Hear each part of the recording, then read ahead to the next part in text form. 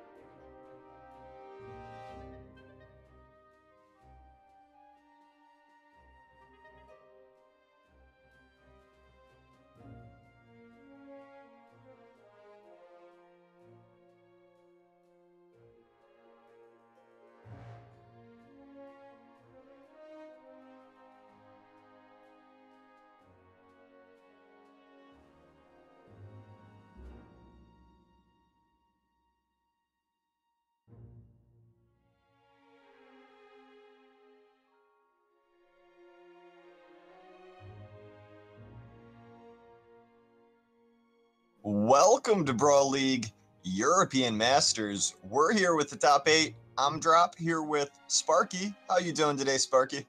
I am tired, I am cold, but I am excited to see who is going to be the top player in EU for this is season 2 of Brawl League Masters. Am I correct? You're correct. This is season 2. DeBrain won season 1, undefeated in the regular season, and obviously then ran through the playoffs as well. And I believe he pretty much expects himself to win today as well. He came in with a handful of losses and I think a couple ties from the round robin phase coming into the actual Masters playoffs. The biggest losses he had were to Multimum. He lost to Addy, Daiku, and ERAM as well. But I actually just talked to him and he said his job for the beginning of the season was to make top 8, and now his job is to win. But before that, we are ready to move into Daiku and Zaloxary. Now, this is going to be an exciting matchup. These are 2 European players who have actually found success overseas. Zaloxary won Combo Breaker, and Daiku got a first-place finish in 2v2s at BCX. These are guys who have won outside of their home continent. That being said, though, Zaloxary has had trouble for quite a while. He had a lot of losses coming in. He lost to ERAM, Cake, Addy, Dobrain, Daiku, Stardust, and Multimum. Meanwhile, Daiku had 0 losses before playoffs. And we're seeing Daiku put in some work with this axe right now. This is the 1 seed, as you said, versus the 8 seed. And things are looking rough for Zaloxary at the start. And with the recent changes that Axe has had, it's come back into favor. And if you're going up against Daiku's Axe, he used to be the best Axe in the world. That sort of fell off as he kind of switched around characters, but now that he's on this scary Brynn, I love a Brynn pick. How do you feel about this? I'm really excited to see the Brynn pick. It's something we talked about last week during North American Masters when Daiku was on that cast. He really thinks the Axe is incredibly strong right now. He even calls Brynn's neutral signature a light attack, but that gravity cancel from Zaloxary is going to take the first stock. And he killed him in orange with that. That's a very impressive run back. That's Zaloxary coming alive kind of in this game 1, giving himself a good chance to build a lead as well. And he has a little bit of room to play with now because he is rolling that huge defense, but the bottom of that signature is going to end up picking him up, sending him off the left. Both kills off the left, one for Zaloxary, one for Daiku so far. We're seeing Daiku not afraid at all to use these signatures. And those axe attacks are punishing. Even against state defense Roland, the damage comes out very quickly. It's those gigantic hitboxes and the solid damage that Axe has that Daiku has just always been very strong with, very comfortable with. We're seeing him put a lot of pressure off the stage. He's not quite able to finish the Zaloxary off here. If Daiku's not careful, Roland can turn that around on him. Zaloxary staying strikingly even with him so far, even though Daiku's been throwing out these signatures like candy almost. And really with a character who many people don't think has any good signatures. A lot of people would say Bryn's signatures are bad. It's pretty much, oh, and that almost killing off the top right. It's usually the neutral signature on the spear because it has a true combo, but other than that, you don't see a lot of Bryn players. First of all, you don't see a lot of Bryn players. Second off, you don't see them using signatures very much. Occasionally, it'll be a down signature on the spear just to catch someone spot dodging stacked, or it'll be the down signature on the axe just because it kind of has a goofy hitbox. But Zaloxary is getting the better of Daiku right now. This is definitely surprising to see in Game 1. Daiku being undefeated, arguably the favorite to win all of Europe. Daiku and Dobrain are two people I would really expect to see in the grand final. And here we have the 8th seed actually going up on Daiku. I would not disagree with you with expecting to see it down to Dobrain and Daiku. Maybe Daiku just needs a little bit of time to warm up. I know after not winning 1v1 at BCX, I think his fervor, his passion, his wanting to prove himself has since been renewed, at least in the 1v1 sphere. Daiku is a very driven player. It's obvious just if you talk to the guy, but right now we're seeing Zaloxary actually stuff him out with the lance, and I don't know if I like that he threw that away. And now we're seeing some serious damage come out as Zaloxary was stuck without that weapon for so long. It almost looks like Daiku maybe learned a thing or two about spear down air at BCX. Definitely. Well, I hope he did after he got stuffed. It was like 8 times in a row by Pugsy. Hopefully he knows how to respect the spear now. He knows how to play it for sure as he's getting closer and closer to taking out Zaloxary. He does have a true combo with that neutral signature. Zaloxary is doing such a great job controlling space at the edge, taking Daiku's options away, and trying to punish the recovery. And really, either player could win this. Daiku's going to be fishing for probably a side air here. Zaloxary can kill with the right signature. And you see both players are now slowing it down. It's all about the spacing game. You've seen Zaloxary. He really wants stage control. He's always staying inside, closer to the center of the stage, keeping Daiku on the outside. And that's also good for Zaloxary with his 8 defense Roland. It's very hard for Daiku to kill Zaloxary if he hangs out in the middle. Did you see the timing on that down air on that spear recovery? Yeah, Zaloxary is not afraid right now. He's playing absolutely on point. It seems like he might be getting the better of Daiku right now. Daiku back on that axe is so scary for Zaloxary. Oh, the unarmed side air! You saw Daiku coming down with those dares. That is like Daiku Central. He used to get so many kills, so many gimps with that axe down air, following up with axe ground pounds. But Zaloxary is gonna go and take game 1. Wow, that is a surprising game 1 win. And this is the Zaloxary that we haven't seen for quite some time. This is the Roland that we saw him play a little bit of at Combo Breaker. This is the Roland that he used to play before he really hard switched to Ember. And I'm really liking this Ember pick from him. I'm sorry, this Roland pick. Yeah, I'm happy to see the Roland come out as well. It's, you know, it's something that he used to be known for a year ago. But as it is, he actually switched back to Ember after taking a win, which is surprising. I think he's just trying to switch it up on Daiku. He noticed how close last game was, and he realizes that the Daiku's a very analytical player, like a lot of EU players specifically are. Game 1 is almost just that's experimental time, that's feeling out, that's understanding how your opponent's gonna play, aggress, react, when they're gonna be passive, when they're gonna be aggressive, when they're gonna be defensive. And I think Zaloxary is just trying to just switch it up so Daiku never has any time to really adjust. That makes sense, but it's tough to call that a good decision right now. It doesn't seem to really be working out for Zaloxary. He's finding a little bit more damage now, but just chipping away with the Katars and trading 1-for-1 with Bryn isn't going to work for him. Aside from that side signature, I want to point out that weapon toss into the pickup, into the dare was so clean from Zaloxary. Seeing absolutely really good moments from Zaloxary. We're seeing him have really brilliant play here and there. But as it is in this game too, Daiku is really starting to pull ahead. Yeah, I think Zaloxry is really going to struggle here. Daiku, if you give Daiku time, he will catch up to you. He will analyze your playstyle. He will understand what you're doing. And with that 3 defense, that is really going to hurt him. Again, I can't help but feel like this character pick is seeming extremely questionable. You want on the roll end, so I pick, a character with such drastically different stats, completely different weapons.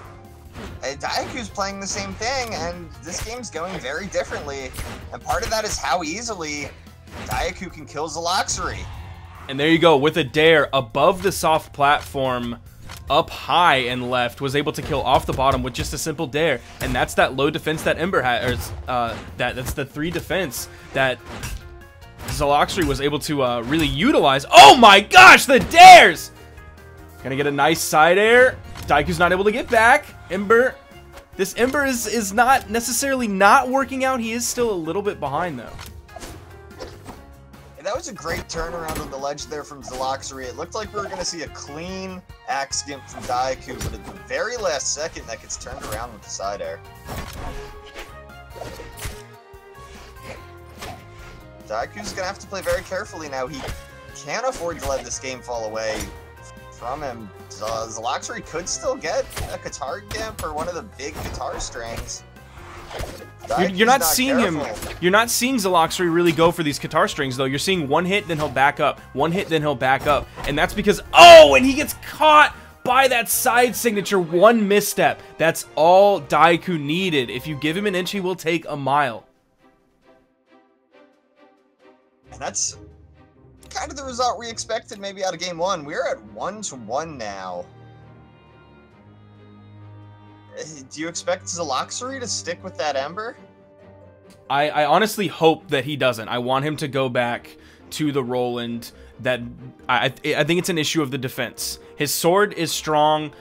His guitars worked against Daiku. His bow not as well as the guitars, but the sword was working. The lance was working. The defense was certainly working. 3, 2, 1, brawl.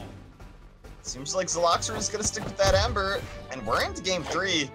Right away, he finds those guitars. He might be able to deny Daiku a weapon, but no, that's not going to happen at all. And we'll see if Zaloxry can find a guitar string in this game, or if he's just going to continue to poke away at Daiku. If that's what he does, I can't help but feel like he's just going to slowly lose this game. It looks like he's electing for this bow, and that's exactly what's happening. He is just losing this game bit by bit. He's hit Daiku maybe 3-4 times. He's now since evened it up with that Nair. This great hall pick is also something I'm kind of wondering about from Zaloxry. It's not a map we normally see guitar players go onto. That could just be another thing where Zaloxry is trying to switch it up, stay out of the ordinary, not let Daiku download him. It seems to be working better in this game than in game 2, but Daiku very close to getting that kill onto Zaloxry. Same can be said about the other way. The downlight almost killed, so you know that ground pound, even with the bounce off the stage, is going to kill that 3 defense Ember. And this game's closer than the last for sure. It is closer than the last, but this could get dangerous for Zaloxry if he's not able to finish Daiku off right now. Daiku could end up running a substantial amount of damage on this 3 defense, especially with the spear. And that's exactly what happened last game. You saw Zaloxry off stage, and Daiku was able to poke with the neutral lights, with the side airs, with the handful of downlights, but Zaloxry is able to take him off the top with a Nair, and he's staying relatively in that. He could be looking for the lower kill box off the top that Great Hall has, which is possibly the only reason that Nair killed at this point. Yeah, that hitbox, it feels like it's helping Zaloxry, but oh, that weapon toss! Daiku has an axe. Just barely able to make it back. You didn't see a ton of aggression coming from Daiku. It's a little bit surprising. I expected at least a ground pound, maybe a dare into him. It seemed like Daiku might have thought Zaloxry was dead there. But he does come back and gets only a minimal amount of damage on Daiku before he cleans up the stock. And this Zaloxry pick continues to look a little questionable, Sparky.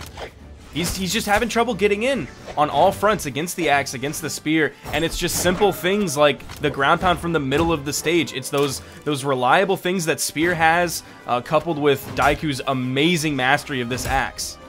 That's just really spelling disaster. The Daiku denied that recovery. Almost was able to give him Zaloxry there. We were so close. Oh, and he didn't touch the wall. Daiku's gonna take that game. Almost looking like an easy 2-stock for him, putting out 250 more damage than Zaloxry was able to do. And we are back onto that Roland. It took 2 losses on Ember for Zaloxry to switch back to Roland. And even if he wins this game, he has to win 2 in a row. And, you know, I'm just going to say it again, that I did not like that Ember pick. I'm glad that he's back on Roland, but I'm afraid he switched too late. I would 100% agree with you there. You saw Daiku, he noticed the Roland pick and immediately took Shipwreck off the stage. Some of that could be he's just not comfortable on Shipwreck. Maybe he doesn't want to force the edge guard game there. He hasn't been doing a lot of edge guards. We've been seeing some axe explosions with the occasional ground pound with those dares that he loves so much. But keeping Roland off Shipwreck is a great idea. Those kill boxes, especially off the top, are very far away. Oh, it's the Zaloxry! He was looking. Oh, Daiku. I don't know if this is respect or if this is BM. I think that's respect coming out from Daiku. That was the Zaloxry up in this game. Daiku says, "I'm not gonna beat you this way, not like this." I honestly think it was the other direction with the BM of him going, I'm up on you. I'm up 2-1. I can throw away this stock. It doesn't matter. I'm gonna beat you regardless. We're seeing Zaloxry take full advantage of whatever Daiku was doing there, whether it was kindness or a little bit of disrespect. As he should. If I was Zaloxry, if Daiku wants to be a gentleman, go ahead. But this is a tournament. There is $250 on the line for each region in Brawl League Masters. I would not have thrown away that stock like Daiku did. I'm not a gentleman. No, absolutely not me. I would have taken that free advantage, but Daiku did even it up for Zaloxry, who might now be pulling into the lead himself. Daiku playing very, very carefully right now. We saw the look at that downlight. Oh, and a perfect weapon toss. A lot of players will go for just like the straight to the right weapon toss. You'll see LDZ doing that a lot. You'll see a lot of other players doing that. But Zaloxry expected Daiku to recover low, threw it that downward at 45-degree-ish angle.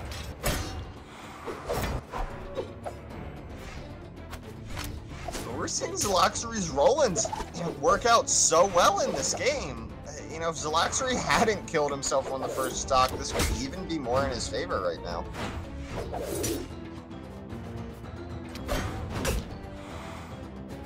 Daiku, as it is, has a big ledge guard chance here.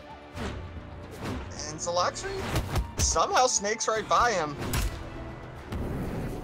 He has those side airs to get back. He has some room to play with, but the axe weapon toss is going to hit him. He gets the recovery! Daiku loses his game! Player one. That's a 2-2! That is a flubbed edge guard coming out there from Daiku. Killing himself off the side of the stage when he really did not need to. I didn't even really see what happened there, how that accident came about. Daiku just ended up into game 5. Daiku just ended up getting below Zaloxry, and Zaloxry held that lance recovery until the last minute. You're seeing Daiku actually drop out. Now he's coming back. I don't know if he pressed the button too many times or what happened there, but that was great recovery options from Zaloxry, using those Sares, using the dodge, using the recovery at the last possible moment so Daiku couldn't stuff it. Fantastic lance work from Zaloxry so far. He's actually making Daiku switch to Ragnir. This is what Daiku played at BCX. This is, as far as I can tell, Daiku's current main, who he's most comfortable on. And we're seeing Zaloxry, like you said, absolutely coming out swinging in round 1 right now. And it looks like Daiku's actually switching back to controller. He's been experimenting with keyboard in the past few weeks, just learning it because he thinks mechanically it's superior. I would tend to agree with him on that, just in terms of actual mechanical skill, mechanical prowess, and mechanical fidelity compared to a controller. But now I think he's switching back to the main of Ragnir. He's switching back to the controller. He's taking this set very, very seriously. He's respecting Zaloxri right now. What do you think about this map pickups match? I can't speak. What do you think about this map pick, Sparky? Going into Thunderguard feels like a bit of advantage here for the Axe. I think he wants to force the offstage play, the shenanigans play, and that's where we really see Daiku come alive, especially with the dares, with the ground pounds. Zaloxri had to burn almost everything to get back. He is playing very, very low. We're seeing Daiku not even take a chance there. He did not want to try and recover into the middle where Zaloxri was. He did not want to risk getting gimped. So we're seeing Daiku give a lot of respect to Zaloxri right now. And that dare was a little bit late. Zaloxri bumping his head, almost ending his own stock on his own. And Daiku knew the death was coming. Daiku knew that Zaloxri couldn't get back by any means. He didn't even want to risk going over there to pseudo confirm the kill. He didn't want to put himself in danger. The respect is coming out for Zaloxri. Zaloxri is going to need to be careful with these signatures that he's throwing out. He found success earlier on in this set, but I don't see him catching Daiku out with something like a Roland Sword side sig again.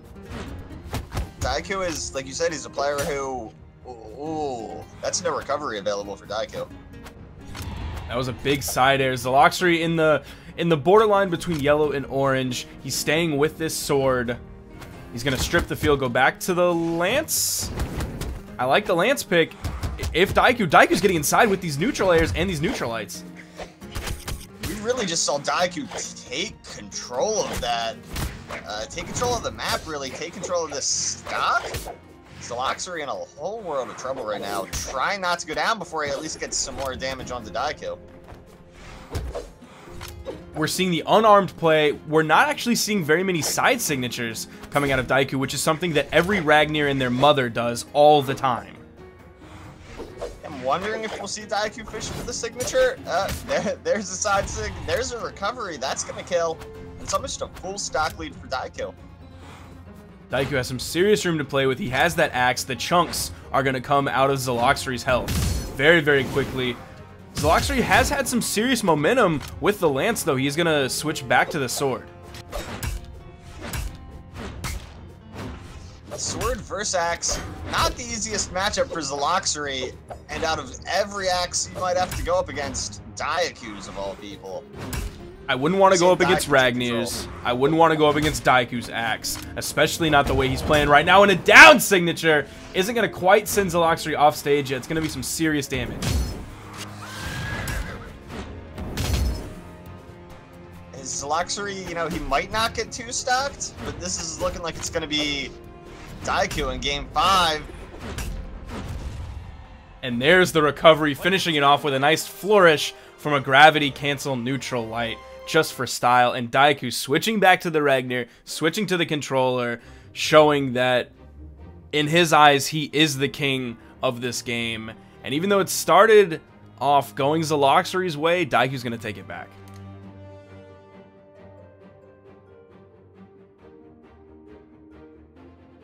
And it looks like we are on to Brain and Cake for round 2.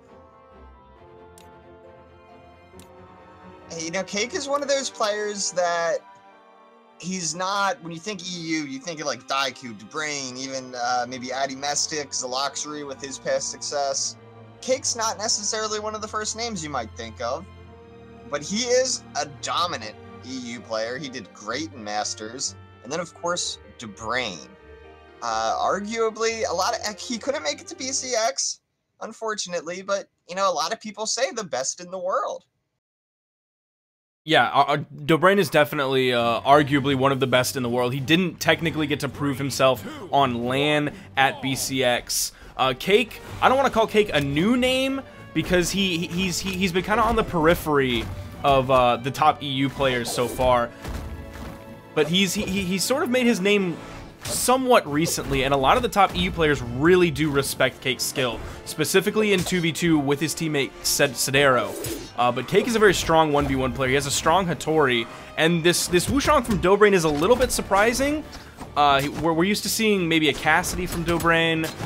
We see a handful of other characters from Dobrain, but he has been apparently focusing on this Wushang as of late. We're seeing Dobrain really fish for the new gauntlet combos. Doing that sidelight and recovery, he probably hit that 7 times so far. It looks like he's fishing for it for a kill option, but Cake's maybe becoming wise to that. Dobrain had a massive lead, but that's all gone. And he's just using that so effectively right now. The sidelight on gauntlets, you either get hit by it or you don't punish it. It is such a hard move to punish because it moves you into the air. It gets you out of the range of a lot of grounded moves, a lot of neutral lights that players will throw out. The recovery is not necessarily true, though. You are able to dodge out of it. Dobrain is going to take another stock with that Nair down below, going aggressively. But as I was saying, on that sidelight into recovery, if you dodge backwards, if you dodge away from it, you don't have iframes yet, but your movement will take you out. It's a lot like neutral light into recovery on Katars. You can get out of it by just dodging backwards. Do we see was that a 0 to death from Dobrain? Or at least an untouched stock? It might have been. It was a very quick stock. It was a very free stock going the way of Dobrain. We're seeing Cake fight back now, but I mean, it's hard to keep your mental fortitude up when someone does something like that to you. And Cake is just completely unable to get in on Dobrain right now. He's hit like 4 or 5 back-to-back spear nairs. We are seeing Cake run a good bit of damage. He's probably going to take one more kill on Dobrain right now. This is going to be a tough comeback for Cake and versus Dobrain of all players.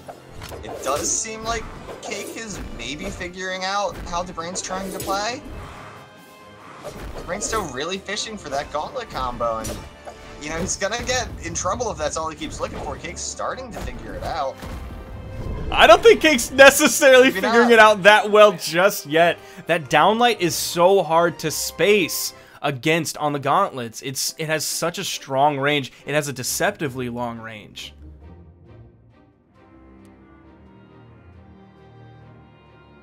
That is, you know, that's a pretty impressive game 1 coming out from Dobrain, especially on a character we didn't expect him to play. And speaking of characters you didn't expect someone to play, Cake on Cassidy. I don't know about Cake's hammer. I want to see a lot from Cake's hammer, though he might just be trying to play the spacing game on the ground with guns. He may try to poke with the sidelight to beat out the gauntlet downlight spacing. He may space with gun downlights as well. We know that Cassidy has a lot of true combo options with her guns, with her hammer into signatures. Cassidy has some interesting options here to deal with the gauntlets. I like the idea of picking Cassidy to try and counter what Dobrain's doing. We'll see how it works out for Cake. It's working so far. That 8-dex hammer is just so fearsome. It almost seems like it has no recovery time. Cassidy also has very serious force. Her movement speed is really the only stat that's lacking, but it looks like Cake doesn't need it right now, and I think if there's one stat you can lack in at this point in the meta, it could be movement speed. Yeah, it really doesn't seem to be affecting Cake. Switching off from Hattori, it could be an odd change for him, but he takes the early lead with Cassidy.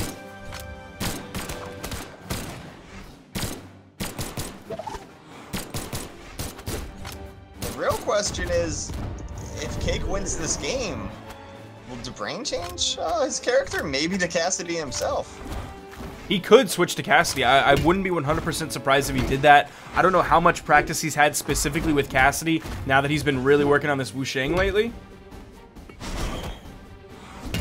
Nice priority there in the side air against the Cake side signature.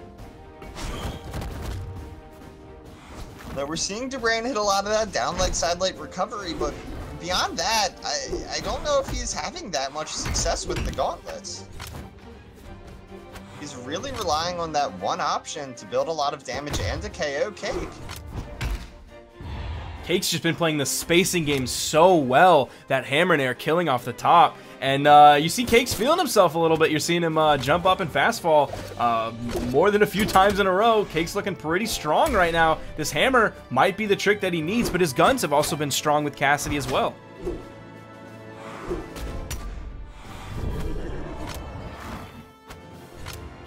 We are down to one stock, White Hell.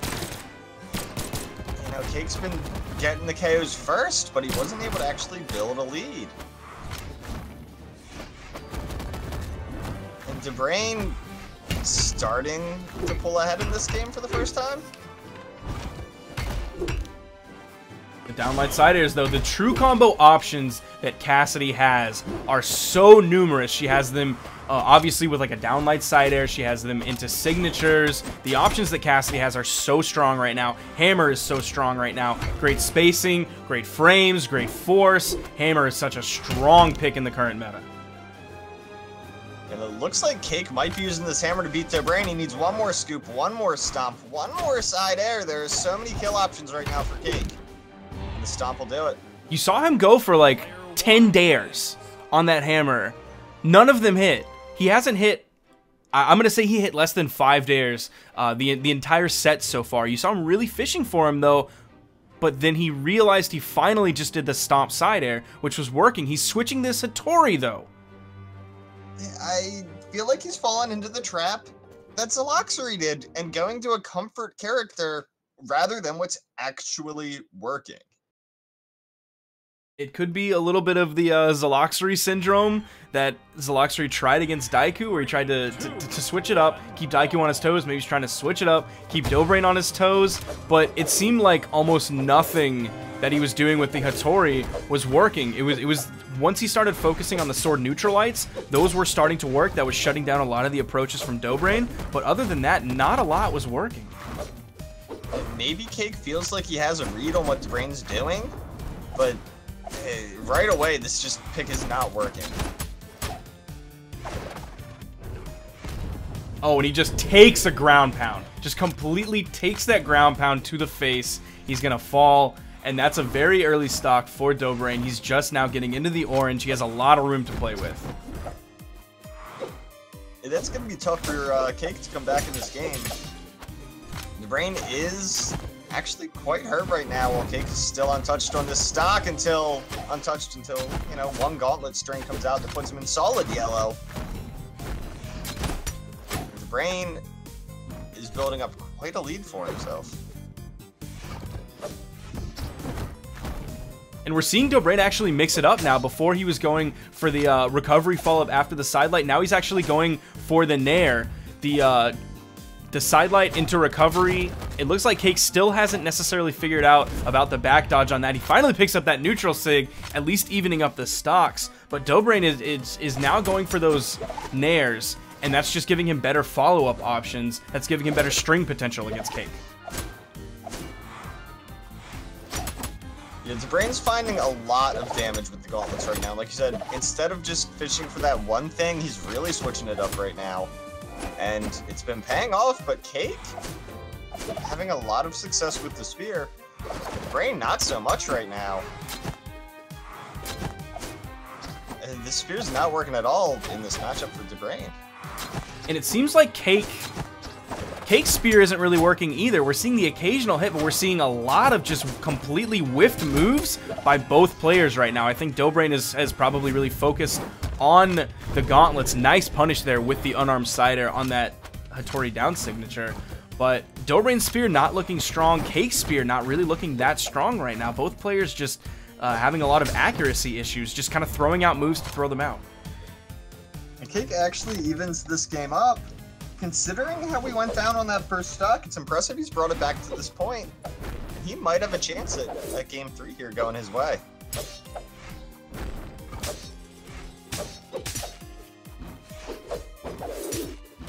The swordplay coming out for Cake, back-to-back neutralites.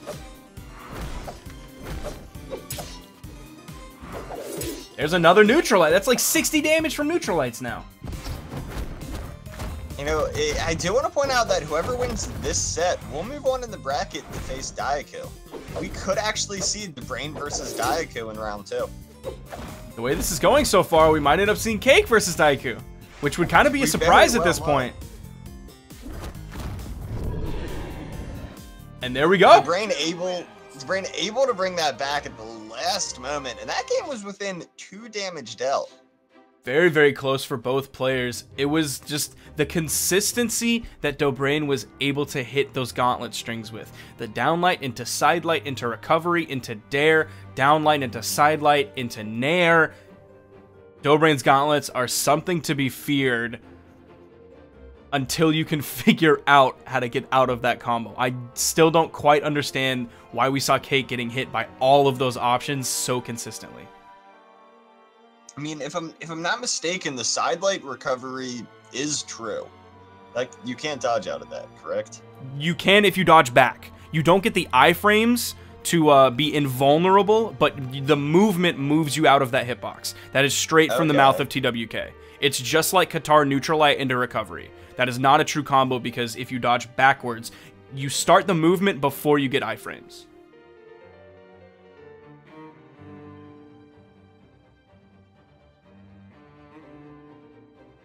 So we're gonna have to see where Cake wants to take this to him.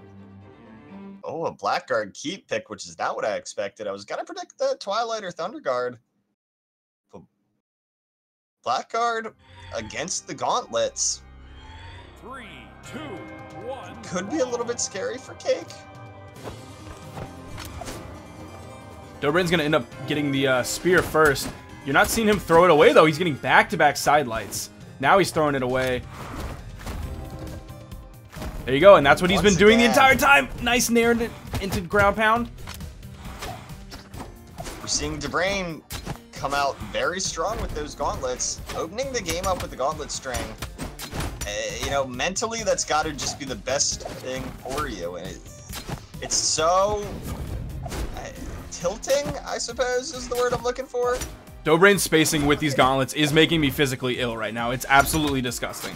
I'm glad that Cake is taking advantage of it, and every time Dobrain tries to get in, Cake is shutting down that approach, putting out some serious damage with that spear.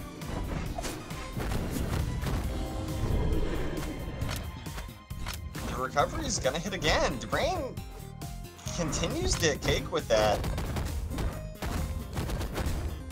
And these gauntlet strings coming out are terrifying from Dobrain. Cake already in the orange on his second stock. Dobrain is untouched since Cake has respawned, if I'm not mistaken. This could be a perfect stock once again. We're seeing some serious damage actually come out from Dobrain on the neutral lights. We haven't seen him using a lot of neutral lights so far in this set. Now he's probably hit 3, 4, maybe even as many as 5. So that shows that even when Dobrain and Cake are stacked, even when Dobrain's not necessarily overspacing everything that Cake has, Dobrain still has options. And Dobrain is absolutely running away with this game. A full stock ahead. Cake with a nice prediction on that neutral sig. But Dobrain's going to be looking for the kill option right away. Unarmed sidelight almost does it.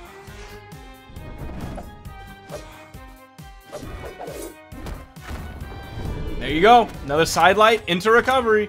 Cake still isn't back dodging it. Maybe Cake doesn't know that you can. It was news to me. It could very well be news to Cake.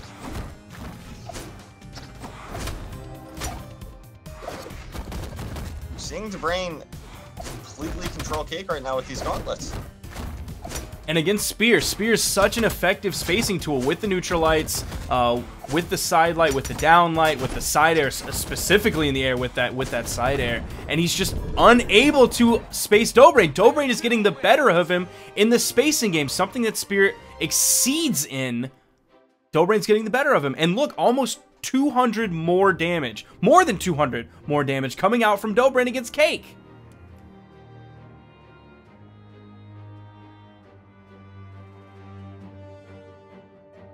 And that is going to be Dobrain moving on to go against Daiku in round 2, which is, of course, going to be exciting. A good chance that could be our grand final. We're going to get an early sneak peek, but right now, Multimum and Arum Now, I know that Multimum does not like the way that ERAM plays. I've seen him criticize ERAM on more than one occasion quite aggressively against how slow ERAM plays, against how some would say lame that ERAM plays. But that playstyle was able to get him to this point, put him in, let's see, what seed is he in? 1, 2, 3, 4, 5, 6, 7. ERAM coming in 7th seed. And you know, that's gonna make for an interesting matchup. We are gonna see ERAM play that kind of classic EU meta. We're gonna see him play a slow game. And then you have Multimum, who's gonna pick Nash and spam hammer down Sig. I hope he doesn't play Nash, because honestly, his spear is like it's not good. Multimum's spear on Nash just really isn't good. I'm expecting Multimum to pick Nash. He's been playing it. He played it all of the regular season. Now that we're in playoffs, he might pick something a bit more serious for him, something he's put more time into. But we'll have to see.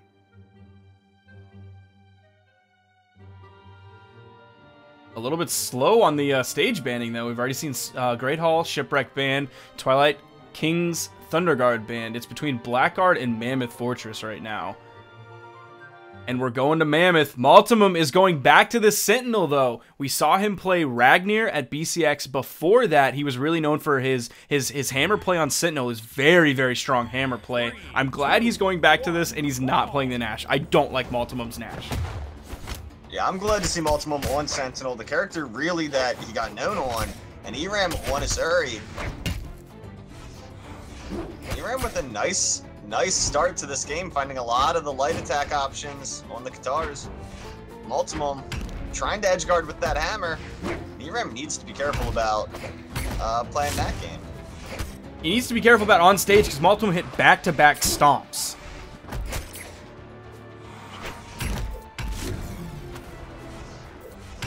And there's a side signature from Multimum.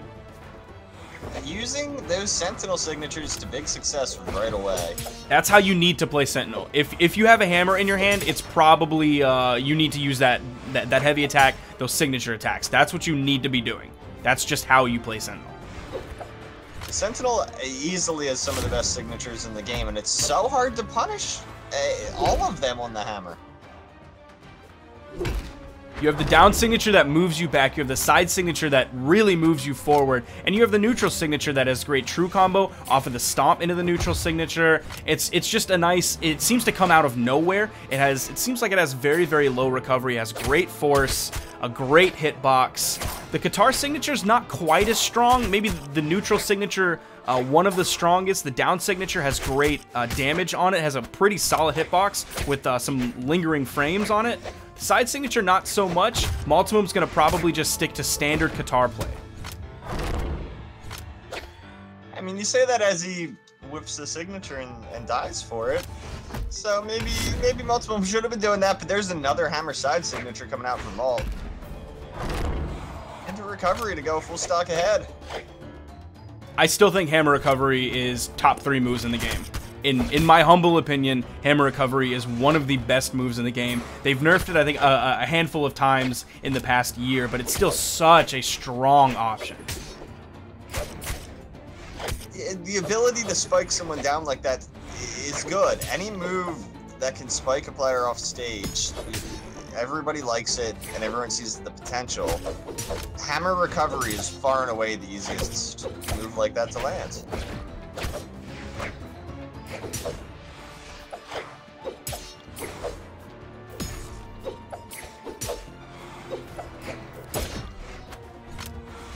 We're seeing Multimum have trouble here finishing off ERAM on this last stock. And now that he finds that hammer, he's going to immediately find a signature, not quite going to kill. And you saw ERAM just go for a ground pound on top of a hammer. A huge misstep. You know that Multimum knows the timing to hit that recovery. Unfortunately for Multimum, it ended up sending ERAM onto the stage, or that would have absolutely 100% been a kill. And there's the side signature. He tried to stomp, the stomp missed, followed it up with a side signature as ERAM tried to go into punish, and that's going to be the first game going Multimum's way. Yeah, that is That is pretty much what we expected. ERAM wondering right now if he's going to stick to that Asuri, or if he's going to switch off and try and find an answer for that Multimum Sentinel Hammer. Because that was absolutely devastating play with that hammer from Multimum. And he's going to end up switching to Ember, a character with lower defense than Asuri did. And I can't help but think, unless he just has this secret weapon of a bow that I've not seen from ERAM before, I think this has to go Multimum's way. Yeah, that 3 defense is really going to hurt. Really going to hurt when that hammer connects. There's side sigs, there's down sigs. I don't know if I like this choice. I don't see anything that Ember has that ERAM could really use to beat out Multimum right now. She doesn't have the strongest signature kit. I think Asuri probably has a stronger signature kit in terms of hitboxes, in terms of recovery compared to Ember, but we didn't even really see him use those on that Asuri pick. So I don't know what he's really going for here. Maybe he's just really confident in this bow. He thinks the bow can space out Multimum's hammer, but it's not really working so far. Right away, Multimum finding so much success, and there's that hammer recovery we were talking about. Easily going to kill the 3 defense Ember. Multimum's going to try and use the guitars for the next stock.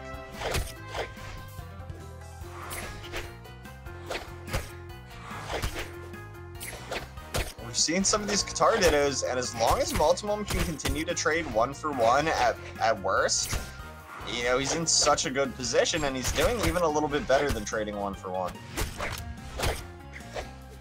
ERAM really hasn't been able to get hardly any strings so far. Multimum's gotten 1 string so far with that guitars. Nice follow-up there coming out from ERAM. That side air gonna kill, but ERAM is right on the border between orange and red. It's a good kill for ERAM to pick up, but Multimum's still in control of this game. Nice string coming out of ERAM. He tried to look for the dare. He's probably going to look for the dare into Sair off stage. Multimum hitting the Sair on stage. Multimum's still using these guitars, and ERAM is slightly winning out with them. I would like to see Multimum just pick up that hammer and secure the easy kill. There are so many safe kill options on the hammer. The guitars, not quite as much. And that's the 3rd unhit side signature coming out from Multimum. None of those have hit so far. You didn't see him really going for any neutral signatures, even though ERAM was in the air. He's going to hit that side signature, bouncing ERAM off the wall. That recovery is going to bounce ERAM off the soft platform. Side signature going to miss, and ERAM punishes with an unarmed recovery. Sorry, not recovery, neutral signature. And giving himself a little bit of room to work with. Yeah, I have never seen someone punish that signature with an uppercut. ERAM, amazing spacing there, and wow, the force behind that recovery. That was Multimum taking way too long to find the kill.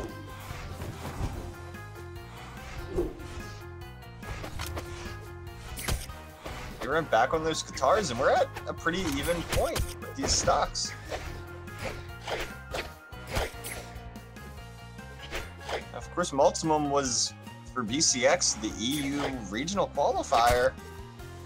Went to BCX for free, had a 2nd place finish in the 1v1s. Definitely kind of the favorite here over ERAM. But this game is really coming down to the wire, and Multimum's fallen behind. A bad signature coming out from ERAM, not going to catch Multimum out, and it's going to cost him a lot of damage. You're seeing the classic Multimum style, though. You're not really seeing him go for those edge guards. You're just kind of seeing him stay right on the corner, waiting for ERAM to come back up. You saw him, I think, maybe go down once. Did he just, what? He went for a stomp, and then I think he must have maybe did a misinput. You saw him try to go for that recovery. I'm not really sure what that was. Going for the Russian Mafia would have been a little bit of a strange choice there when he had a stomp side air option. He had a stomp neutral sig option. He is going to get the kill with a side signature, though. And he's going to take that game going up 2-0 on ERAM. This is ERAM trying not to get 3-0'd at this point. He's gonna switch his character once again out to Queen Nai. You know, going from 3 defense to 8, one extreme to another. So you've seen him kind of move his character choice in 3 different points on the I guess stat scale. You have the very, very fragile 3 defense Ember, you have the kind of middle of the road defense Ember, and then you have the very, very tanky Queen Nai. Maybe this is gonna be what he needs. Maybe it's that huge defense that he needs. I haven't seen a lot on the Katar side of things from him, and we've seen almost nothing from ERAM's Spear, so I'm not really sure why this Queen Nai pick. Yeah, his Katars are where he's found the most success, and if he's gonna try and do that playstyle with Multimum where they're hitting each other kind of 1-for-1 trading, Queen Nai does make sense. And we even saw Multimum struggle a little bit last set on securing some kills on the Ember. And if he struggled versus Ember, Queen Nai is going to give him even more issues. And really, we've seen Multimum land so many more options, but the damage is close. ERAM's still staying alive with that 8 defense, and I think that this pick is going to work out better than anything else for ERAM. It's still looking like it's going to go Multimum's way, though. Multimum going down for that hammer recovery. It doesn't matter how much defense you have. At that point, when you are deep, deep, deep in the red, when you are that low on the side, that hammer recovery is absolutely going to kill. And it looks like Multimum is struggling a little bit more, but he's still getting the better of ERAM. He still has a little bit of room to work with.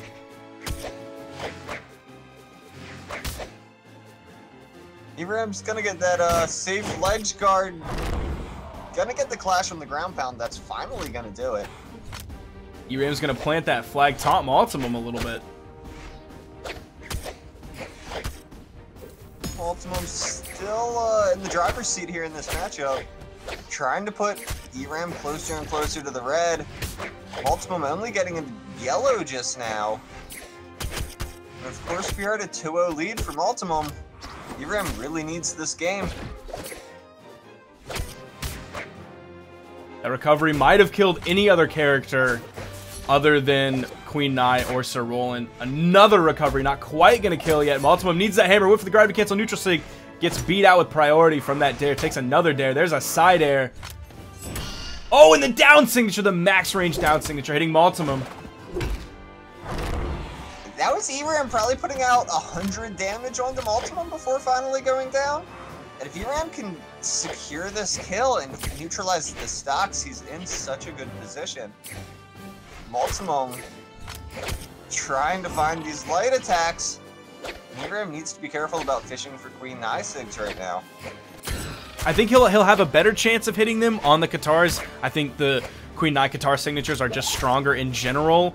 I really like that he's going for down signatures though, as opposed to the neutral signature. The neutral signature on the Katars is a lot easier to punish and a lot easier to see coming compared to the down signature. The Queen Nai Katar down signature comes out very, very quickly. Multimum's just been in position to stuff it out every time. And ERAM really struggling getting this kill. As he starts to go into orange, that neutral signature gonna pick Multimum up off that right soft platform.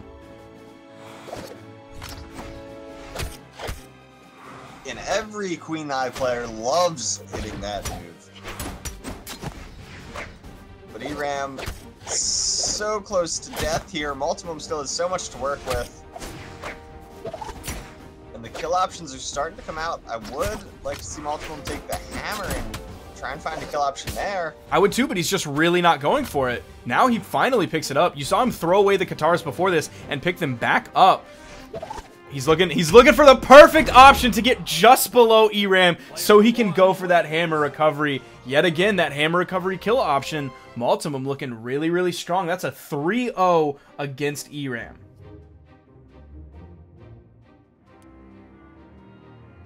And that will be ERAM going down to lowers. Multimum moving on to round 2. Multimum will be playing the winner here of Slug and Addy Mestic. Now this is going to be an interesting match. Slug is one of those players that I think I tend to underrate. You know, he was a name where I was like, hey, is Slug going to be good enough to make top 16 for his region and get into Masters? He did, and then I didn't think he would make playoffs after that, but he did. Here he is. Right up with the names of Addy Mestic and DeBrain and Daiko. I think in terms of recognition in EU, if you're not in EU playing against these people, I think Slug is going to be the victim of the same thing like Cake is, where some people just won't know his name because he's not Daiku, because he's not Dobrain, because he's not Effian Lands, that he's just one of those lesser known players who's still really, really good. Like, Slug came into this, he beat Dobrain, he beat Addy Mestic before, he beat Zelo, and he beat Daiku all before playoffs. Yeah, Slug's capable of taking games off of all these really good players. You know, Addy Mestic has been one of the EU names for as long as I can remember. You know, we might see the Wushang Gauntlets come out of Addy. We might get to see some more Wushang. That's what I would expect from Addy. We're gonna see a different style of play there. We're gonna see a lot of really aggressive edge guards coming out of Addy Mestic. Probably a lot more than we necessarily saw from Dobrain. Dobrain really focused on that neutral game on the just main stage platform. I don't think we're gonna see sidelight recovery, downlight sidelight recovery abuse from Addy Mestic like we saw from Dobrain, if we do see that Wushang.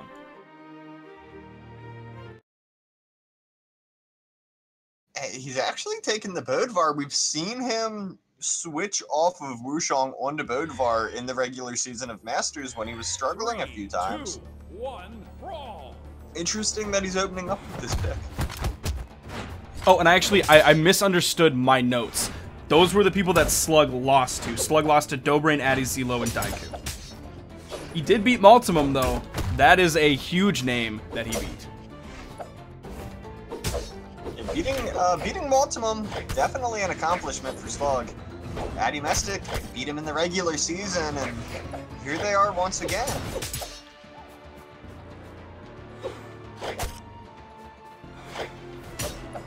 We're seeing, you know, I feel like almost a different Addy Mestic than I'm used to. Watching him play Bodvar is so odd to me. The hammer throw is gonna secure that kill. Like I said, we expected to maybe see the Wushang, the aggressive offstage play. That's what I'm used to from Addy Mestic, or things like the Asuri Katars. And he's playing a very different style Bodvar here. We're almost seeing like the old North American meta the way he's playing. But it's huge success for him. It's working out in a really big way.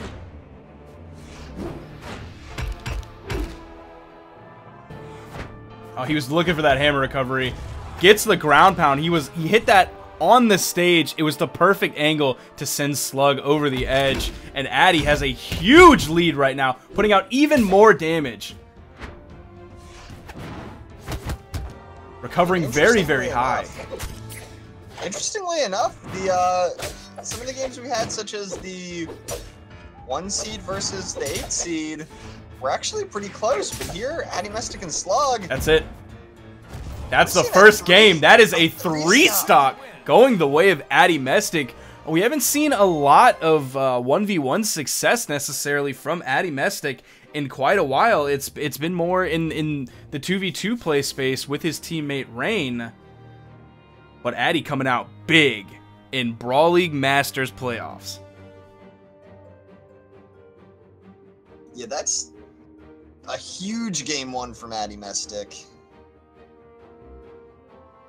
We're immediately seeing the switch to Koji from Slug. He wants that 8 dexterity, he wants that sword, he wants that bow, he wants to remain unpunishable from Addy. But after that first game, what can Slug possibly do against the just huge momentum that Addy has? I mean, at this point, if you're pulling for Slug, you just gotta hope that, he played a character he's never played before in game 1, and things are gonna be different now in game 2. I mean, that's what Slug needs to hope for here. That game 1 was it was so one-sided. It was fast. Addy Mestic just rolled over Slug in game 1.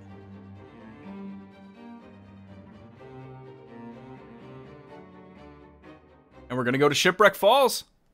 Shipwreck Falls or Shipwreck Cove? I always get it wrong. It's the falls. You got it right. It's the falls? Okay. I just need to not second guess myself. Because I'm always right. You know, there's the waterfall in the background with the pirate ship. Makes sense. And Slug is looking, it looks like he's prioritizing the unarmed. Now he's finally going to move to that weapon, get that bow. Right away, Addy Mestic finds some success with the hammer, which is such a high damage weapon. Never something you want to start your game off with is getting hit by stomps. And there's just more damage coming from Addy. He was looking for that down signature to send Slug 45-degree angle down into the left. He's going to get the stomp side air. The weapon toss follow-up. It's even going to hit! And Addy, this game looking a lot like the first game. This game might be looking even better for Addy. He might have even less damage on him. You know, one thing that we're seeing Addy Mestic do here, at least we really saw it on that first stock. Oh, wow, that follow-up on that weapon throw. But I like how Addy's doing these ledge guards. He's really knocking Slug off and controlling the space on the stage Slug wants to recover to. That's Addy Mestic getting back safely. Serious damage coming out from Slug, though. He's going to pick up that kill while remaining in orange. But I also like how Addy was playing when he was in the opposite side of the edge guard. When he was getting edge guarded, you saw him recovering very, very high. He did that a lot last game, and he's doing that this game because Slug would throw out like a neutral signature, or he would throw out punishable moves, and Addy would just go right over it, fast fall down, and hit it there. He was getting those almost free punishes onto Slug. Right now, Slug has come alive, actually taking a slight lead in this game after getting 3-0'd and that first stock going so heavily in Addy Mestic's favor. Ooh, Slug just barely touching that corner. This could be Addy Mestic going down. And there's Slug taking a page out of Twilight's book, just waiting for Addy to blow everything to get back like he had to do, and then just getting that simple side air. And after Addy was so far ahead, taking that first stock so quickly, Slug manages to bring it back, but we're down to one stock apiece. And Addy may be able to deny a weapon to Slug here. This game virtually dead even. The Koji pick is working out for Slug, but Addy Mestic still in the lead, just ever so slightly. Slug pulling more and more ahead now. Slug is actually taking the advantage. I was about to say Slug's bow play wasn't the thing that was working for him, but now it most definitely is. It was a sword play before, but now on this last stock, his bow play has really come alive. Addy Mestic finds some damage there, but it's not quite the kill. And now we have a ledge guard here for Slug. Weapon Oh! The second slice of that side sig is going to hit Addy, send him off the side, and after a very convincing 3 stock of the first game, Slug has tied this up, and now Slug has switched to Hattori.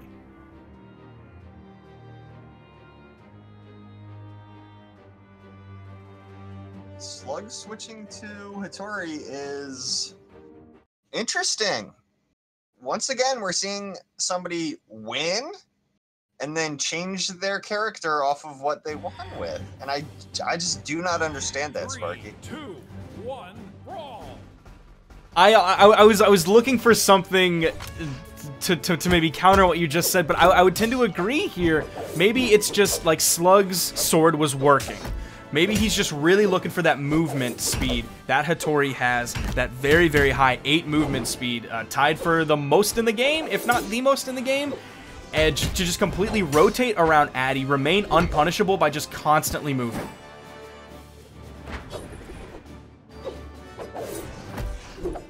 Well, so far it doesn't seem like it's working. Like, he had so much success with that Koji, and it wasn't just the sword. It was the 8 decks definitely helped, the signatures definitely helped, and the bow definitely helped. And now you've taken all those things away from yourself. And for why? We'll see if he can do something big with this spear to make me eat my words, but So far, it does not look like it. Slug does have some time to experiment because all of these games are best of 5. There is room for experimentation. There is room for theory crafting. It is only 1-1 right now. This is game 3, so there is still room. Even if Slug loses this, he still has the option to switch back to Koji. He still has time to make up if this game is a loss, which that might be the case right now because you're seeing Addy bring Slug to red. I think Addy now has the stock advantage and the health advantage. Addy Mestic definitely in a good place to take game 3. And I think that we'll be seeing Slug regret picking this Hattori at the end of this set. You saw Addy actually kind of make a critical mistake there as a hammer player. You saw him go for that recovery really early. It's almost like he tried to read the Slug ground pound instead of waiting for the ground pound and timing it. His Slug has tried to a few times throw that ground pound out really early and catch Addy Mestic out. So I think Addy was expecting him to do that there. It was a decent attempt from Addy, a nice try at the read. You know, with the lead he has, he could afford to do that. It didn't pan out, and the smart play from Slug worked out there.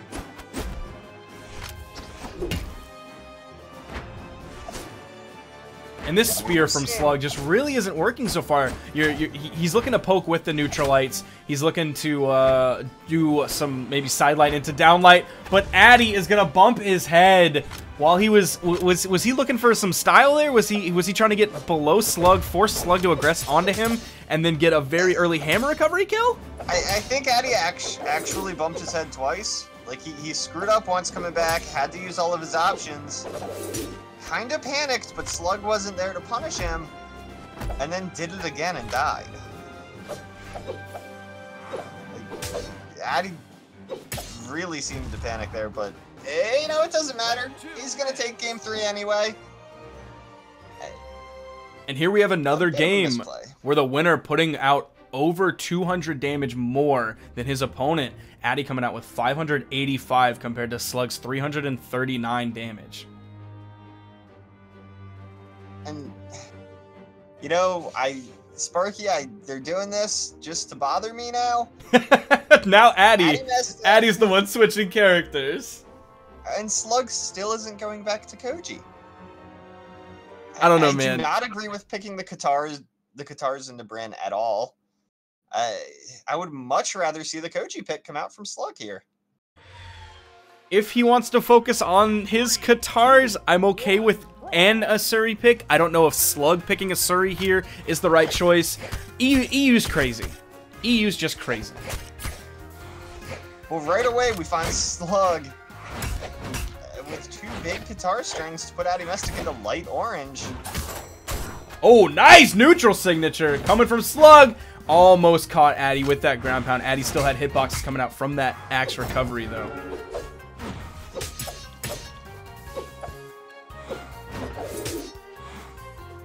As it is, Slug is actually finding some success on this Asuri.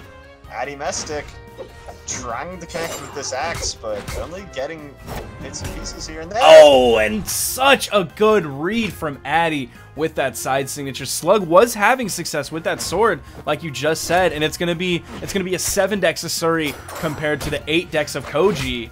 So the swords are gonna be somewhat similar in terms of just light attack play.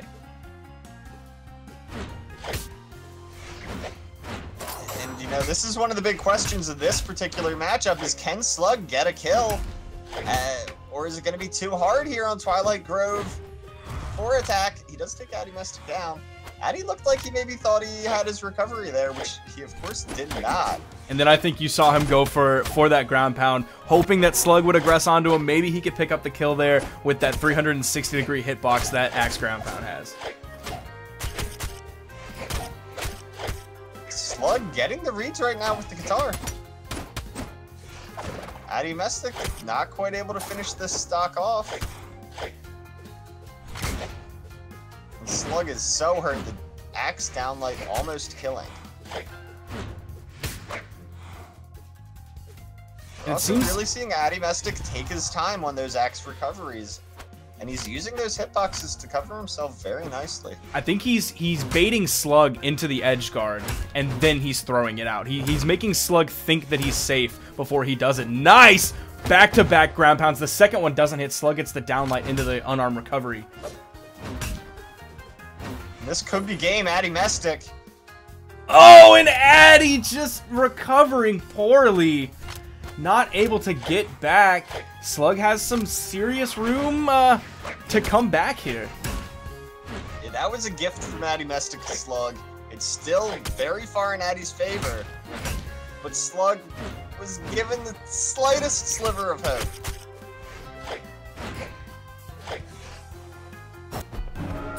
Down signature missing, Slug overspacing it completely.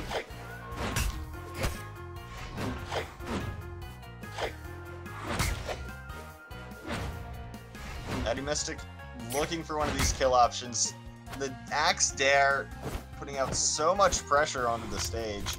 And I love that after Addy threw that axe, he got Slug's dodge and he kept going. Even though he didn't have a weapon, he kept going. He kept the aggression up because Slug was in kill percent. He didn't end up getting the kill on the left side, but he ended up getting it on the right, bouncing Slug off of that island, going up 3-1 on Slug.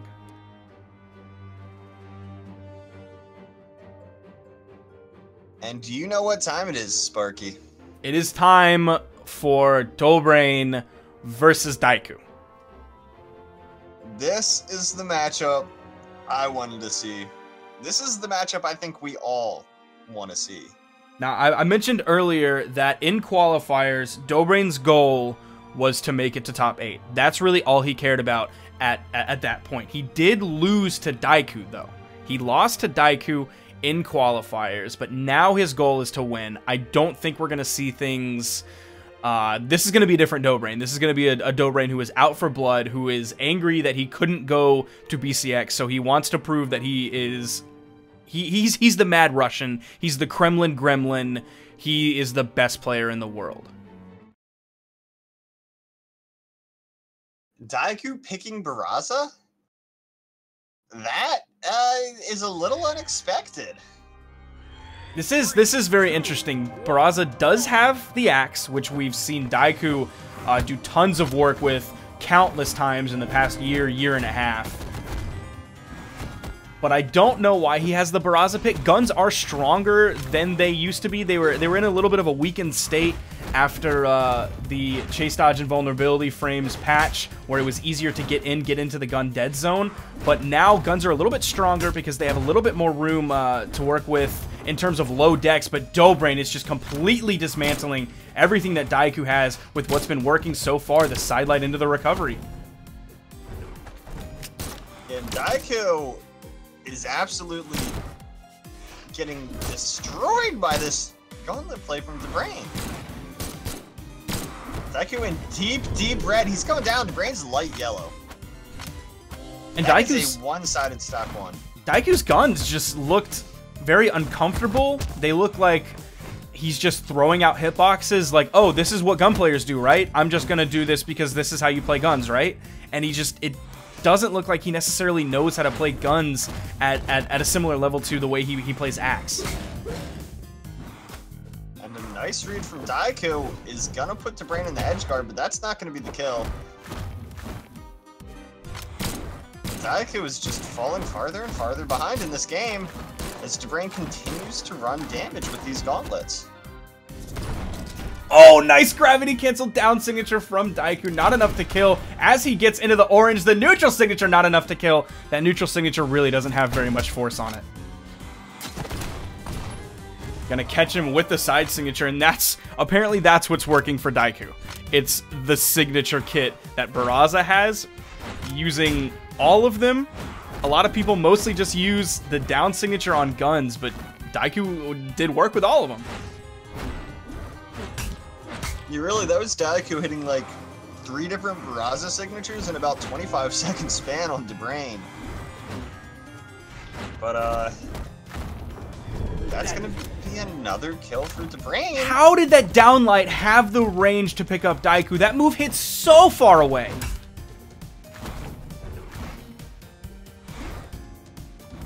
Yeah, Dobrain is really showing why a lot of people are not super happy with the gauntlets right now.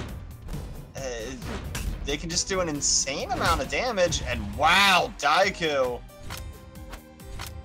showing people that maybe the gauntlets can be dealt with. Huge comeback huge damage stock from Daiku. You're seeing him do a lot of chain dodge into pivot neutral signatures, which that's not something, well, first of all, you don't see a lot of Barraza players in the first place, but that's a really interesting option to punish the air approach. It's a solid read option coming out from Daiku. He's done it multiple times. He's hit both of them, if I'm not mistaken. This is Daiku on his last stock here, absolutely coming alive. He's taken so much away from Dobrain while getting hit maybe once.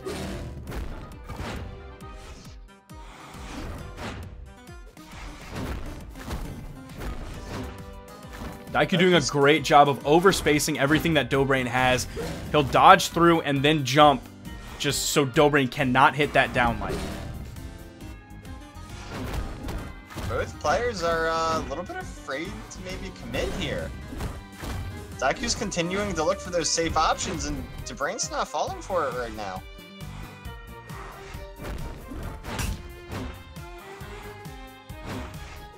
We're just one good hit, possibly one good setup away from this game one being over.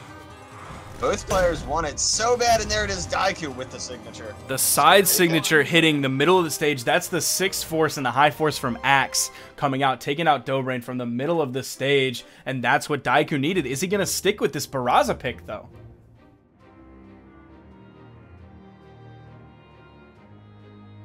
You know, I would be a little bit surprised if he did.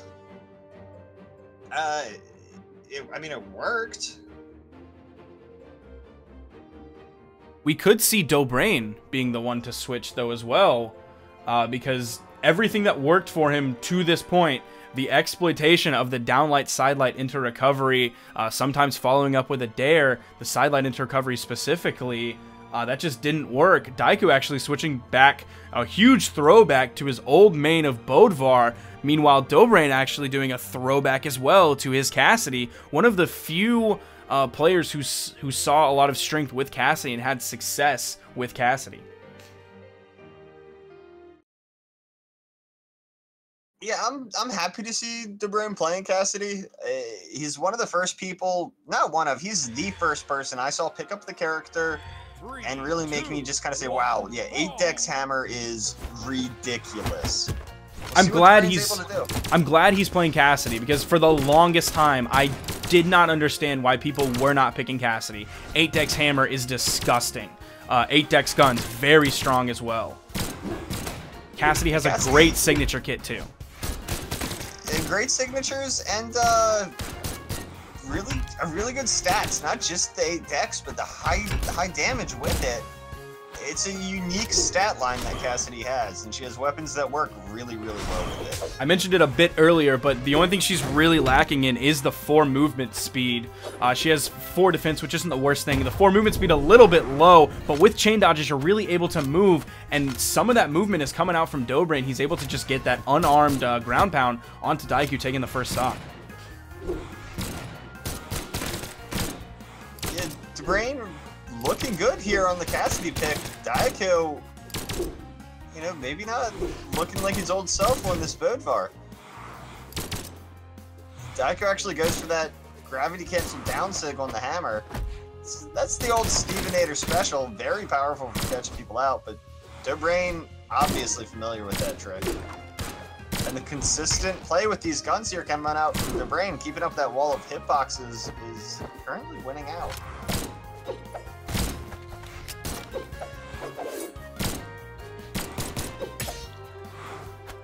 And Dobrain on these guns has just been so tough to punish. There have been more than a handful of moves that he's thrown out that haven't hit, but have just been unpunished by Daiku.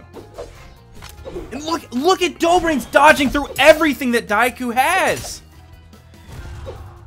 Daiku finally finds that kill, but he is deep red on his current stock. And Dobrain, Daiku trying to bait Dobrain into a ledge guard situation, maybe? Daiku wants that Gimp, I think.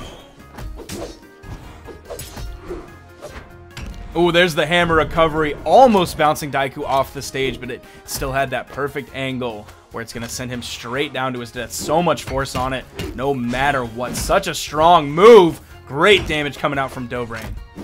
Neutralite into that neutral signature.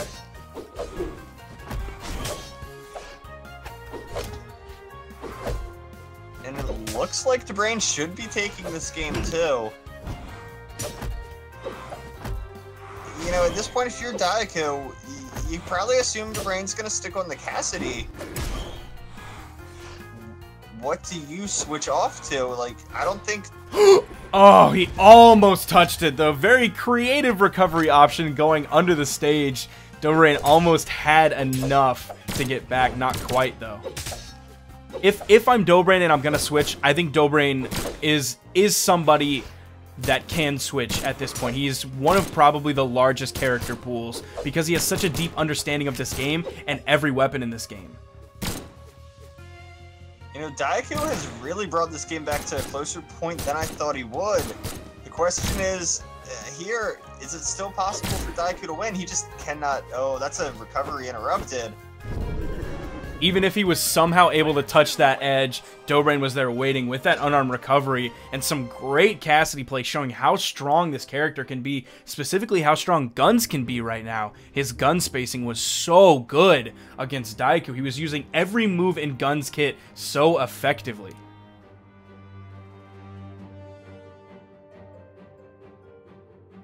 Now Daiku switching to Azoth. This I don't understand.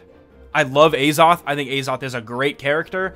I don't know why Daiku is choosing to play Azoth right now. This is a surprise to me. Yeah, that I do not have an answer for you, Sparky. I would agree that that's questionable. Azoth on Daiku, I don't know if I've ever seen him play this character. I don't think he really plays this character very much. His Azoth is level 11. 2, 1, brawl. So maybe it'll just be the 5 Dex axe, the 7 Force axe. I don't really know very much about Daiku's bow, though.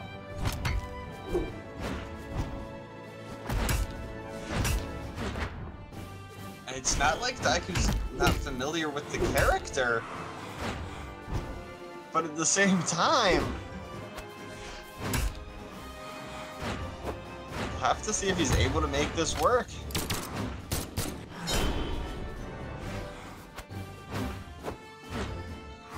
Maybe this is a direct answer to Dobrain's gun spacing. You're going to be with that side signature. We already saw him hit it once. You're seeing Dobrain start to overspace things quite a bit, and that's one of the things that Azoth has with that axe side signature is how much ground it can cover and how quickly it covers it. It's a surprise to a lot of players, but it looks like Dobrain isn't really falling for it anymore.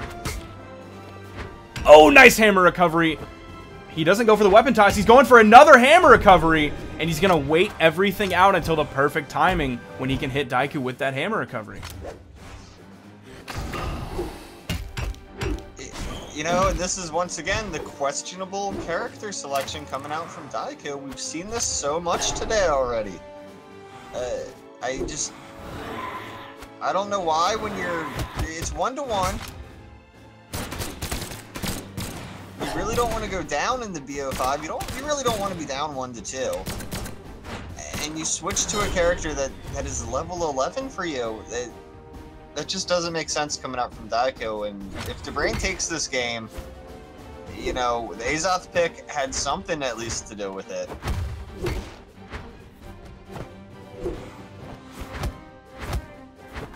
Ooh, great unarmed play coming out from Daiku. He's contesting Dobrain's hammer off stage. You should see Dobrain really fish for those recoveries because Daiku's in kill percent. He gets the ground pound, but Daiku's able to put out some significant damage with that unarmed play. Dobrain now in orange, but Dobrain has a ton of room to work with.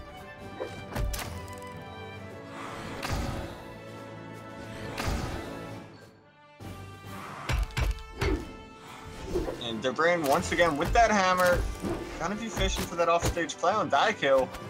Not really having success right now. Finally hits that neutral signature. Not enough to kill Dobrain, though. I'm a little bit surprised. The top left and top right are the hardest spots to kill, though.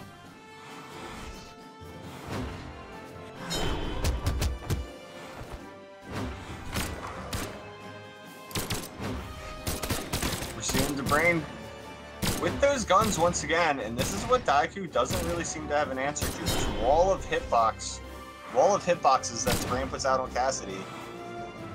And the only answer Daiku has to attempt is that side signature.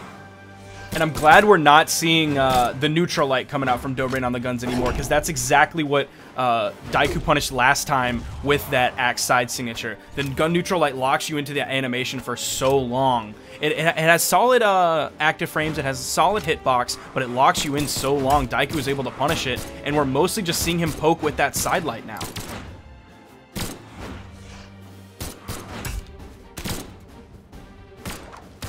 That side light and the side air from Dobrain has been really effective against Daiku. Like, he's trying to get in there with that axe. Really, he may be able to bring this game back. Dobrain's gonna finally find that hammer, and he's gonna start fishing for a knockout here. But Daiku could get one of his own. Very, very close. Recovery's not punished, and 2 Sares in a row from Dobrain are gonna go wide. These are 2 weapons that have very devastating side air attacks and a ton of force. I was wondering if we were going to see that gravity cancel side signature because Dobrain was playing back. He was staying far away from Daiku. I was hoping that we were going to see Daiku move on the wall, move on the wall, move on the wall. That neutral signature's going to kill.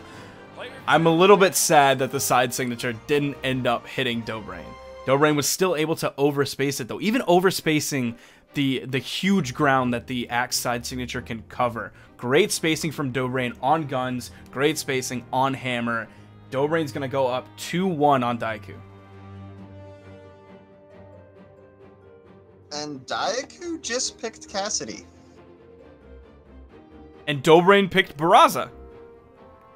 So nice switching of character choices here. We've seen Daiku pick the standard costume on 2 characters now. He picked it on Bodvar, now he picked it on Cassidy. A little bit interesting.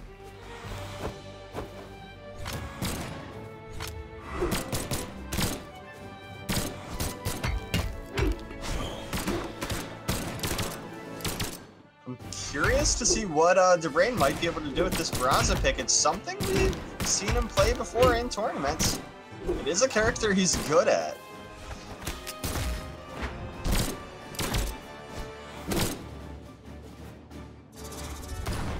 Ooh, really going for that signature. Not going to end up hitting, though.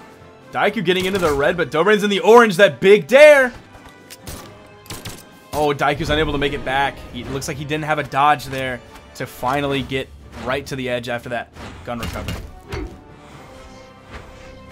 You know, I can't help but feel like the lower defense is really going to hurt Daiku. We've seen him have a little bit more success when he has some defense to work with. Dobrain is going to bop his head, though, and not die.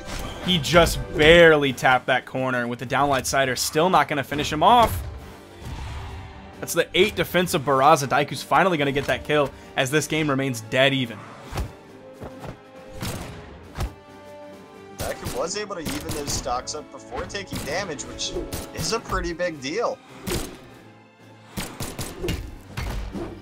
As Daiku's trying to find some of those hammer strings, trying to find some combos. Dobrain really fishing heavy with those dares. Nice dare and a side air and a side light coming out from Dobrain. Looked to pick up Daiku with a neutral light and ended up missing.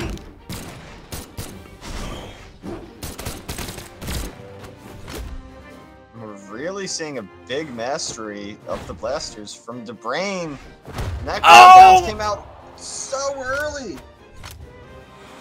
I thought Daiku was going to get caught when he was recovering into Dobrain's ground pound on the axe with that 360-degree hitbox. So great patience from Daiku.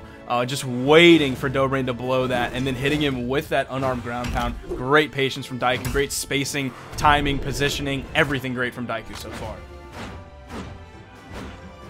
And we're down to 1 stock piece. And Daiku is really going ham on Dobrain unarmed.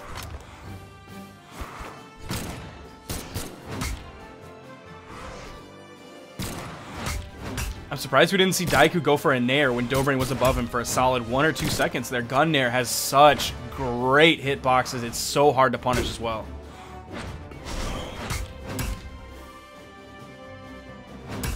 Oh, and Dobrain gonna go very deep. Gonna hit that just axe side air. I think Daiku was recovering low on purpose. He was maybe looking for Dobrain to come on top of him with maybe an axe dare or an axe ground pound, and then he could time out that the hammer recovery. But Dobrain going very, very low, picking up that axe side air, going 3-1 against Daiku. And that's an impressive win over Daiku. And Daiku was the 1 seed. He was, and he had beaten Dobrain previously in qualifiers. Yeah, that's an unexpected final outcome to that match. As it is, we're gonna see Multimum versus Addy Mestic as our next game. Now keep in mind, the winner of this will be facing Dobrain in the upper bracket finals. Are we going to see Multimum continue with that Sentinel? We know he has a Ragnir in the tank. That's what he got second with at BCX. Is Addy going to stick with this Bodvar? Is he going to go back to Wushang? We've seen a handful of character choices from Addy today. What if you were Addy Mestic right now, who would you pick, Drop? You know, I'm expecting him to pick Bodvar. He keeps picking that. He's having success with it. You know, he won with it earlier today. I would pick Bodvar if I were Addy. Maybe Wushang if I felt like I needed to play a different character here into my second set. Oh, and Multimum coming through with a Bodvar pick of his own. We're having a mirror match here. Is Addy going to try to go toe-to-toe, hammer-to-hammer with Multimum? Or is he going to try to just get in with Sword? 2, 1, brawl. We've seen Addy Mestic really switch between the 2 weapons and use them both fairly evenly. So I think he'll kind of take what he can get. He'll throw the weapon when it's worth it to throw it for him. At the start of the game, Addy Mestic's hammer's coming out big. It's Multimum who doesn't want that mirror match. This is... Oh, there was 0 to dark orange. We almost saw him. Now Multimum is in the red. I think Addy has only taken a sword neutral light so far. Looking for the nair kill off the top. Not going to quite kill yet. Gets the down light into the nair, killing off the top. Addy Mestic. This has been Addy so far. He's taken the first stock, and I think almost every game that we've seen him play today without getting into orange. Yeah, Addy Mestic is coming out very, very strong in playoffs. You know, he had a weak start to the regular season, if I'm not mistaken. Like, he had a bad start. But, he's really come alive now. Trying to fight Multimum off stage there. A little risky against that hammer, so he's not going to continue to do that for too terribly long. Multimum trying to... Oh, the stomp side sig. I think it wasn't true. Addy Mestic was too hurt. He bounced too high. It also could have been, I think he was just a little bit too far. It was almost a max range downlight on that stomp. Probably hit him out of the range of that side signature. You know, that may have been the case. Makes a little bit more sense. Addy Mestic trying to take Multimum off the top. Not quite going to get it, but he does get some good damage on the Multimum. And this has been the case with Addy Mestic. You've seen him get such a huge lead in the beginning, but then the second stock, things tend to usually get evened up. Whatever worked from the first stock, his opponent has maybe downloaded, or maybe Addy has changed something, and the second stock usually is very, very close, much closer than the first stock. Yeah, you're absolutely right. This has kind of been the story of Addy Mestic today. Coming out super strong, falling apart in stock 2, and bringing it back at the last moment in stock 3. And now he's able to do that to Multimum though. Now Multimum's actually ahead of Addy Mestic after that huge lead that Addy Mestic had on the first stock. There's a stomp side air. Addy almost evening this up, even in stocks, but Multimum is a little bit ahead in terms of health, white to yellow. Multimum finding a lot of damage right as soon as he spawns. Addy Mestic with that hammer has potential. to run a large bit of damage for himself here. But that's going to be game one going the way of Multimum. Great spacing from Multimum on that side signature, overspacing what Addy had and punishing at the perfect time with the side signature. Putting out about 100 damage more than Addy Mestic. Still a pretty even game, but Addy just... he has to keep his momentum going. He's been getting those leads on the first stock, but then they've just been shrinking, and then his opponent ends up getting the better of him. He's actually switching to Brynn, though. You know, I would have liked to see him switch to Wushong. The Brynn is a good pick, maybe to counter Bodvar. Maybe he wants this Brynn pick to deal with Multimum's sword. He might want the spear spacing. He might want the axe spacing playing into Multimum's sword. He has that neutral light that is so very quick on the spear, maybe to just shut down every approach that Multimum has.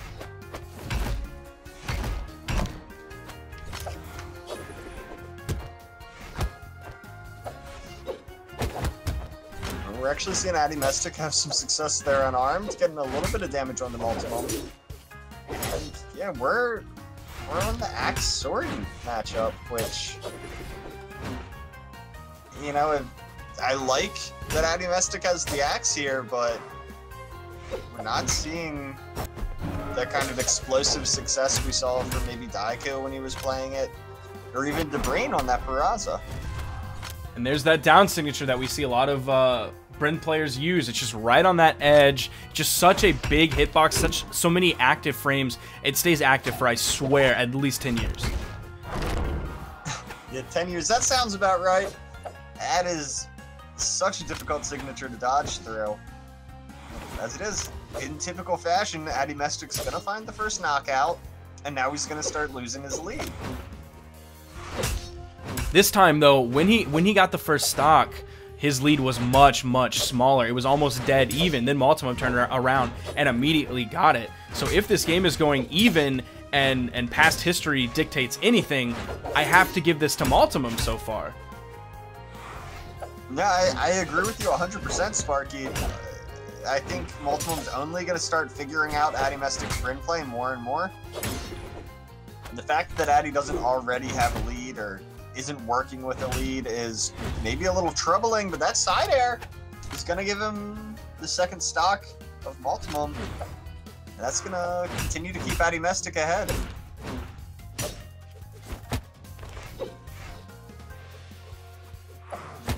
Now, Addy Maybe without a this weapon. is all he needed. Maybe Addy just needed the game to be close. Oh, that killed him so fast. That had so much force on it. That side signature. Addy was so damaged. Oh my gosh.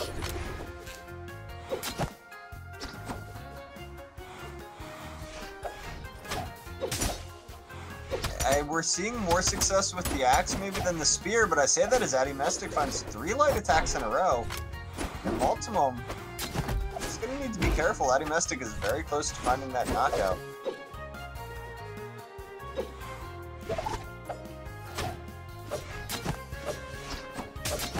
And we haven't really seen Addy Mestic go for any ground pounds on that spear. That's what you see a lot of spear players going for, especially on the middle of the stage on the main platform, because... oh, he almost hit that down signature. Because of the lateral force vector left or to the right that the spear ground pound has. It's a reliable kill option once your opponent gets into that territory. Yeah, it is oftentimes a very telegraphed move. There's certain instances where it become, oh, Multimum bringing that game back. And the T-Rex is going to chomp up Addy Mestic, giving another game to Multimum, going up 2-0 on Addy right now in the upper semifinals. Yeah, this is Addy Mestic in a position where he has to run back the reverse sweep. Is that impossible? No.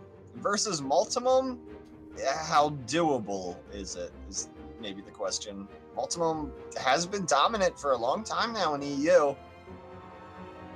I don't really see Addy Mestic able to take these next 3 in a row. It's going to be a very, very rough reverse 3-sweep for Addy Mestic if he can get it, because he's having trouble with Multimum's Bodvar right now. We know Multimum still has a Ragnir in the tank, and he definitely has a Sentinel in the tank that he's been playing so far today. So if Addy's having trouble with this Bodvar, I can't imagine what's going to happen against Multimum's Sentinel.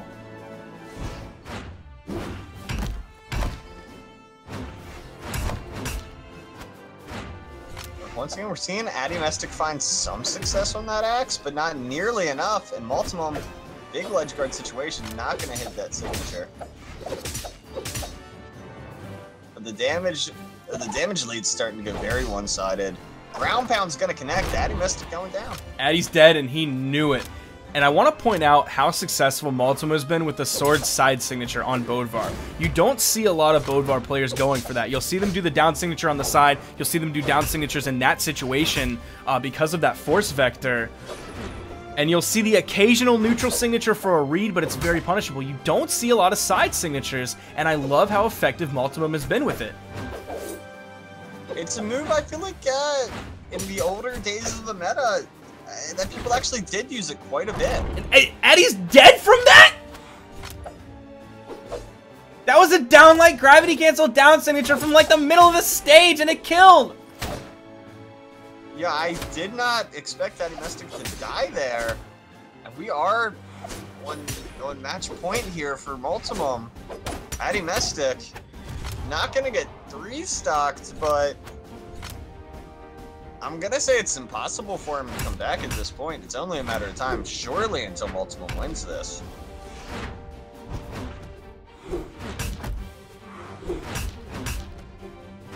Addy's putting out some serious damage, though. He's doing a great job with his positioning, overspacing a lot of Multimum's hammer moves, and then moving in and punishing with axe. Yeah, Addy Mestic's spacing is absolutely on point right now. Multimum just needs to find a little bit more damage. Big dare. That could be what Addy Mestic needs. Multimum's able to get back. The big recovery. Bouncing Multimum off the wall. Another recovery, sending Multimum off the top. It's not undoable right now. It's not impossible for Addy at this point. Yeah, I called it impossible a stock ago, but that was a stock ago. Maybe I spoke too soon. Addy Mestic finding so much damage. Signature's not quite going to kill. The side air will. Great positioning from Multimum on the end of that. It's just staying almost stacked with Addy Mestic, putting out a ton of pressure. Addy didn't want to blow his dodge. Multimum doing a great job with his patience there. Fantastic spacing from Multimum. I didn't know that his Bodvar would be that strong. I didn't know that his sword play specifically would be that strong.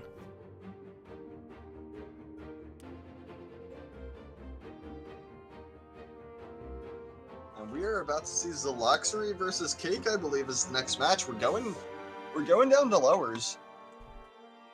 Of course, up here at the top of the bracket, we have upper finals DeBrain versus Multimum, which is going to be very, very exciting. Zaloxery versus Cake. I'm very excited to see Dobrain and Multimum. I know that they've played a lot together. I can't wait to see that. But in the meantime, this Zaloxery versus Cake match. Is Zaloxery gonna experiment with the Ember, or is he gonna go straight into the Roland? I hope he goes straight into the Roland. I would like to see him go straight into the Roland as well. The Ember's not working for him. I wonder if this is actually gonna go on to face Addy Mestic. Sword has so much utility in its kit. Lance is actually, according to a lot of people, in a very strong place right now. And we saw that coming out from Zaloxery earlier. He was able to get a lot of momentum. He was able to hit huge strings. He was able to use the downlight on Lance very defensively when anybody got through up in his grill. And I want to see that coming from Zaloxery. He is going straight into that Roland. I wholeheartedly agree with this. Yeah, Roland versus Hattori is an interesting matchup. As somebody who has Roland as my second most played character, I would say that this is a very doable matchup. Zaloxery looking to reset this game at the start, though. It might have been an issue with map banning. We are seeing Cake go back to this Hattori when I I can't remember exactly what it was earlier. It was his Cassidy that was very, very strong, if I'm not mistaken. Player 2 wins. Yes, we did see Cake have success. I believe it was with Cassidy versus DeBrain. That is how we took a game off of DeBrain, but...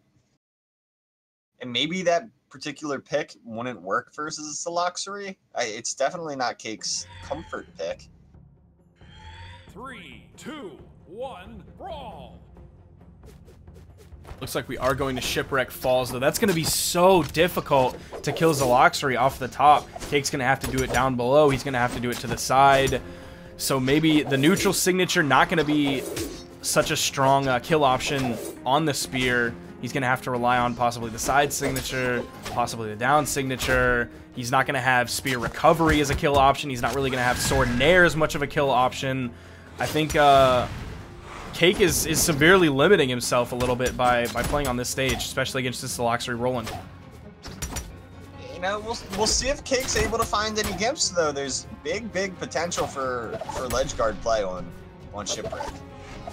You know, becomes a lot easier to kill the 8 defense characters when you can just spike them down off the stage. Zaloxery did recover safely there. Zaloxery went for a big read with that turnaround side signature. Cake doing a great punish with the signature of his own, taking out Zaloxery on the top right. That is the hardest spot to kill from. You have to go the longest distance to hit that kill box. Meanwhile, Cake is just now getting into that deep red. The side air, Zaloxery opting to stay with this lance. Oh, why did he go for a sidelight into a nair? You have the sidelight into the recovery kill option, please, Zaloxery.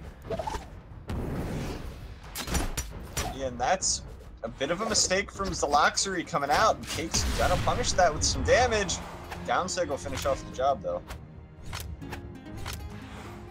That Sir Roland Lance Downsig is so good. It's, I think, one of the most sleeper moves in the entire game. But here's a big ledge guard attempt from Cake. Dodge and recovery out from Zaloxery. These options won't be punished, though. Once again, Cake looking to find that offstage kill. He's not quite able to punish Zaloxery, though. Zaloxery is slowly narrowing this lead that Cake has. They're almost dead, even in health. Cake's doing a great job of putting out some serious damage, though. He's just melting away that defense that Zaloxery has on Roland, that 8 defense. And Zaloxery somehow stuffing out that neutral sig on the spear. The Mind Gimp coming out. Cake recovering high into the right. I don't know if he expected his dodge to be off of cooldown at that point, and he went for a big down signature read. Zaloxery just waiting it out, punishing.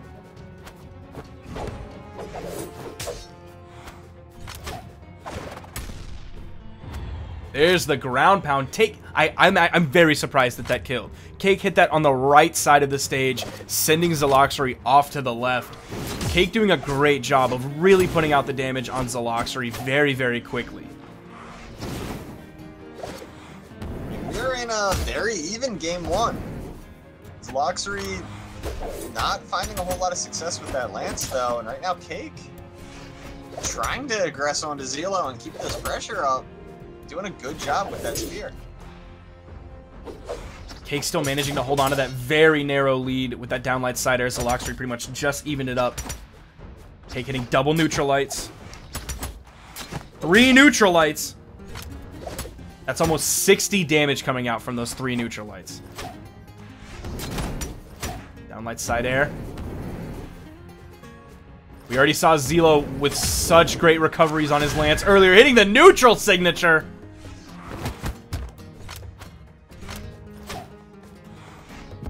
Cake looking for that signature to finish this game off.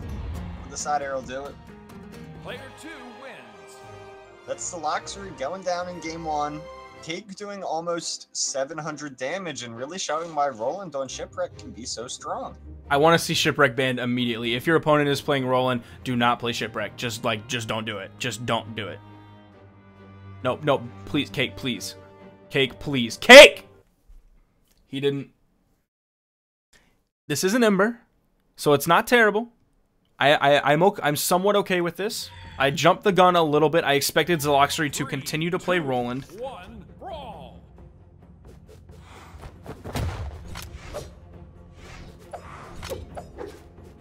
Zaloxry coming out from Ember could, you know, I'm gonna choose to believe it could work. It could be what he needs for Cake. He was starting off with some very solid bow spacing, specifically with that Sair. That's a calling card of LDZ that we see a lot, is great spacing with the bow Sair. And that bow Sair is, it's a scary move to play against, but how quickly it comes out, the angle and force that it hits you at, it can be a bit difficult to deal with. But right now we're seeing Cake deal with the guitars very nicely. Neutral Sig not quite gonna kill. Recovery's gonna hit, also not gonna kill. Cake did a fantastic job with his weapon toss zoning and follow-ups there. It didn't end up leading into a kill, as this game is almost even in terms of health. Both players definitely in kill percent right now. Oh, and the very, very high ground pound coming down onto Zaloxry. Cake gonna go up. A similar lead that we saw against Zaloxry's Roland as well.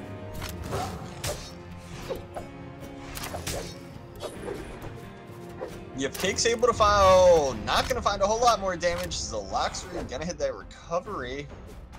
That's it is. Cake has been finding success with this spear. I would have liked to see him using that at the start of the stock to try and rack damage on Zelo instead of the sword. It's a bit of a safer option. When you're trying to extend a stock, safe options are usually good options. Back-to-back neutral lights. The down signature picking up Zaloxry on the back end. I think Zaloxry tried to go over it and punish from behind, but he just got caught in the smoke from behind. Nice harpoon toss. Ooh, and the weapon toss from Zaloxry is going to end up hitting Cake, but it's not enough. Zaloxry's going to fall. Cake has a reasonable lead now, especially against this 3 defense Ember.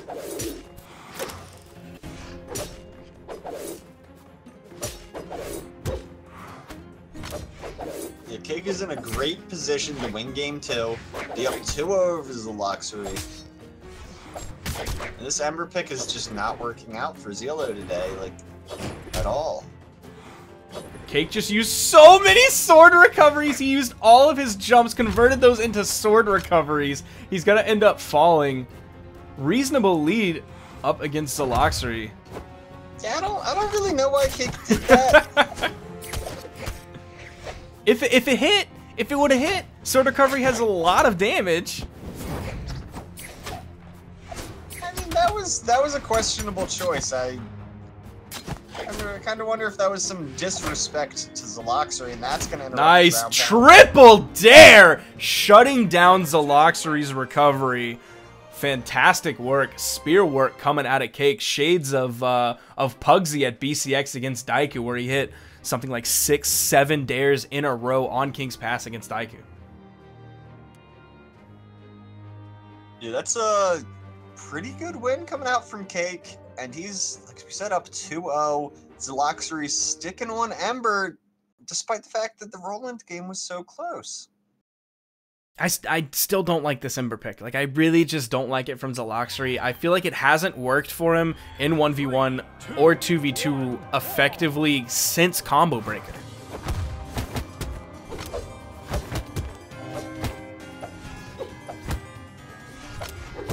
Yeah, I think his Roland looks better. He's unarmed, though, at the start of this game, putting a nice bit of damage on the Cake. Look at this, now we're into that Guitar Sword matchup, and here's the big ledge guard. That's Zaloxry going down. Ooh, that almost... Didn't get to touch the wall. Close, though. Nice weapon toss. The weapon tosses from Cake have been so good in terms of zoning, shutting down recovery options, as well as just, I'm just going to throw it out because I'm coming towards you. I'm going to throw it, hit you with the weapon, pick up the weapon, and then continue my aggression. Yeah, the weapon tosses have been really, really helpful for Cake. It's one of those things that, if nothing else, when you start throwing weapons at your opponent, it really changes how they have to play the game. It's sure you're only maybe hitting them for 1-2 damage here and there, you can very much so throw people off and start catching people out guard when they're expecting you to huck the weapon at them constantly. It can be just a huge momentum stop. Is, okay, my opponent's coming towards me, I'm going to wait for him here. I know what move I'm going to punish with. Oh, he just threw a weapon at me. I either have to jump or I have to burn my dodge. And then if you're able to do that effectively, then your opponent starts to expect it. So then by not throwing your weapon, it's also a complete momentum change. Yeah, there's nothing worse than expecting a weapon toss and, you know, doing a bad dodge that just gets easily punished. Oh, and the clash there, possibly saving Cake's stock. Yeah, very, very fortunate for Cake that he was able to clash that. And Zaloxery trying to ground pound down. That did not work. Cake's just going to punish that very easily.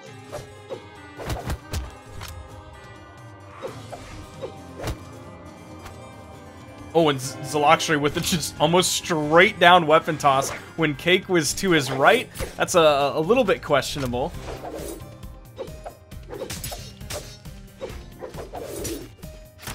Zaloxery really needs to finish Cake off right here and now, but he's just not able to. Cake not opting to go for these aggressive chases. Yeah, that's Cake going down. Cake maybe should have played kind of in the middle of the map, not putting himself directly in harm's way. It would have been very difficult for Zaloxery to find the kill. Maybe it doesn't matter. Cake continuing to pull into the lead here. Great nairs coming out from Cake. Cake has been so strong with his nairs today. He's been great on the timing. I don't see a lot of players using Sword Nair as much as Cake has been using it. The only one that comes to mind is Egg Soup because Sword Nair is such a reliable kill option for him. Great dare as well. Cake, so effective in the vertical game, up above and down below with the sword and the spear. The vertical game for Cake is so strong today. Yeah, that's an impressive 3-0 win. Cake coming out over top of Zaloxery. Cake will be moving on to fight Addy Mestic, but before that we have Eram versus Slug. And are we going to see the standard very, very slow play that we've come to know from Eram, or will he speed it up a little bit against Slug? I kind of think Slug will force a faster tempo game. I expect Slug to try and play aggressively, hopefully with that high dex Koji. I'm sorry, I just tabbed back in and he's on a Suri right now. He does have the 7 dex Asuri, but he also has the 6 movement speed Asuri, so he might just really bring that aggression up. It's going to be a mirror match here, Eram picking Asuri as well.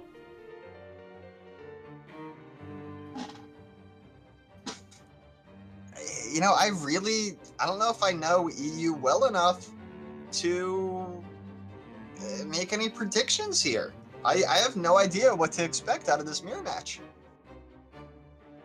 Eram in qualifiers did lose to Slug in the sets that they played. I don't know the exact score on it, but Eram did lose to Slug already in qualifiers. 3, 2, 1, brawl! Right out the gates, we're going to see the Sword Nair. Same weapon gifted to both the Suris. And what do you think will really be kind of the win condition here? That one player needs to find an offstage kill, for example, or whoever can string the Katars better? I just don't know what to expect out of this matchup. So far, what I've seen from Slug's Katars, I'm not 100% impressed with them. A lot of Katar players really have a mastery of that Nair. You saw a lot of that from Multimum and BCX and in the previous like 5 or so months. You see that a lot from Daiku's Ragnar. Daiku's Katars are heavily Nair focused. He gets a lot of Nair Gimps. And Slug's mastery of Nair is just hugely lacking. And I think Eram is going to beat him out in the Katar matchup. I think Eram is going to beat him out in the Sword matchup as well. Right away, that's kind of what we're seeing happen. Eram looking much more comfortable on those Katars than Slug. You know, I do think Slug focuses more on that sword. And I think maybe not playing Eram's main would have been wise for game 1. I would have liked to see Slug maybe on that Koji instead. I'd prefer to see the Koji as well, specifically because I think his katars are lacking, where his bow might not be lacking as much as his katars. I think his sword is solid. He has a consistent sword, a solid sword. I think it worked on Koji. His bow also worked on Koji. And there's a down signature coming out from Slug. He's going to keep this game relatively even. Slug in yellow while ERAM is fresh in that white on his second stock.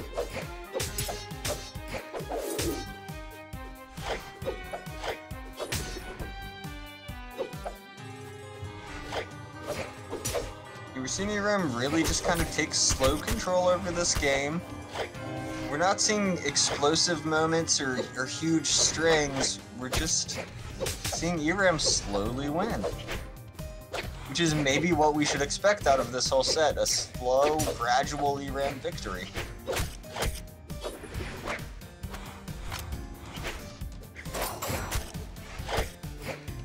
Now it's katars to katars.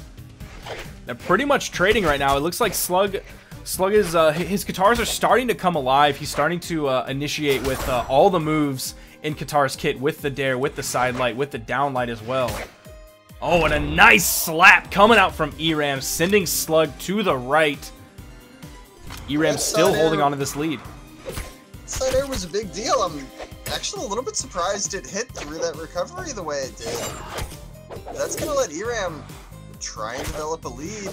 He has some damage onto Slug, but if he's able to push him up to, say, orange before going down, this should be an easy game one for ERAM, but that's not going to happen. There's another down signature from Slug. That's punishing ERAM's, I don't want to say aggression, because I don't think ERAM and aggression should necessarily ever be in the same sentence, but Slug's punishing with the down signature while ERAM maybe spot dodges or possibly dodges in. Slug's just been catching him with the active frames of the down signature. It is an impressive dodge read from Slug. It's a good option for that. A lot of sword characters have that on their downside, just having a nice move to punish any kind of detected dodges. ERAM is so close to closing this game out. Recovery not quite gonna do it. Slug. Oh, Slug with the turnaround! Is he gonna get it? Oh, he doesn't get the ground pound? He wasn't quite deep enough in the push-off column? Oh, and a ground pound! And ERAM was about to gravity cancel taunt. Some really interesting, kind of gutsy offstage play coming out from Slug and ERAM towards the end. Almost looking like a North American game. Yeah, that turnaround unarmed dare from Slug, so close. He tried to keep that aggression going, but he just wasn't able to get the kill. Every time somebody hits me with a dare exactly like that in my ranked games, I'm mad, but you have to respect it. That's such a cool move. It always just looks so cool. It's such like a last-minute Hail Mary, last resort, possibly trade-out moment. It's such... I love it. I love it every time. I love it every time.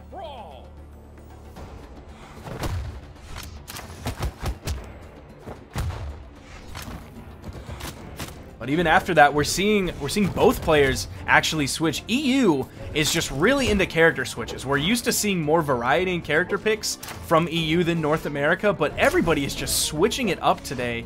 ERAM now on the Ember, Slug now on the Val. Yeah, and all around, just bizarre switches.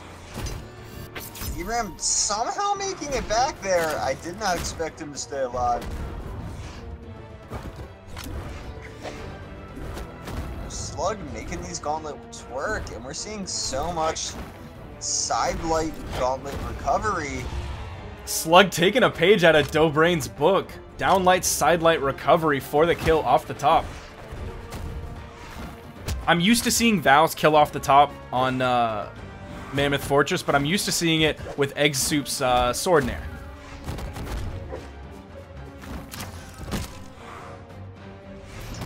This Val pick for Slug is actually really working out. His gauntlets are doing a lot of work to ERAM. Great spacing from ERAM. He knew that Slug was going to go in with that downlight. He's done it before. He was going to do it again. And he used that down signature to pop his hurt box back and then come forward when Slug continued to initiate.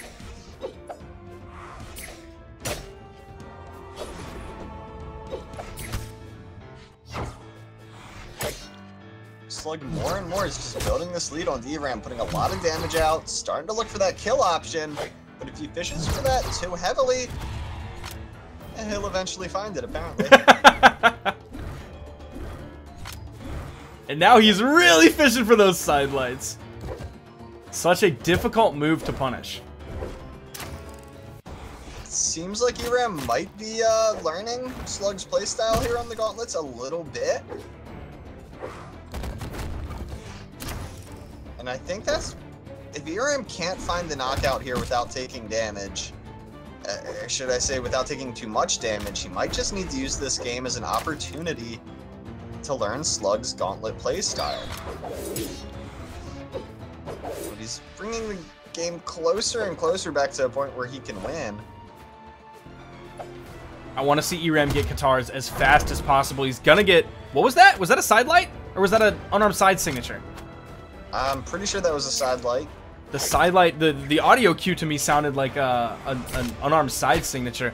But as I was about to say, ERAM's bow has just been, it's been getting punished a lot, specifically from Slug's gauntlets. ERAM has just kind of been throwing out moves, and Slug has been very punish heavy on the gauntlets, which is how you need to play. That's how you play gauntlets, is with punishes. Right now, ERAM's not making the same mistakes, and he's brought this game back not only to a point where he can win it, but to a point where he's in the lead. Ooh, that down signature there. Not going to end up hitting. It's going to clash out, not get the final hit. ERAM has really kind of been fishing for these SIGs, trying to punish Slug's signature with one of his own, but he's doing that too late. Ooh! And that is going to kill ERAM. Slug is going to tie this set up. That 3 defense from Ember. People just need to stop playing Ember today because EU is not having good luck with her.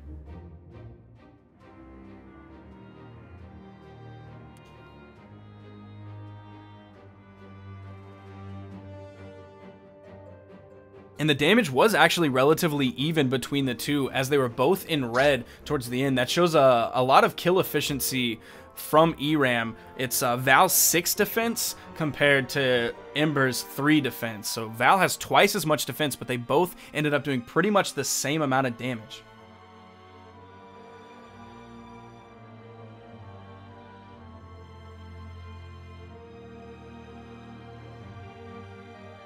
Alright, so we are seeing Slug switch it off to Wu Shang. He just wants to keep those gauntlets rolling, and I agree with him at this point. Gauntlets are apparently what you need to beat ERAM. And ERAM actually switching to Azoth. This is the second Azoth we've seen today. This is, I think, I've seen more Azoth today than I've seen in the past 4 or 5 months. Probably total North America, EU, South America, SEA, Australia, every single region. Nobody's playing Azoth.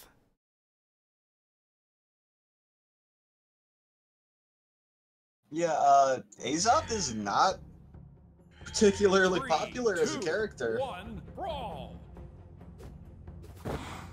Axe coming more and more into the meta right now, though. We might see another influx of Azoth players. But with picking this Azoth, ERAM has a bow, and if last game is any indication, we saw a lot of punishment coming out from Slug's gauntlets onto that bow. It's working so far for him. Oh my gosh! The recovery's not quite gonna kill! ERAM has taken 0 damage! And that's ERAM running about 180 unanswered damage. Very close to an unanswered kill. Ooh, going for one of those high ground pounds again. The second one a little bit lower. Gonna take out Slug while taking very, very little damage. ERAM's bow on Azoth apparently is a lot stronger than his bow on Ember. Oh, and the downlight, neutral light, back to back.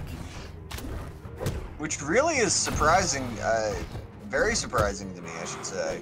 Azoth isn't typically someone you think about as having a very strong bow. Oh, and he held that signature and the paparazzi taunt.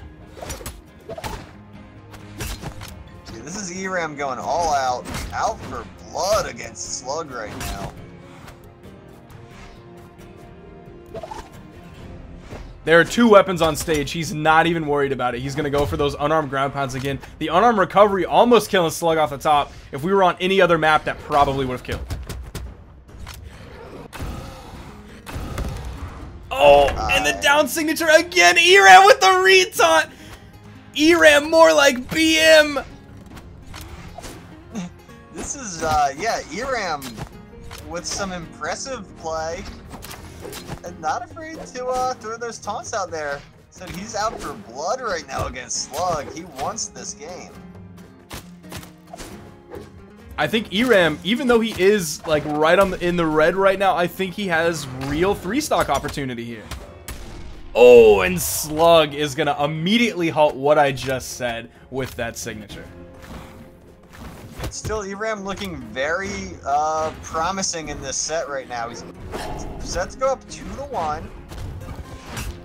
Just needs one of the next two after this. Eram won this Azov. Oh, and the retaunt again! Eram is the best! Eram is the best right now. Every time I saw him at BCX, he had a smile on his face. He has to be grinning right now.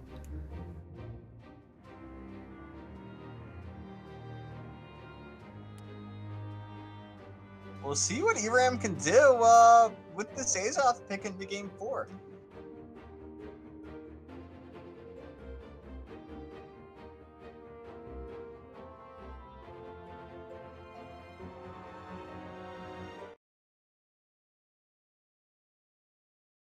Now with this Val pick, what do you think this is gonna do for Slug compared to the Wushang pick? 2, 1, brawl.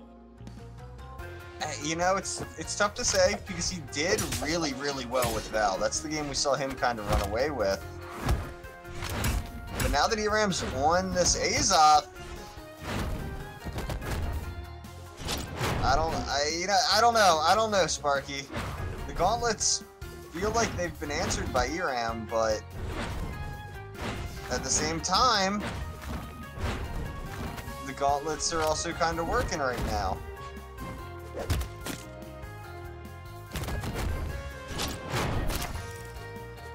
Slug has already done about twice as much damage as he did to Eram's first stock last game. Already he's done that, and he is continuing the damage output. Looking for that sidelight, gets the nair. Oh, he didn't really have a follow-up. He just kind of stood in place for half a second. I'm actually finding it kind of odd how he's having so much more success on the Val gauntlets than he did with Wushang. And now those signatures from Eram on that bow are coming out. He's looking like Boomy right now. The way Boomy loves to throw out the down signature and the side signature into a nice down light into side air. That's not a combo.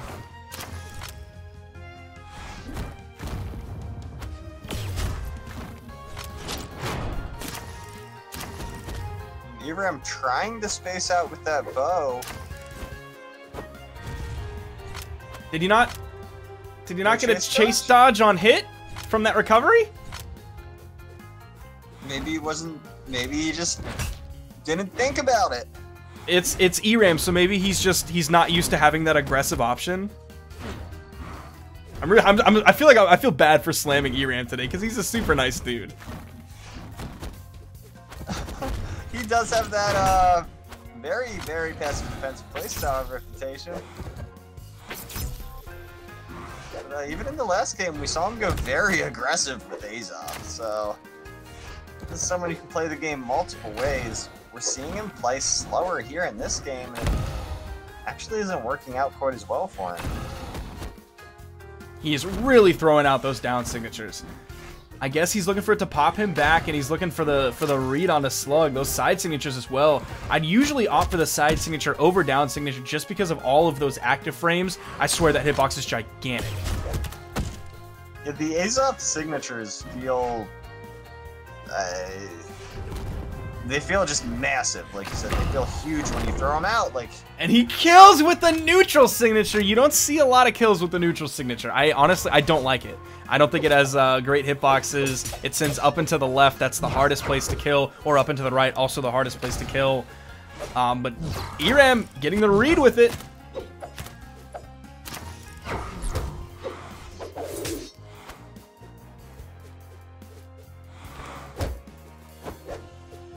Right now, Eram's really building up a substantial lead on this stock. Slug not really able to punish the, I'm just gonna call it signature spam coming out from ERAM. He's just throwing those SIGs out really left and right. Very little regard. I mean, he's gotten Slug into the red on his last stock. Meanwhile, ERAM's on his second stock. Slug was able to dodge that side signature, pick up the Nair off the top.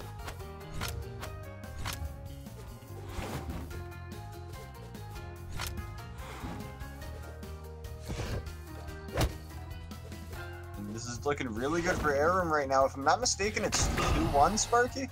Yes, it is 2-1 in favor of ERAM. So this is tournament stock for Slug.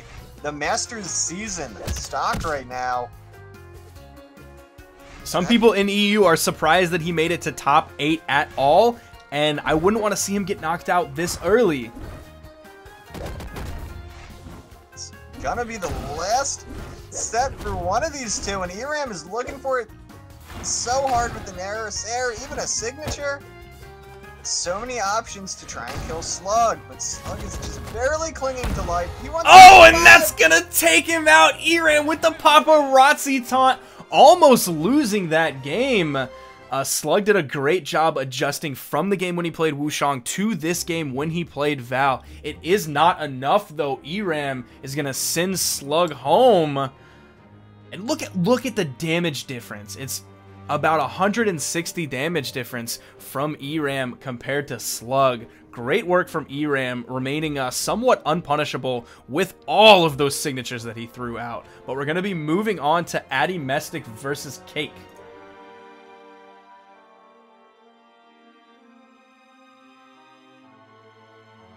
Addy versus Cake. This is going to be interesting. I think that Addy Mestic might be the favorite to win this. Or Addy Mestic might be who a lot of people would expect to win this from the NA perspective, but I think Cake has a ton of potential to beat him. In qualifiers, Addy did lose to Cake. And Addy is a higher seed than Cake. We're gonna have spear to spear play. This is gonna be this game might make me throw up. Yeah, spear is one of those weapons. I feel like you love it or you hate it, Sparky. Spear spacing actually makes me physically ill. If anybody remembers Pots and Pans, he is one of the biggest proponents against spear spacing. Sir Pots and Pans. There's an old name. There's a throwback for ya. Nice neutral light. Stuffing out the signature. Addy Mestic maybe securing the kill right now. And there is the Spear Edgeguard 101. Ground Pound is such an effective tool. It covers so much range. It has that lateral hitbox, or sorry, lateral force vector, sending you either to the left or the right. This time it sent Cake to the right, bounced him off the wall, sent him to the left. Look at that spacing coming out from Addy Mestic. Oh, and the side signature! Options.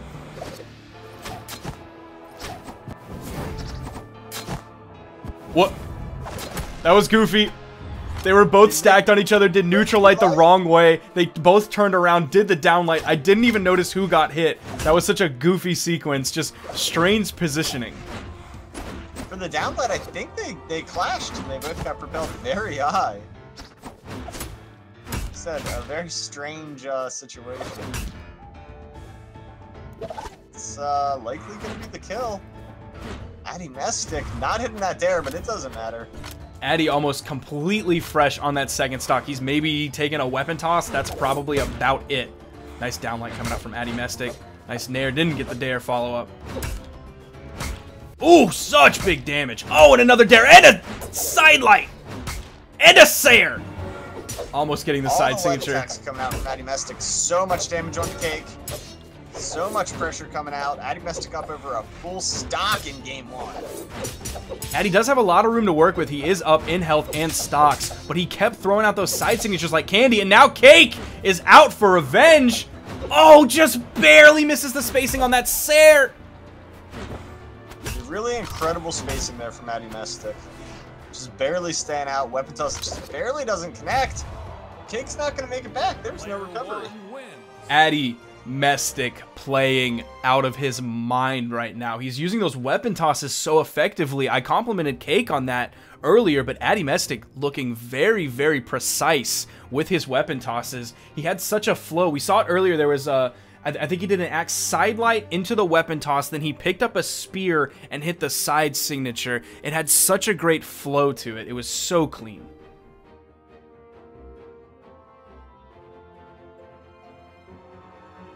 Also, I believe I'm getting word here that for our lowers round 2 matchup, Daiku and Eram, we have Daiku dropping out of the tournament. So the winner of this will be fighting Eram in round 3. My man Eram moving on. That grin is just getting bigger on his face. 3, 2, 1, brawl!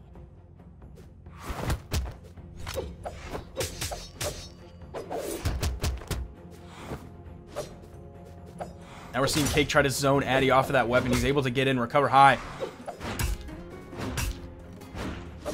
And now the big damage coming out from Addy Mestic.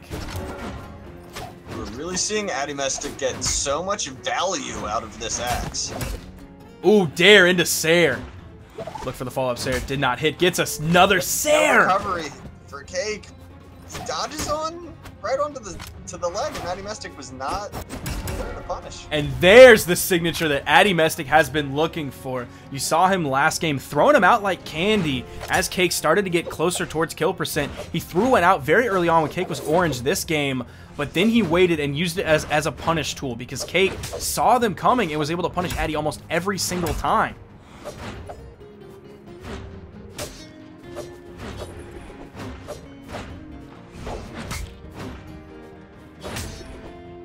Cake really needs to find more damage onto Addy Mestic, or a recovery into a neutral air. That's going to kill Addy at not even red health. That's not true, I'm right? very surprised at that kill. That used to be true. It's not true anymore.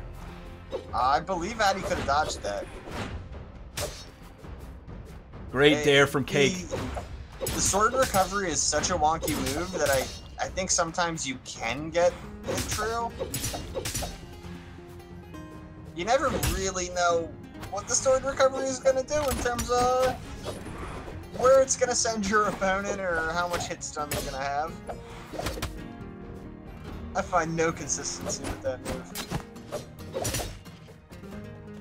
move. Cake controlling so much space with the side air. Almost taking a page out of Twilight's book. I think I mentioned that earlier. Clash there. This game is so even right now. He's going to go for the ground pound. It's not going to end up killing because of that lateral force vector. It's just going to kind of pinball Cake around in the shenanigans.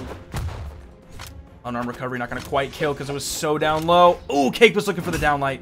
Nice side air from Addy Mestic.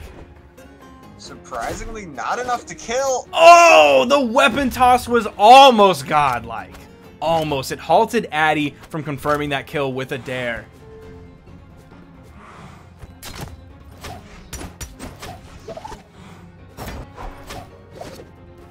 Addy Mestic trying to find some damage to build his lead before going down.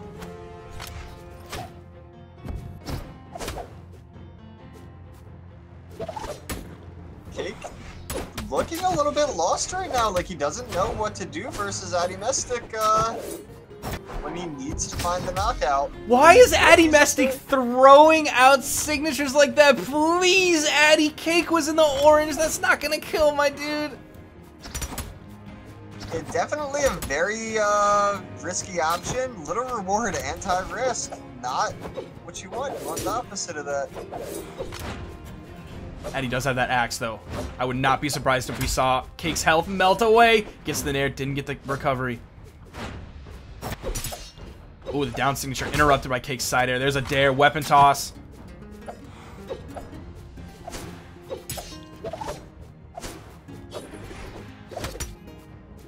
More Nice and more nair. we're finding Addy.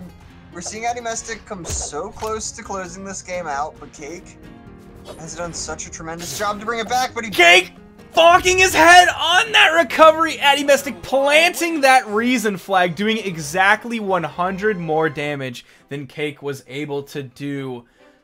This could be a swift 3-0 coming from Addy Mestic, though that last game was so very close. Now Addy is switching that Wushang.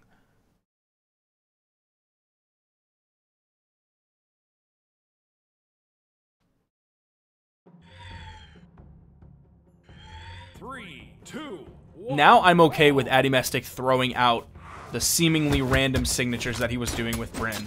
That is something that a lot of Wushang players have a lot of success with. We didn't really necessarily see it from Dobrain because he was too busy abusing the sidelight into recovery combo, but we saw Crocky have somewhat success with a very signature heavy playstyle on specifically Wushang. Yeah, I think that this Wushang pick is in and of itself interesting. We were expecting Adimestic to play it at some point today. I guess while you're up 2-0 is as good a time as ever. And Adimestic, able to have...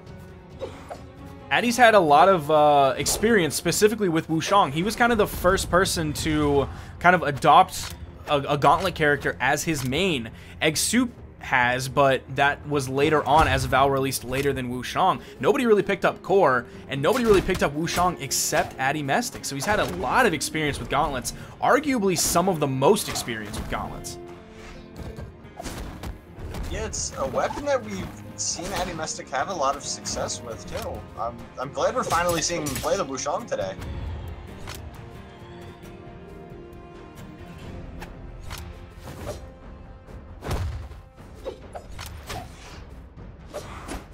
I don't like Cake picking the sword up into this spear matchup constantly. I think that through the regular season, we've seen Cake have a lot of success with the spear. And I would like to see him relying on that and relying on some of the hard reads I know he can get with the neutral sig to try and beat Adimestic. He just seems more comfortable with the spear. It's like when he has sword, it's like, okay, I'm gonna do sword things because that's what sword players do, right? Ooh, Addy interrupting that neutral signature. But he just seems more comfortable. It seems like he has more game knowledge with the spear. It feels like he has a style that's more his own. When he has the sword, it's maybe I can hit a Sair, maybe I can hit a downlight or an air. When he has the spear, he plays like Cake. Where, like you said, when he has the sword, he plays it, I feel like it's more generic. It's, how does everyone else play the sword? And it's just not working. Addy sees what's coming, and he's responding to it. Whereas with the spear, you can actually catch Adimestic out. Cake has been very consistent with the downlight Sairs, even with the sidelight chase dodge downlight Sair. Look at these back-to-back nairs! Almost a one-man black hole coming out of Cake. Yeah, absolutely. Cake chase dodging for the pivot to neutral light is actually really kind of intimidating when a spear player hits that on you. It never feels good to get hit by that. Ooh, Cake very close to taking this game! He gets it from Addy, keeping himself alive. He needed that. That was tournament stock for Cake in this best of 5. Addy going 2-1 right now against Cake. Cake has to win this game to stay in it.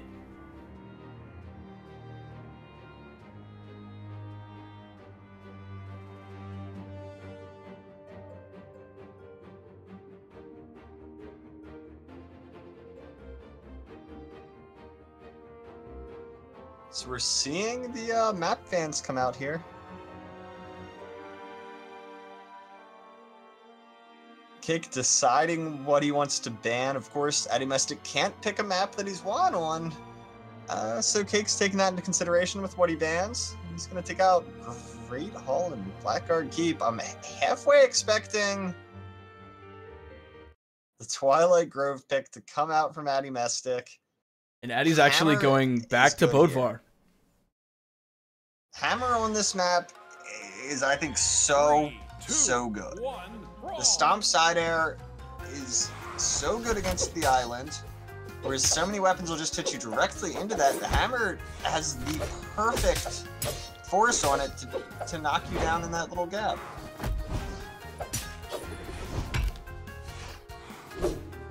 But at the start of this game, Cake finds a good bit of success with that sword.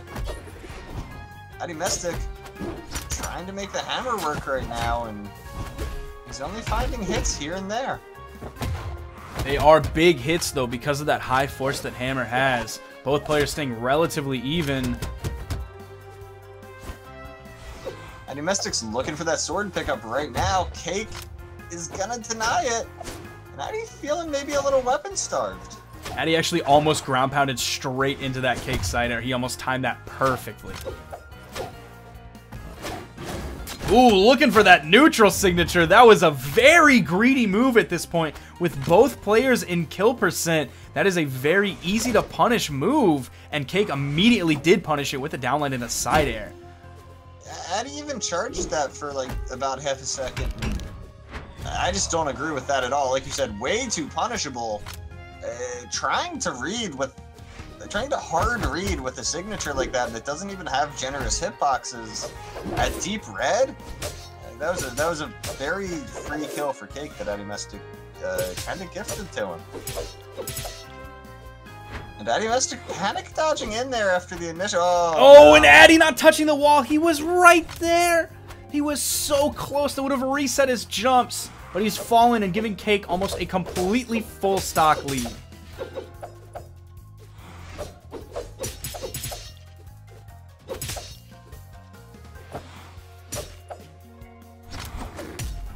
Oh, and the max range sword side signature from Addy Mystic.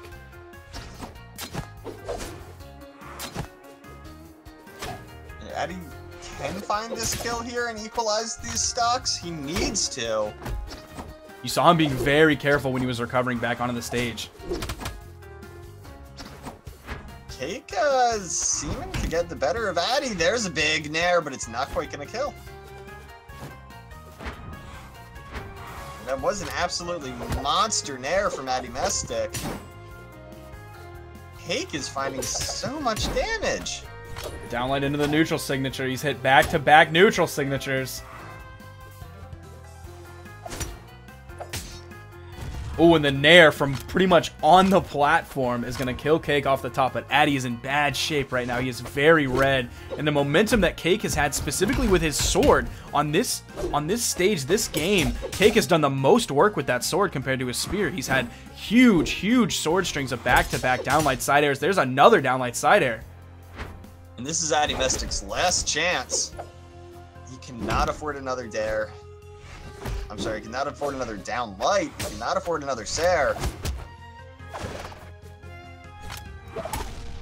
There's the recovery, killing off the top. Cake is keeping his tournament dreams, his Brawl League Masters dreams alive by winning that game. It is tied 2-2. Yeah, we're going into Game 5, Addy Mystic versus Cake. Addy's back on the Bren pick. And, you know, this is the danger that happens when you experiment too much. You say, hey, I'm going to play around. I'm going to try these other characters out. And the next thing you know, you're into Game 5 and you're forced back onto your comfort pick.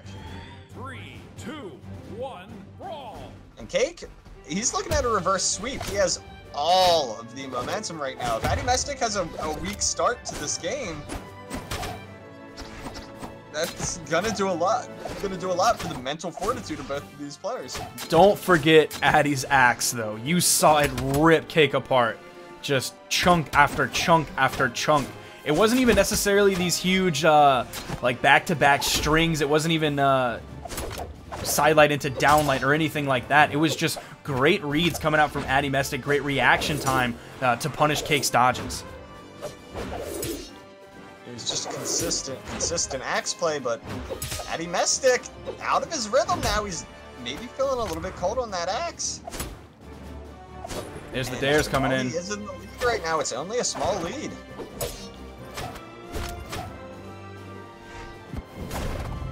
Nice neutral signature, taking Addy out of that ground pound. Looking for another one, it missed. Addy's looking for those dares. This has become a very dangerous game for both of these players.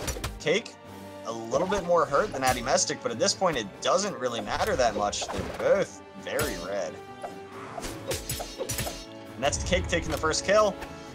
Addy Mystic still hasn't done anything with the axe. And those Wushang and Bodvar character changes, they're starting to look a little bit questionable. Nice turnaround cider coming out from Addy, though, keeping him very much in this set.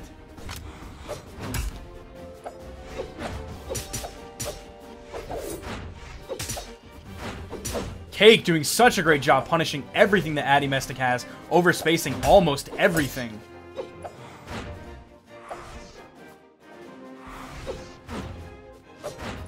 We're seeing the whole tempo of this set completely change right now. Addy Mestic finding 3 dares in a row?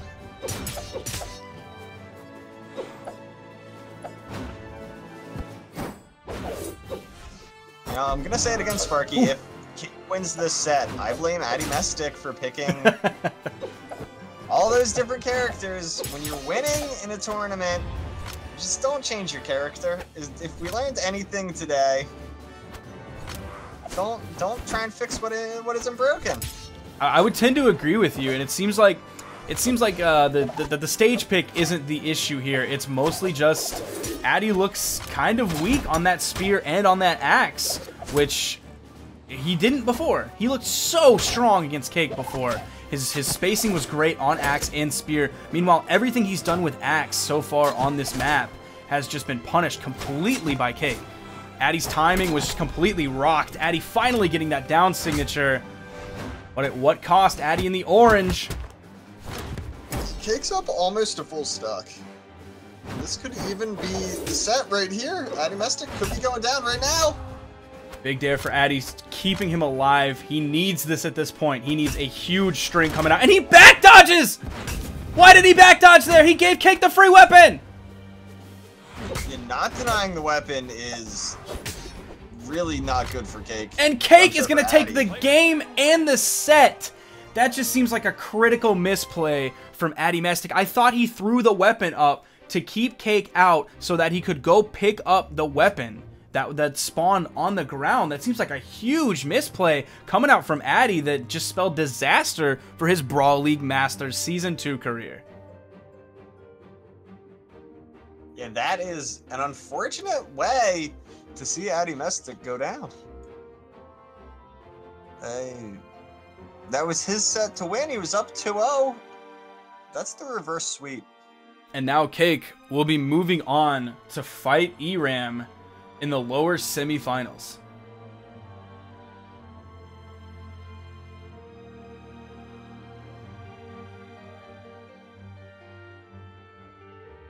So we have Cake and ERAM. Are we expecting the Asuri versus the Hattori? Oh, I at this point I don't know. We've seen ERAM play a handful of characters. And of course, this lower round 3, this is to clinch top 3 in the tournament.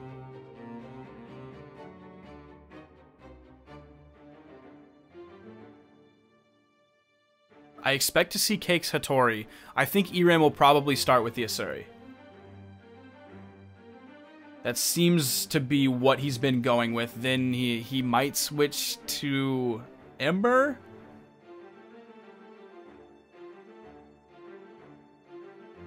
I really hope we don't see the Ember pick come out from ERAM. Like I said, we have just not seen that character have any success today. He could be going straight with that Azoth pick, though.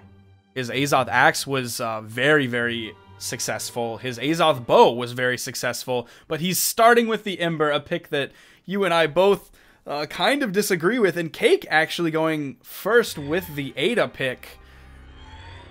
We've already seen his guns. We saw his guns from Cassidy earlier.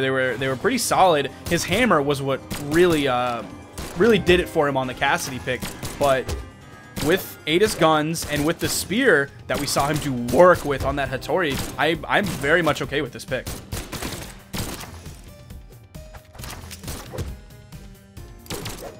Oh, and the Nair not hitting when he needed it to. That ground pound coming out from ERAM's bow. The low defense on Ada not helping him there. Okay, he's just immediately going to turn it around. Just like that. He's going to hit the Sayers. Oh my gosh, Cake. That is Cake with an absolutely huge run back. He totally needed that. Taking ERAM's ground pound victory away from him and just evening the stocks up so easily.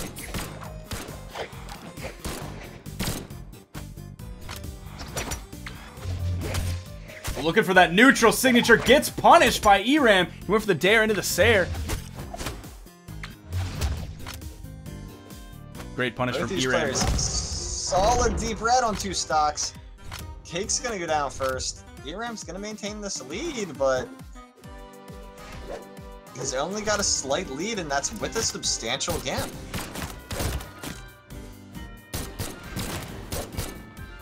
So with both of these high attack 3 defense characters, we're seeing such a volatile game, and Cake's already at a point where he is at genuine risk of dying. I mean, if he runs into another bow ground pound, he is absolutely at risk of dying, especially if it's off stage. Oh, Cake getting back-to-back gun dares. I think that following up a gun dare with another gun dare is stronger than some people give it credit for. As a gun player, if you hit that dare, you almost always force a panic dodge. So many players will just mash dodge as soon as they get hit by dare. I like to go for the Sair follow-up just because I think it's more reliable. You can usually hit it more regularly than dare into dare, but if you can hit dare into dare, I usually start with that, and once they start reading it coming, I go for the dare into side air. But Eram's bow was actually very strong on this Ember pick, where it was hugely lacking before. We're seeing Eram actually do well with that character against Cake. A lot of that can just come down to individual players, their play styles, what they do against each other. And while it didn't work versus Addy Mestic, who did Eram play last? Eram... Slug. Yes, Eram previously played against Slug. While Eram's bow didn't necessarily work so much against Slug, it's working against Cake. The way that Cake wants to space with that spear at certain times, that could be all Eram needs. And yet again, we're seeing both players switch, the winner switching and the loser switching. Eram going back to that Azoth, hopefully carrying over the bow from Ember. And Cake is going back to what has been working for him today with the Hattori pick.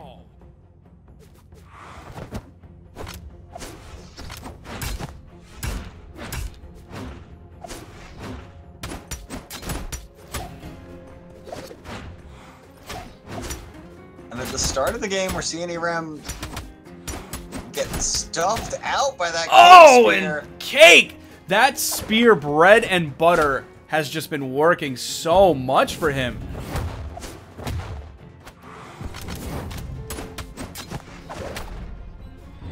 Nice ground pound coming out from Cake. Cake just now getting into the orange against Eram. A huge opening for him.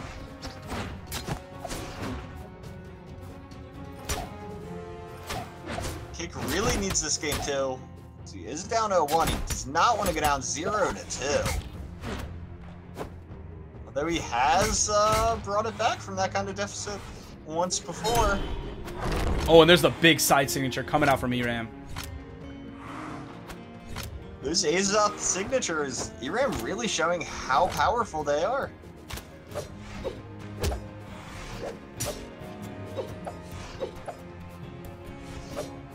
Now we're seeing Eram slow down the way opposite to how he was playing Azoth before. Right now, Cake seems to have the read on Eram. Nothing that he's trying to do with that axe is working. Cake is just putting out more and more unanswered damage.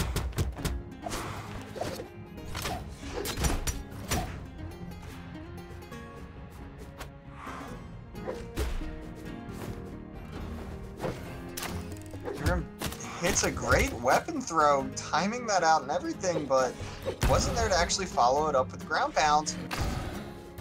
Now we're seeing those signatures come out from Eram. He's starting to bring this back.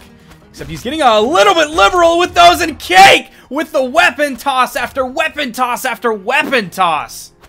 Yeah, I don't even know how many he hit in a row there. I think it was 3. It felt Could have like been so 2. many more, but I think you're right. I think it was 3. It felt like 7 or 8. Just forcing Eram off into the blast zone. Big side air, though, coming out from Eram. He is now keeping this game extremely even.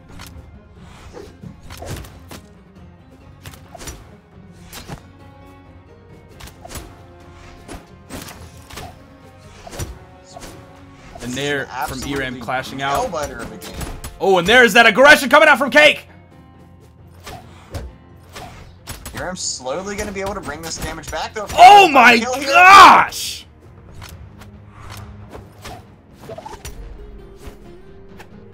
What an extended ledge guard from Cake. Not quite able to finish it off. ERAM's going to find that bow. Signature stuffs out signature. ERAM needs to be careful about using signatures. There he's going to get punished with his life for that attempt. And the weapon toss just to confirm it. I love how Cake was using 2 chase dodges to then continue the downlight side air. I absolutely love that on the spear. A lot of people will just use their one speed dodge and then cancel that speed dodge into the attack. But Cake was using the double chain dodge so well.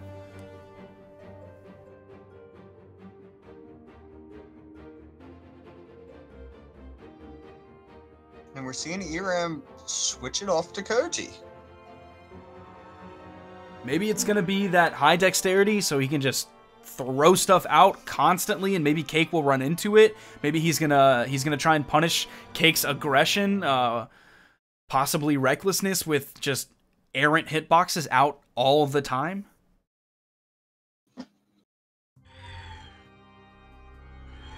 Three, two, one, brawl. Looks like we had a little bit of problem in the stage banning. Yeah, some of these things happen sometimes. So Drop, if you're ERAM, what are you going to do with this Koji? How are you going to possibly stand up to what Cake is doing? Player one wins. I think the higher dex bow is going to be really good for ERAM. The Azoth, you know, he moves a little bit slower. He's good. He's got some old bones in his body.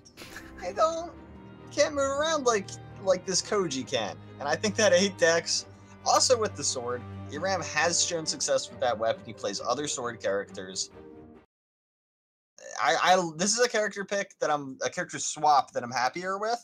I think he could have gone back to Ember, since he won a game with Ember, and there's no reason to change a character when you're winning, like we're talking about. But I actually do like Koji more than I like Azoth for this matchup. He's going to have a little bit of trouble, though, with the defense. Azoth having 6 defense, Koji having 4. So he's not going to be able to take as many of those spear combos as Cake is reliably doing. Yeah, the defense will make a big difference, and that's really ERAM's win condition here, is don't get strung out like you did in the previous game. There were so many instances where Cake was hitting a 3-piece into it and then immediately getting a 2-piece, and it was so much unreturned damage by ERAM. ERAM finding the answer he needs, though, going up 1 stock on Cake while remaining in the orange. This is basically a complete 180 of what we saw last game. Cake taking the first stock while he was in orange.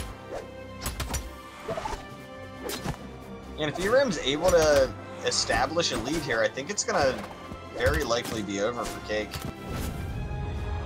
Nice Although neutral no signature from Cake, so. keeping this very, very even. Cake only taking a little bit of damage for his troubles.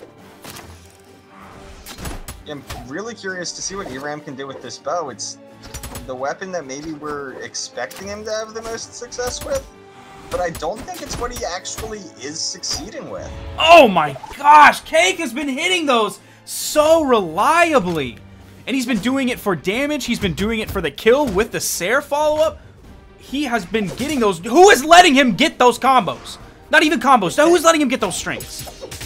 Cake potentially just ended this game 3 with that one 5-second string. I mean, ERAM doing a great job of getting that fast kill with taking very little damage, the downlight side air, landing and killing Cake. But Cake has been so explosive with that string every single time. Yeah, that string is absolutely devastating. ERAM somehow is still in this game despite having most of a stock just stolen from him, and Cake right now doing that chain dodge into pivot and light, and it's working so well for him. I think he went for that combo again, though. He started off with the inlight, did the double chain dodge, and ERAM actually dodged up and jumped and got out of the way of it twice in a row. Yeah, at this point you have to be mindful of that combo. You know Cake's looking for it. You know he's going to hit it if you give it to him. So really, Neutral signature from Cake. It seemed like ERAM had him figured out for just a moment, but Cake hitting that neutral signature, the damage has been so equal between these two players. That was really that lingering hitbox on that end sig. You saw ERAM, and the signature came out, and I swear you could see ERAM just kind of float into where that hitbox lingered, and yeah, that's the kill.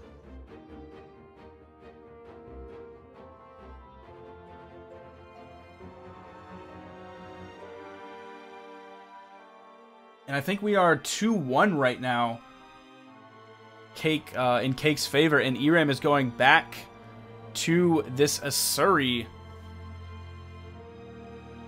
I want to see him stick with the Koji. I think the Koji has really been his most successful character so far. The bow has been reasonably successful. The sword has been reasonably successful. I don't know what he's going to do with these Katars against Cake.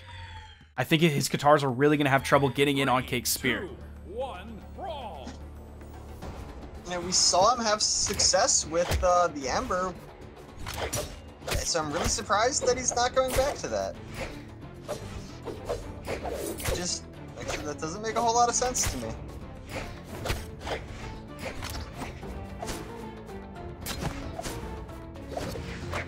Right now, the Katars are working. I feel like the bow was working for him, whereas the sword maybe wasn't. ERAM Ooh! putting out a lot of pressure off the stage here. Good job Katars from almost Cake. finding the knockout. I'm very glad Cake decided to go to the other side. He was taking a lot of damage, a lot of punishment. Nice side signature, gravity canceled coming out from Cake. And Cake puts out so much pressure and really loves to predict your recovery options when he's ledge guarding. The way that he ledge guards is very tough to deal with.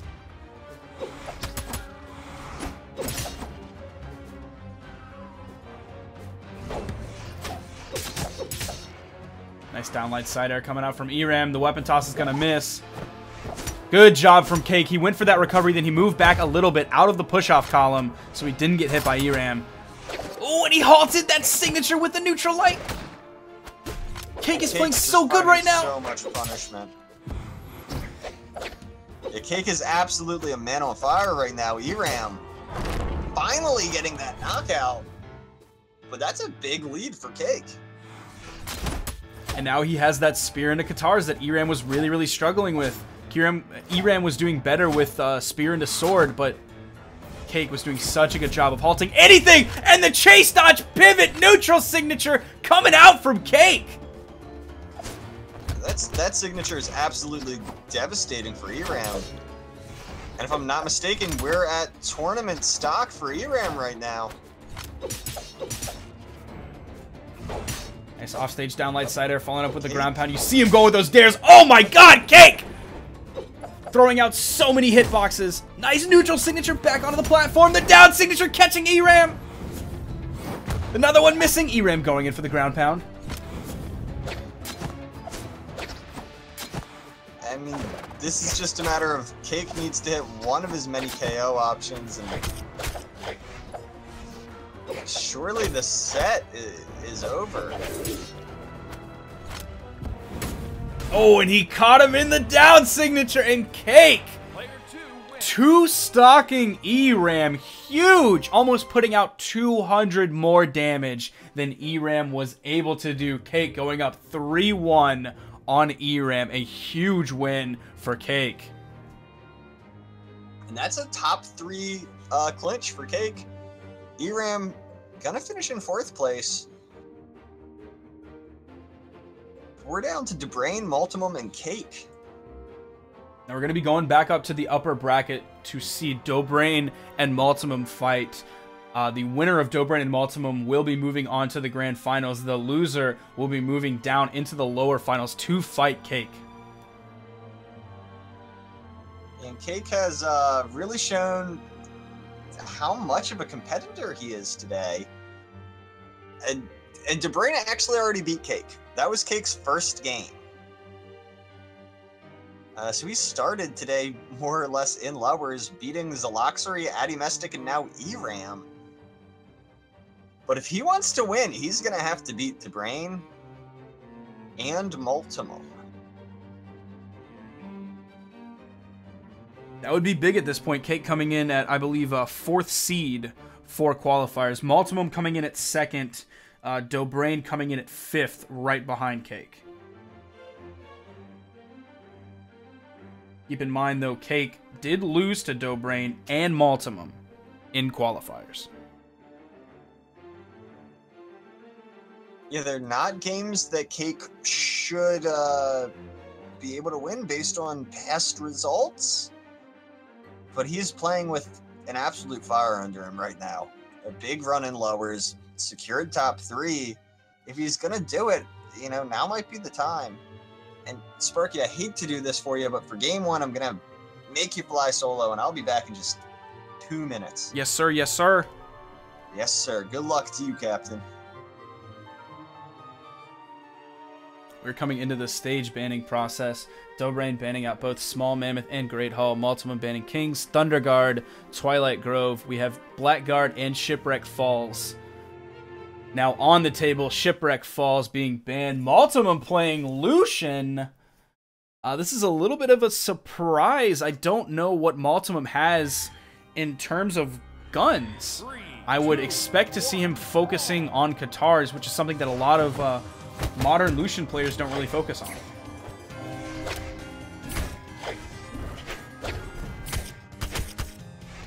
And he's going to be playing into DeBrain's downlight, sidelight recovery that he's been so successful with all today. Multimum doing a great job putting some serious damage on a DeBrain, though, bringing him into orange. Now on the border between orange and red. Untouched! Multimum finally getting hit by an unarmed recovery. DeBrain with the spear. Back-to-back side lights. To a downlight. Side air. And DeBrain has now all but evened this game up in just a hot second. There's the sidelight into the recovery. Downlight into the side air from Multimum. The nice recovery pickup. It's actually going to kill, even though it was low, in with the low force that Lucian has. Multimum showing some serious gun knowledge.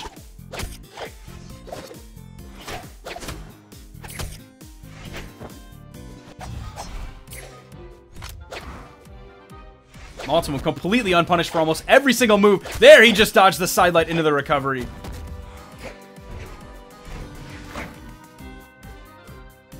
Multimum very careful on his edge guards against DeBrain. DeBrain hitting the nice gravity cancel neutral sig, peeking right over that corner.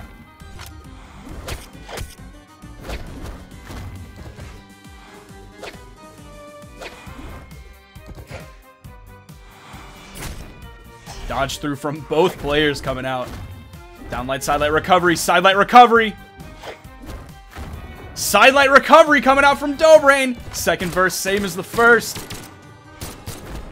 There's another downlight, sidelight recovery coming out from DeBrain. I would not be surprised if that got changed next balance patch. Just the way that DeBrain has been completely exploiting that.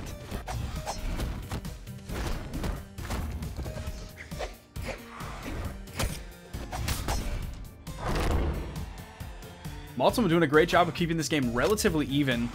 He's sort of mid-yellow right now as DeBrain is coming in on his fresh last stock.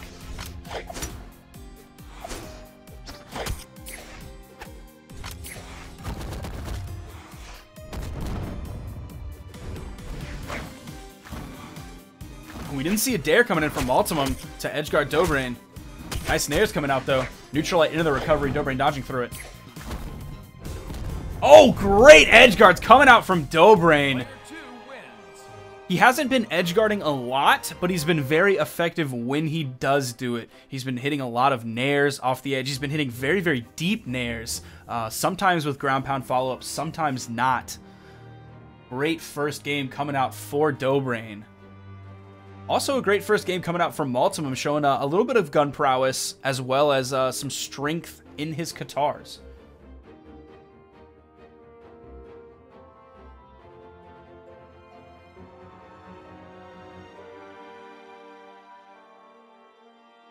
But now we will be moving on into game 2. Dobrain sticking with this Wushang. Meanwhile, Multimum switching to Queen Nai, hoping that maybe the high force and high defense will carry him to victory this time.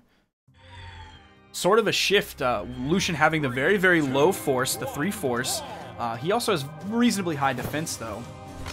But with a higher dexterity and a high movement speed, now moving to Queen Nai with high force, low dexterity, and low movement speed.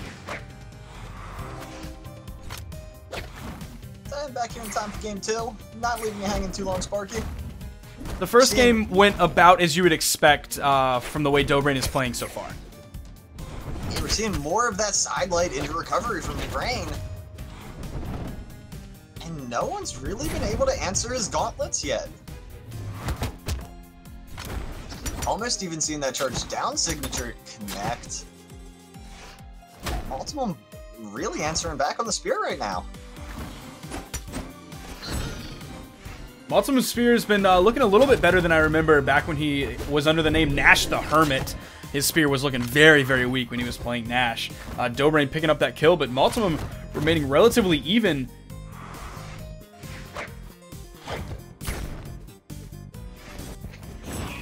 Multimum actually still in really good shape in this game. If you can find that kill, the recovery doesn't quite do it. Dobrain holds that ground pound. Is punished by a weapon toss for it. More and more we're seeing Dobrain get hit by that side light recovery. Sorry, seeing Multimum get hit by that side light recovery. The way Dobrain is playing today is actually disgusting. Like it is making me physically, emotionally, and mentally ill right now. It is absolutely just it leaves a bad taste in my mouth. But he's so effective with it. Yeah, Dobrain said he was coming out to win today, and so far it doesn't seem like anyone's gonna be able to stop him. If anyone's the man to do it, it should be Multimum. Multimum won that EU qualifier for BCX, and Dobrain has something to prove today.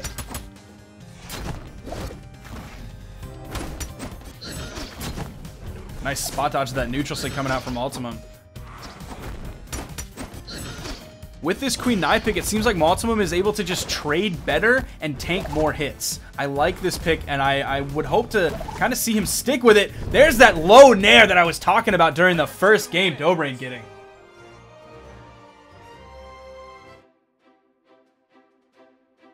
And about 150 more damage coming out of Dobrain. That's really efficient in his kills. Queen Nai having so much defense, 8 defense. Compare that to Wushang's 5 force. That's very, very efficient on the kills coming out from Dobrain.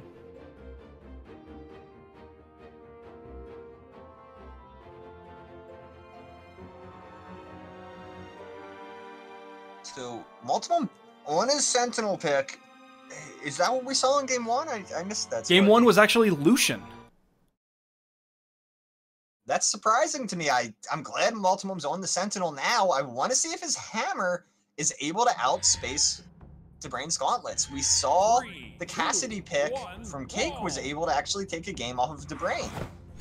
So maybe hammer could be an answer to that side light recovery? It all depends on if Dobrain is able to punish the signatures. Oh my gosh! He's able to hit those side light recoveries, then gravity cancel side light recovery.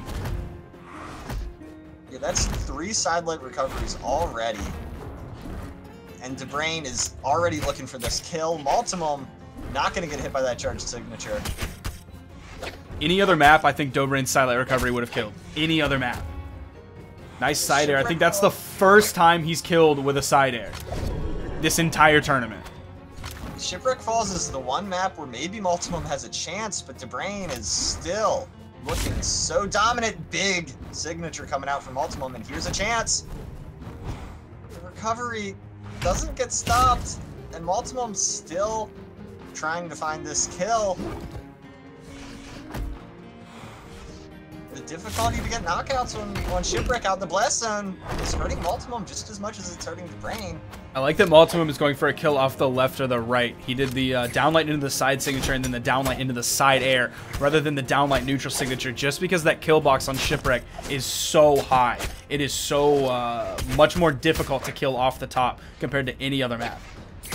You have to build up so much more damage. It does take quite a bit to kill on this map, especially with who these characters are playing. I'm sorry, who these players are playing, what characters they're using. Multimum is really kind of coming alive in this second stock. But will he be able to finish DeBrain off? There's a nice neutral signature. We actually haven't seen him hit that many of the neutral signature on Katars. We saw him throwing out a lot of side signatures in his earlier sets today to no avail, but he finally hit that neutral signature to take Dobrain off the top. He has a lead on Dobrain. I think he's possibly the only person that has had a lead on Dobrain today.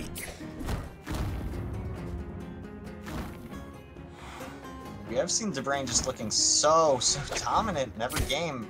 I believe it's not the first time we've seen someone have a lead on him, but I think it's the first time we've seen someone have a lead on his Wushang.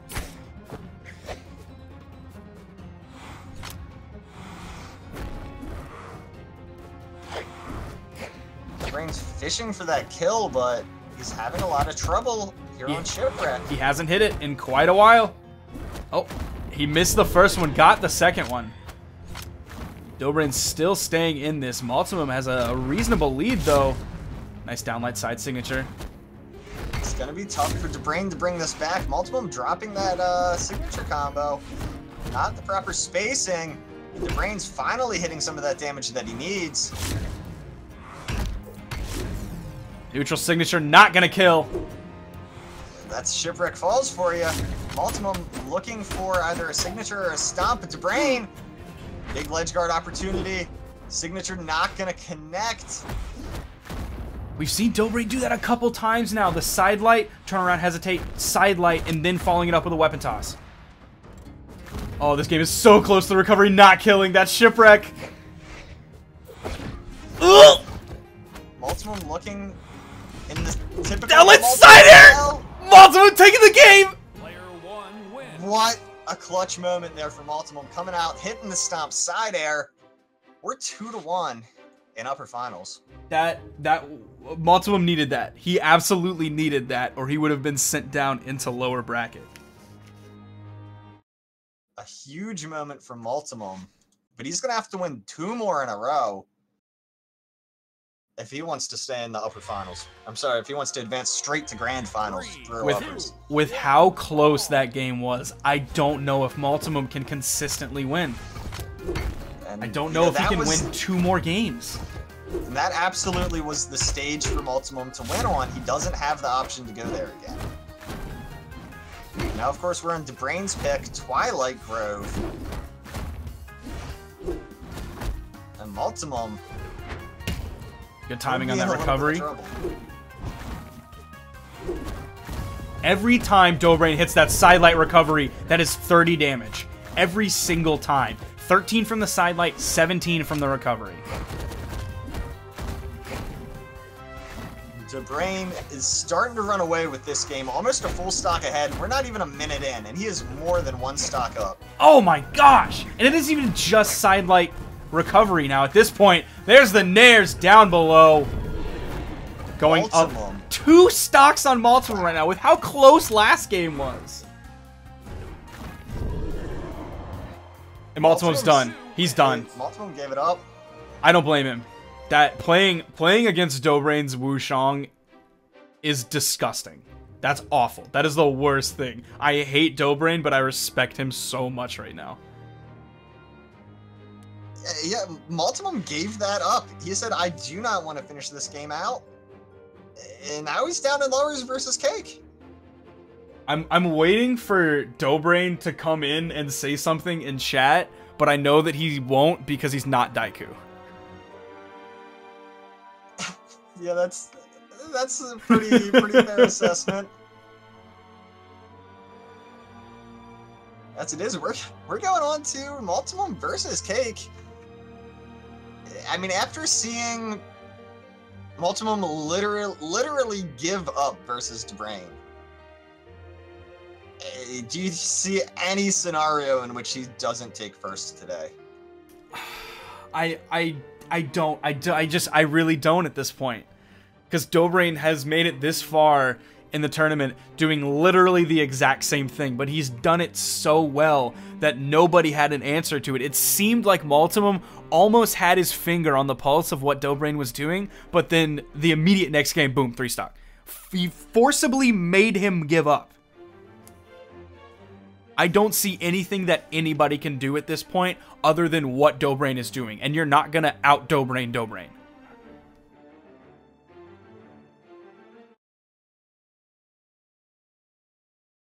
Here we have a fresh best of 5 for Multimum. He's sticking on that Sentinel versus Cake Satori. Both of these guys fighting for a second shot against Dobrain have already lost best of 5s to Dobrain. And they both lost it 3-1. Barely convincing set wins for Dobrain.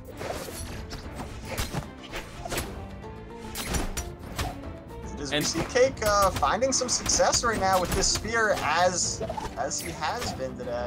He dropped that side air, sadly. Oh, nice turnaround neutral signature, seemingly out of nowhere, taking out Multimum off the top. Cake with a nice lead.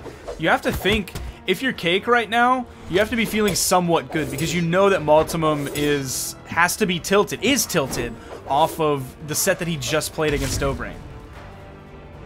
The last game he played ended with him just giving up on his final stock. He is absolutely tilted. It was a 3 recoveries the Cake just hit! Yeah, that was 3 recoveries. Cake definitely looking like he's in great shape to beat Multimum here. And Multimum he has no answer. He's hitting multiple stomps, but no follow-up because Cake is so stacked on him. He's not hitting any of these signatures, finally getting the stomp side air, but Multimum is in bad shape. Cake's going to be looking to take this kill right away and really run away with game 1. Multimum needs to find something, some big guitar string, a signature gimp or something, you know, some classic Multimum style. He's bringing the heat right now, almost taking out the stock from Cake all of a sudden, completely evening up this game, almost getting that side signature. Cake hitting the side air just over the top of it, though, getting the downlight side air, taking out Multimum's second stock. Multimum did a good job of putting damage on the Cake there. And yeah, we're even here at 1 stock apiece. And there's that Multimum neutral signature. May even be able, no, Multimum not going to be able to deny any weapons. Cake's going to get a spear right away, and that is so much damage.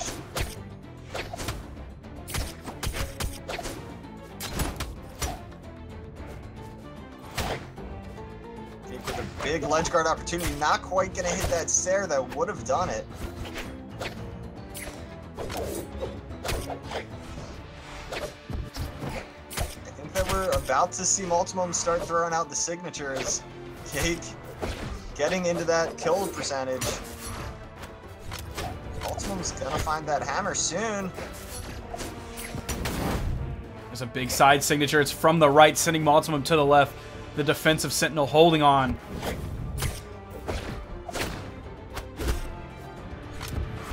Oh, and a big down signature coming out from Cake. That signature is so tough to punish. We've seen so many people try to go in and punish it and end up getting caught because the Hattori player ends up holding it. But that is a game going into Cake's pocket up against Multimum. Yeah, and that is, or at least it can be, such a tricky signature. Cake looking really good in game 1, up 1-0 on Multimum.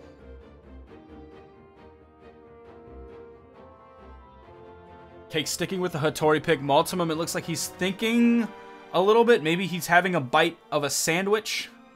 Multimum did ask for 1 minute, so, you know, he could be eating that classic Multimum sandwich. Need that for some energy. Does anybody know what, like, do you know what was on that sandwich that he was eating at BCX?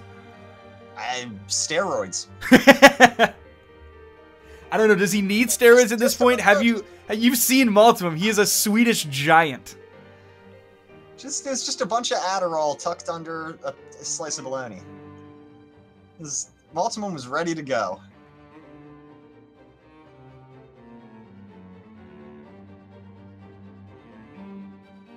Alright, we have stages being banned by Cake. Interestingly enough, taking away Small King's Pass. I don't think that's a map Multimum ever really picks. We're going to Shipwreck. It's a little bit interesting. You see Qatar players, I mean, King's Pass is one of the most polarizing maps. Some people love it. A lot of people hate it. So maybe he's just one of those people that hates it, even though he has Qatars, which excels in the shenanigan area down the middle. I'm one of those people that hates it. So if Multimum doesn't like it, I don't disagree with him. You know, you guys can both be wrong together, but we'll let that go for now. For now, Cake getting rolled over in the first 20 or so seconds of this game. Multimum finding a lot of that damage. Every time Cake hits that full combo, the neutral light, chase dodge, side light, down light into the side air, that is like 70 damage. I think it's like 67, maybe 68. That is so much damage that Cake has been hitting consistently all day today. He's gotten it really multiple times in every game versus every opponent. Cake's been very consistent with that spear. Sword's been more of his wild card weapon. Boom, 70 damage. There it is again, though. It's twice he's hit that on the first stock of Multimum. Oh, and he gets the sword bonk on the head. That's another thing that Cake has been so consistent with. I've talked about it in the past with how well LDZ is able to use weapon toss follow-ups when the opponent is off the stage to confirm kills safely. Cake, I'm adding Cake to that list of people who are so good at weapon tosses. Yeah, the way that Cake has been able to pressure with the weapon toss has been amazing, especially considering how few players do that since they nerfed weapon throws. BMG really changing how stacked weapon tossing works made that feel like less of a viable option, but there's still plenty of good uses for throwing the weapon.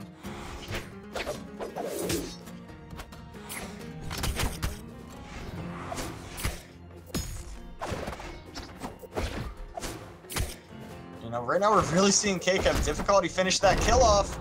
He was up so much. He had such a big lead, but Multimum's gonna find the kill first.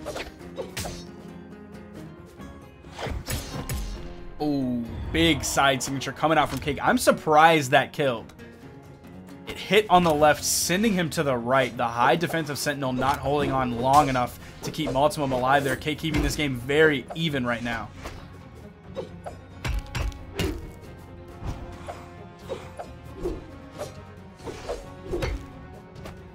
Cake doing everything he can to keep this game.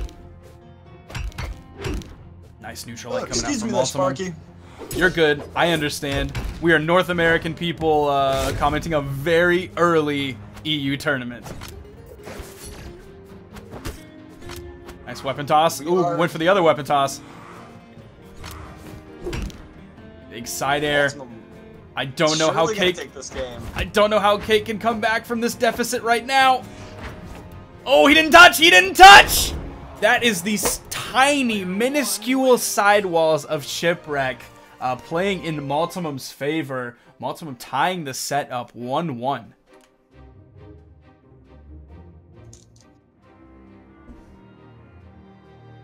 You know, even if Multimum wins this set, he goes right back up against DeBrain. The last game he played DeBrain in, we saw him give up. 3, 2, 1, brawl. So what do you do if you're Multimum? That's a little bit looking to the future, but what do you do? Do you just take second place and say, I'm not playing this set against disgusting Dobrain, the Kremlin Gremlin? You need to consider what he's doing to you, how he's beating you with those gauntlets, and go all in on some kind of counter strategy. You need to say, all right, you know what? I'm gonna do what Cake did, and I'm gonna take Cassidy. And if you're gonna keep fishing for that combo, I'm gonna take a longer range weapon, and I'm just only gonna try and space you out. I think that you need to do something like that. You have to go for some kind of Hail Mary attempt.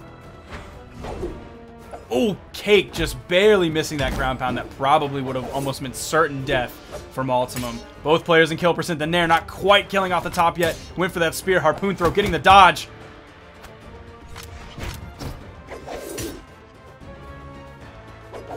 Nice back-to-back neutral lights coming out of Cake. That neutral light almost killing.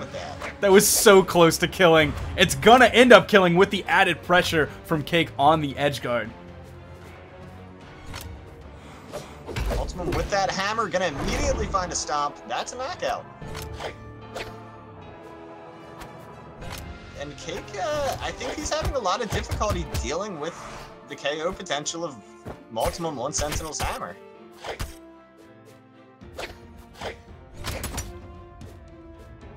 There's the neutral light. He didn't have the regular main platform to do the speed dodge combo that he's been hitting so consistently today for 70 damage every time.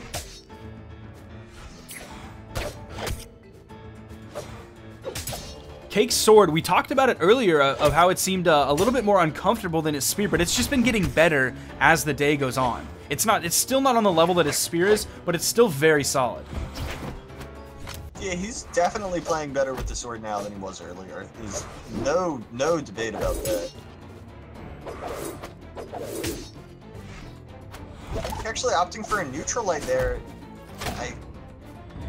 Downlighting this there would have killed, but he's gonna pick it up anyway, no problem. No harm, no foul.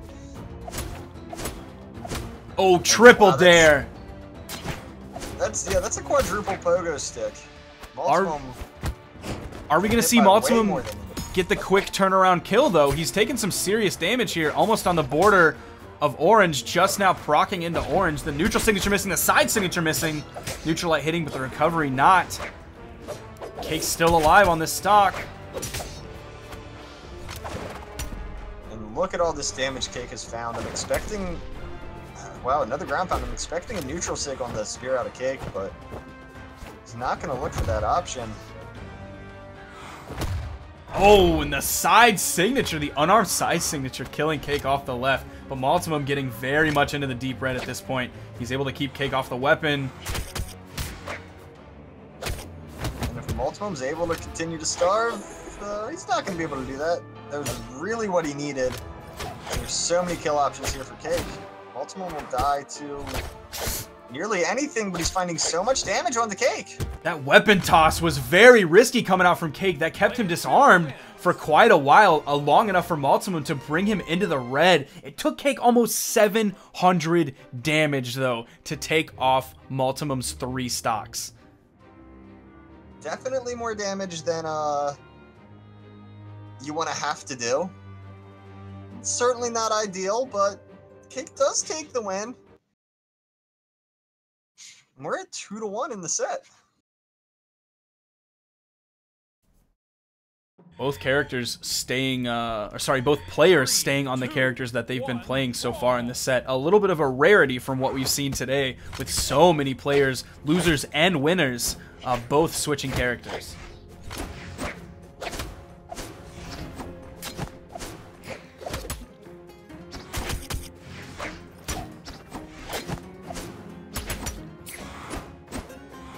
Oh, finally not getting the neutral light double chain dodge into the side light. I've seen Cake have a lot of success with that spear all day. Shipwreck is such a good map for him to do his thing on.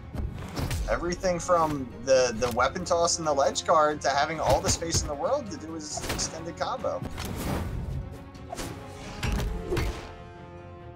Stomp side air coming out from Multimum.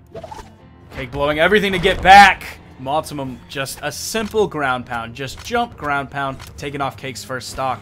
And now we're seeing a little bit difference in lead from what we saw before. We'd see Cake get just a little bit of a lead, then Multimum turn around and get a very quick kill. But now Cake is the one turning around getting that quick kill. He took a little bit more damage than we've seen Multimum take on that second stock before. He's now in the yellow, will be orange very soon.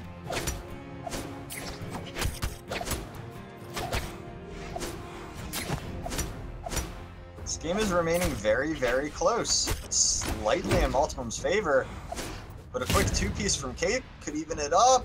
If he doesn't get ledge guarded here, Multimum opting to throw the weapon. And what a risky decision, as Cake's taking a bit of control now. Back-to-back side lights coming out from Cake. Oh, and a big neutral light into the chain dodge, neutral signature. Going for the ground pound to confirm the kill. Multimum ends up hitting him with a nair, but has nothing else after that. If Multimum had actually sared him there, I think that might have killed Cake. Risky ground pound from Cake on what was a short kill. Where's the signature? I expect a side signature coming out from Multimum. There it was, but it missed. Cake expected it as well. It's the stomp that Cake really needs to be wary of. That's what Multimum has used to kill him repeatedly. When Cake's at that deep red, I think he's playing a little bit too aggressive versus Multimum's hammer. You have it seems versus Multimum's hammer, you have the option of be aggressive and get caught by the stomp, or be passive and get caught by the sig. As it is, Cake takes a lot of damage right now by those Katars. Trying to ledge guard Multimum. This could be Multimum's tournament stock. Downlight side air. Multimum's gonna have to dodge here. He does get back safely. Ooh, that's a big dare. The weapon toss. He has no dodge. He's unable to make it back. Cake taking it 3-1 against Multimum. And now Cake has to go up against Dobrain's downlight, sidelight, recovery.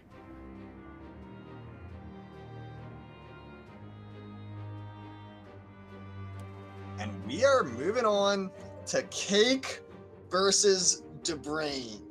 Cake in the EU Masters Grand Final. What do you think Cake is gonna pick? Is he gonna pick the Hattori, or is he gonna try to pick guns and poke with the side light? He's gonna pick guns. It is this Cassidy. But even when he picked Cassidy before, we saw him kind of focus on the hammer. We saw a little bit of gun work coming. We saw more guns actually when he played Ada than we did when he played Cassidy.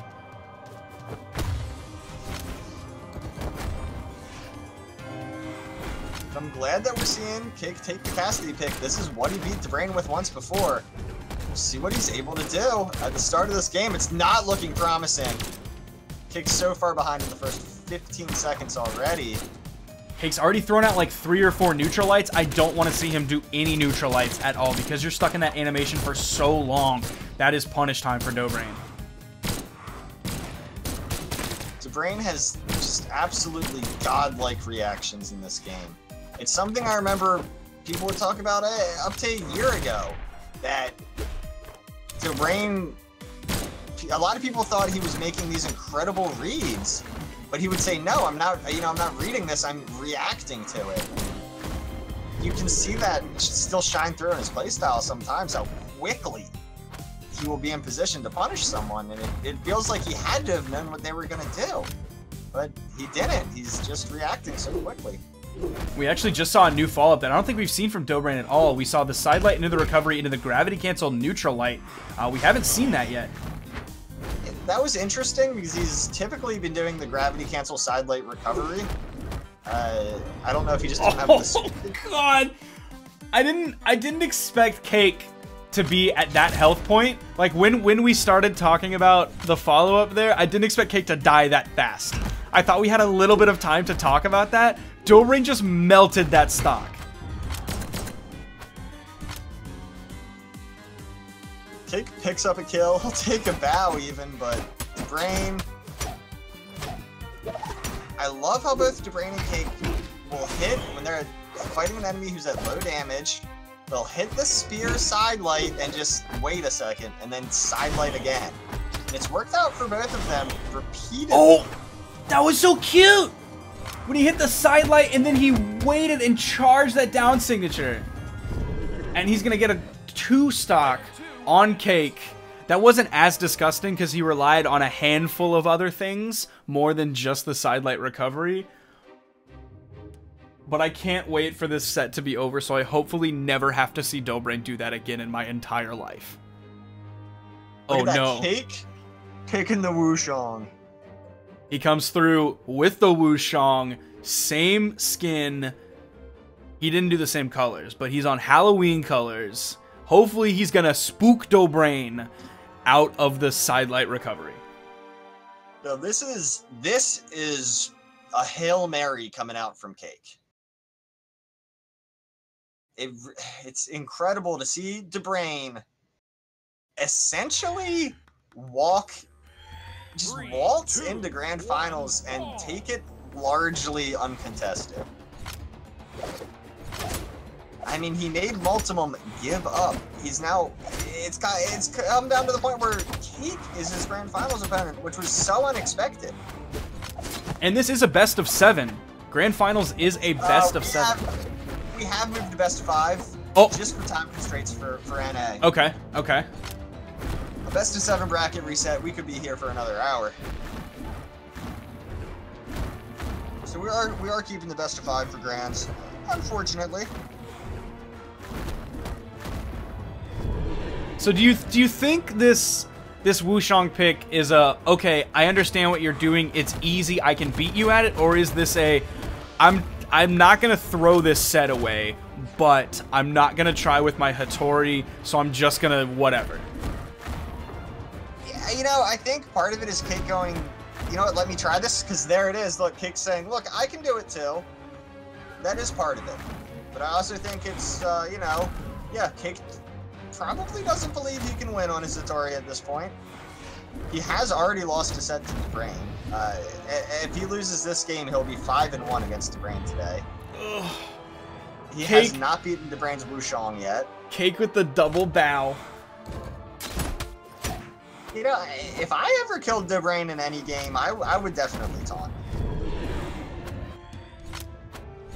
Dobrain going up an entire stock on Cake right now, in stock and health. It's just, this looks hopeless. It looks like Cake is just playing right now. He already has 2nd place, because I don't know what can stop Dobrain except a patch. That is the only thing that I can see stopping Dobrain right now. Yeah, Dobrain is absolutely abusing this side light recovery, just hammering away with it again and again and again. Wow. And that's always kind of been Dobrain. He finds out he's been a pioneer of finding optimal play and just using that optimal play better than anyone else can. Oh gosh! And another 2-stock, the gravity cancel side light recovery. Oh my gosh, Dobrain is just picture perfect with his spacing and timing. With just the exploitation of this move. BMG patched the Koji downsig after Dobrain was an errant exploiter of that.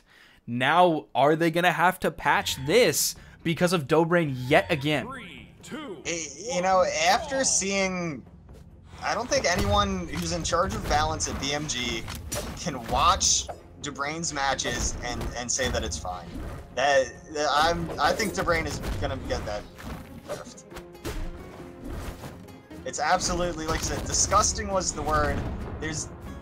No one has an answer to what Dobrain's doing. In fairness to the strategy and to Dobrain, though, and not to just say he's taking advantage of something that's too powerful, we saw Cake switch to Wushong and try it himself, and, you know, Dobrain still handily 2-stock them. I'm actually extremely curious to see if we're going to see any North American players do this today in North American Masters. I fully expect to see Minivesin do it. Minivesin is a Val main. So we already have a Gauntlet player. You know, and this is new with the newest patch, so why would you not take advantage of that?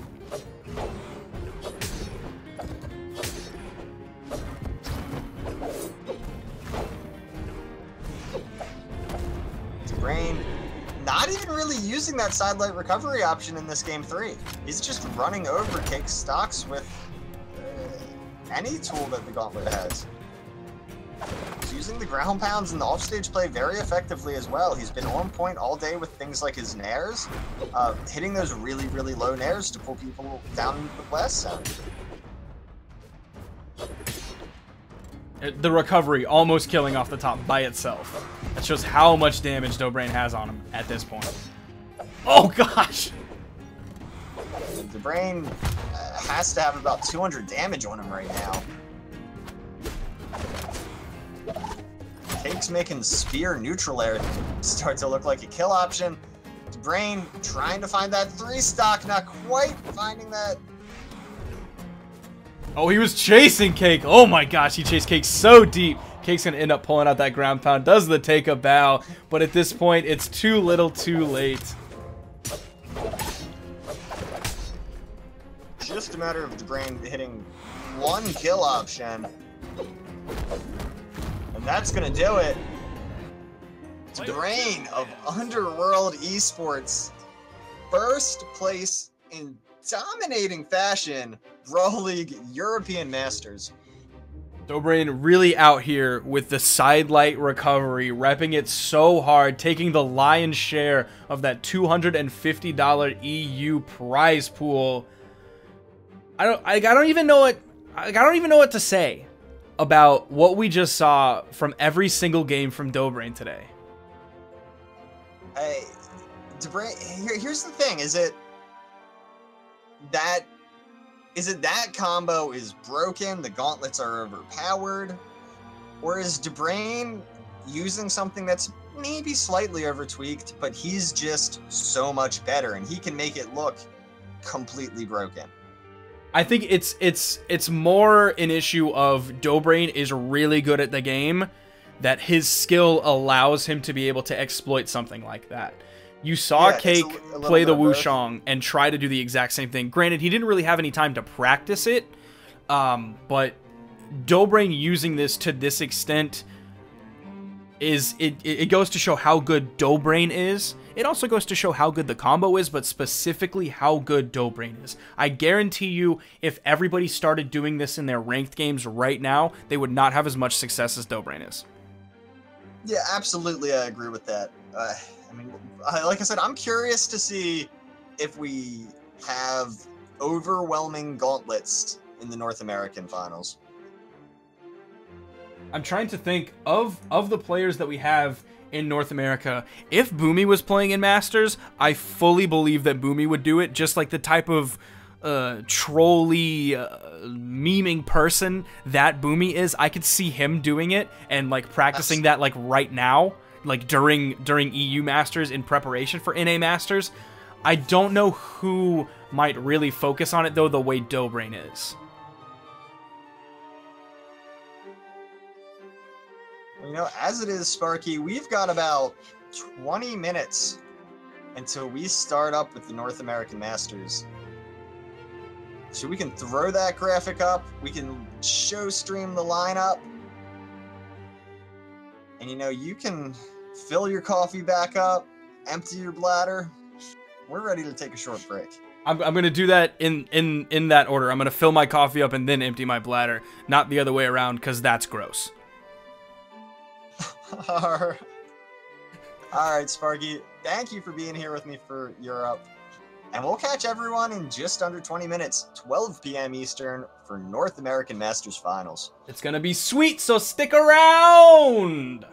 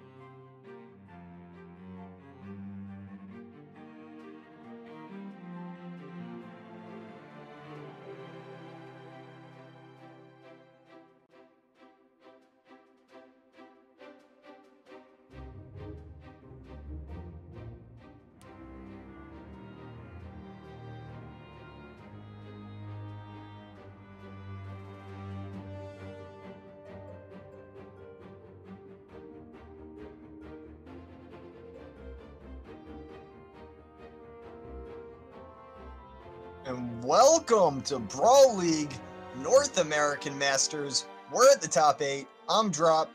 Here with Sparky. That's me! That is you. I'm as excited as you are to see these games. We have some exciting matchups right away. First game is going to be Mini Vesson versus Astronaut.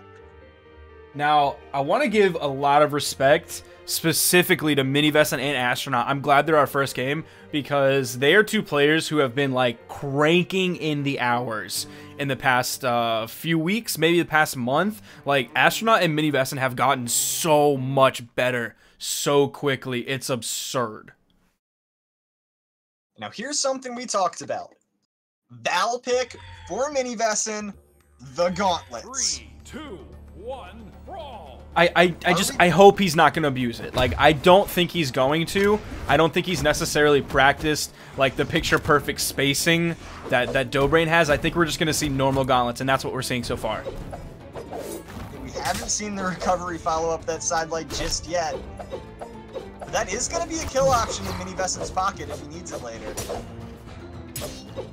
This is, of course, our 1 seed and the 8 seed battling it out. So this should be a tough game for Astronaut.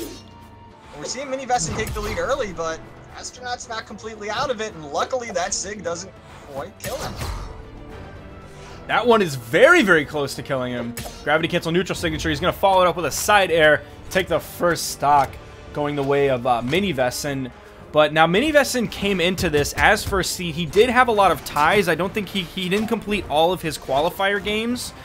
So they went in the record as ties, but other than that, he did not lose a set. Yeah, for the games he played, he did go undefeated. And of course, he beat a lot of the big names that are in Masters. He did play his games versus guys like Stevenator and Twilight and LDZ. He beat Noel, he beat LDZ, he beat Wilson, he beat Wrenched. And yeah, and he beat Wrenched among the many names of people that he did beat. So he definitely has some of the big boys as W's in his pocket right now. And he's looking to add Astronaut to that as well. And we did see, more so in North America than in Europe, we saw players use the regular season as an opportunity to practice new things, to practice new characters. So, someone like LDZ, who came in and might only be like the 3rd or 4th seed, if we see him pick up the Koji and go full on, I'm on my main tryhard mode, we're going to see him, I think, spank people that maybe took games off of him in the regular season. It could be the exact same thing like we saw with Dobrain, where Dobrain's job in qualifiers was to get top 8. Meanwhile, he came in 1, 2, 3, 4, 5th seed, but then he took the entire thing in commanding fashion, didn't lose a set. I think he lost no more than 3 individual games. So that could be LDZ's thing as well going into this. Mini Vesson taking a nice lead right now. Not as convincing as you might expect for the 1 seed versus the 8 seed. Of course, this could be an issue if both players are warming up right now. I don't know how early they got up. Maybe they got up early to watch EU. Astronaut going to keep this game very even, though. Astronaut's doing a phenomenal job right now versus Mini Vesson. If this game started, if I'm not mistaken, it was something like 90 unanswered damage for Mini Vesson with the gauntlets. It was string after string.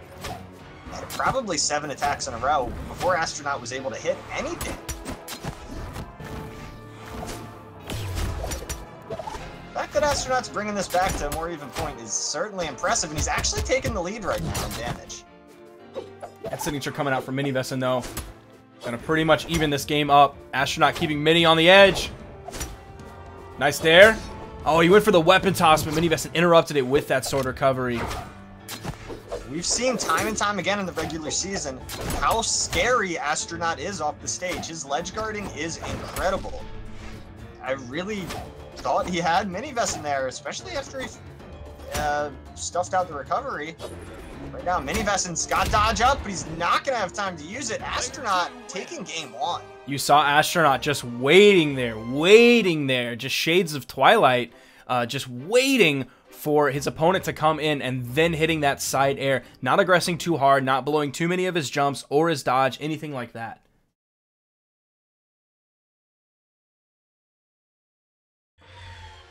So we're going into game 2 on the Twilight. This is Mini Vessen's pick. This is always an interesting map to me, where it's a map where you can get knocked out so early with where these last zones are. But it's also a map you can get knocked out very, very late because of that island. If your opponent doesn't position correctly, they'll just hit you into that island and it'll save your life over and over and over again. It's something that really... So there's no other map quite like this, where it can be both so easy and so difficult to secure a kill. I'm curious if we'll see Mini Vessen trying to kill off the top. Right now he's really trying to outspace Astronaut with those side airs, but it's not working out for him. Astronaut really getting the best of Mini Vessen right now. Astronaut's pretty much doing the same thing as well, though. They're both really playing that side air spacing game.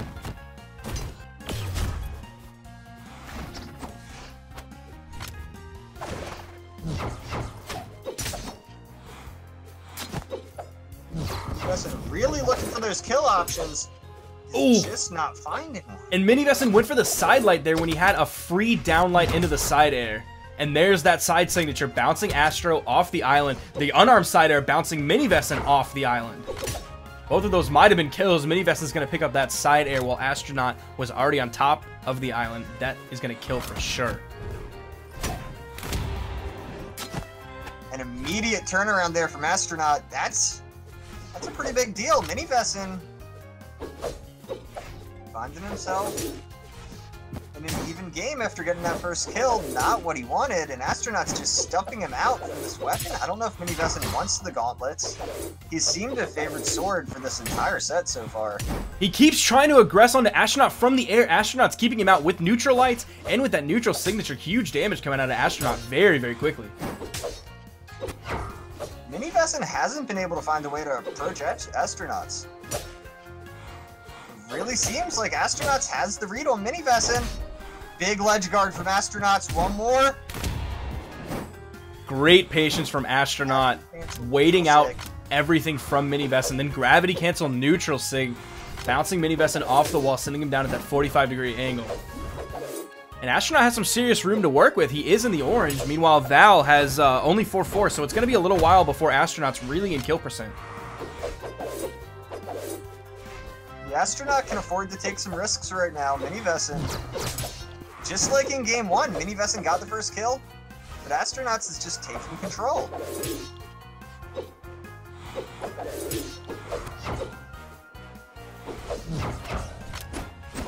We're seeing Astronaut repeatedly fish for damage, just with safe options. Sure, he might get punished by one light attack, but Astronaut's well okay with trading hits 1-for-1 at this point. Right now, he doesn't even need to trade 1-for-1. He's just stringing Mini Vessen all across the map, and this is a full stock lead. If he would have been a little bit more to the left, hitting that ground pound, that might have ricocheted Mini Vessen enough off the island that might have killed. Nice ground pound coming out of Astronaut. Great edge guarding from Astronaut so far today. Taking that game. He's going up 2-0 on Mini. That's 2-0 on the 1 seed. We can start today off with a big upset here if Astronaut takes this game.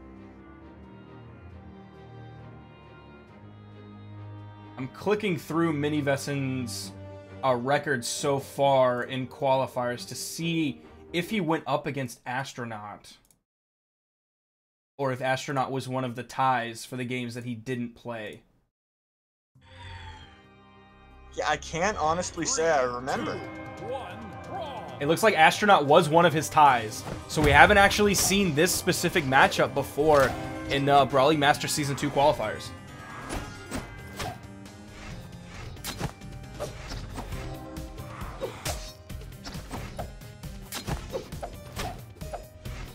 Right at the start of this game, Astronaut's trying to keep Mini Vessen at bay with this spear, and it's continuing to work.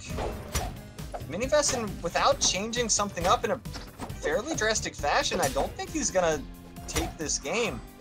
He's still playing the same character, still not really using the gauntlets at all. But Astronaut's just kind of running over Minivesson right now, and that's gonna be a knockout. Now, Astronaut isn't the first Spear Hattori player that we've seen do incredible work today. We saw it from Cake earlier in EU Masters as he took second against Dobrain, but Astronaut's been doing work so far today with the downlights into the side air. He's been hitting them pretty reliably so far. Astronaut is full stock ahead right now. A little He's bit about more, to take another one! Ledge guard that we've become so familiar with. Astronaut actually just chooses to go around there, taking the safest option possible. Fantastic weapon toss that came out of Astronaut to halt anything that Minivesson could have had if he came in with a ground pound or a dare, or if he tried to go low for an air. And Astronaut's looking like he's gonna beat Minivesson 3-0. Ooh, Astronaut! Minivesson not having enough force to get the kill with the signature, but following up with that side air. Astronaut got a little bit greedy with the down signature. Astronaut should be able to take this kill pretty much immediately. And there's the dodge out for Minivesson. He tried to get up onto the platform, but he didn't have enough movement. He overestimated how many jumps he had left, how quickly he was going to be able to get back to the wall, and Astronaut going up like a full stock on Seed 1. Seed 8 going up a full stock on Seed 1. He's already up 2 games. Minivesson needs this. He needs a 2-stock run back, or he's going down to the loser's bracket. And Astronaut maintaining his aggression with the weapon toss, going unarmed into Minivesson. That's a nair. That is going to be a ground pound follow-up, and that is going to spell certain death. Minivesson still very much in this, as he is orange. Yeah, that's a substantial turnaround for Minivesson. And just like that, he's going to deny weapons to Astronaut. And Astronaut, you are in trouble, my friend. Minivesson gonna push him near orange. Astronaut still denied a weapon. Astronaut trying to play passively here, but he gets baited out with that weapon again, and the weapon starving from Minivesson right now is absolutely huge. He's able to pick up that sword, but Minivesson is there with the downlight side air, following up with that side light, keeping this game very much even when Astronaut had a full stock lead. Oh, nice downlight into the neutral signature. Is Minivesson gonna be able to get back? He throws the weapon. Astronaut was looking for the high recovery with that neutral signature. The downlight side air is all but going to take him out, and he's going to follow it up with a gravity cancel downlight dare. Minivesson can't quite get back, and Astronaut is going to take a swift 3-0, coming in as the last seed, sending the first seed in the lower bracket. And what an upset coming out of game number 1, the 3-0. Now, if you look at it, Astronaut did 200 more damage than Minivesson, but since they were pretty much both red on their last stock, Minivesson had some serious kill efficiency there. He killed the second that Astronaut was in kill percent. He was able to take him out. So now this is a matchup that I am very excited for. In week 3, you weren't with us, Sparky, but you may have heard in week 3, Twilight and Wrench played. They played an Asuri Ditto money match. Came down to 1 stock, deep red, game 5. Wrenched very, very close to upsetting Twilight. How much money was on the line? I don't know. Not something crazy. They each put up money. Wrenched is pretty young, I think, so it probably wasn't a lot. But they put money up on themselves, which always says a lot. So then there is a little bit of history here. There's a little bit of I don't want to necessarily say bad blood between these two, but somebody wants the run back here. Yeah, there's a rivalry for sure. And I'm curious what Twilight's gonna pick here. Will he play the Asuri? He played a lot of Rax in the regular season. But no, there's the Asuri pick from Twilight, and we've got the mirror match. Too bad he has that skin. That skin actually is disgusting. That's the most disgusting, filthy looking, nasty skin ever. She should not have that many eyes. That's gross. You're wrong. It looks awesome. Pick a different skin.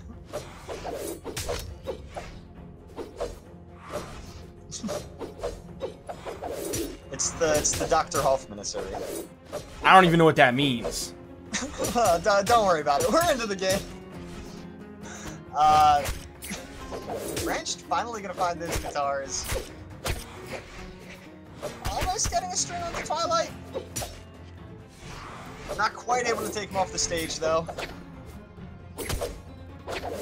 I don't know, maybe after the money match, Twilight might be a little bit washed. I mean, Duke and I were able to beat Twilight, and I can't remember who else in a 2v2 on the Friday Esports dev stream. So maybe Twilight might be in rough shape.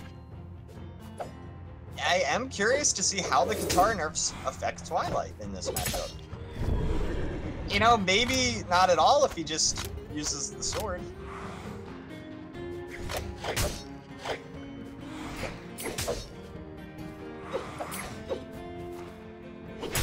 He's trying to get in on Wrench, but Wrench is just completely halting everything. Twilight unable to actually get any momentum. He's not even really going to edgeguard. He's afraid to edgeguard Wrench right now when he has guitars. There's a weapon on the field. At this point, I would really like to see Twilight switch over back to the sword. Yeah, Twilight really not having success with the guitars right now. They're a weapon that he used a certain playstyle. That certain playstyle kind of got nerfed. But Twilight continues to play the guitars in a way where he just wants to poke you down. I don't know. I just don't agree with the way he plays the weapon. I think he has way more success on the sword. Even the hammer when he was playing Bodvar, I think he had a higher understanding and mastery of. Even they're fishing for that down sig. Twilight looks a little bit lost on these guitars. When it's a sword mirror, I don't think Wrenched has a chance. When it's a guitar mirror, it starts to look much, much closer. Twilight's guitars just seem a little bit slow at this point. And I mean, I would say that his sword tends to be a little bit slower than other players' sword, especially in North America, but he's much more reliable and consistent with that sword, so the speed isn't as much of an issue. Yeah, like for example, with the guitars, we see Wrenched constantly go for and actually connect with and hit these really big strings that are reminiscent of someone like Antipop. Twilight doesn't play the weapon that way. And you saw the second that he got that sword, boom, he got the kill. Within 10-15 seconds, he was able to get the kill, where it took him almost a minute to build up enough damage to take Wrenched from white to orange.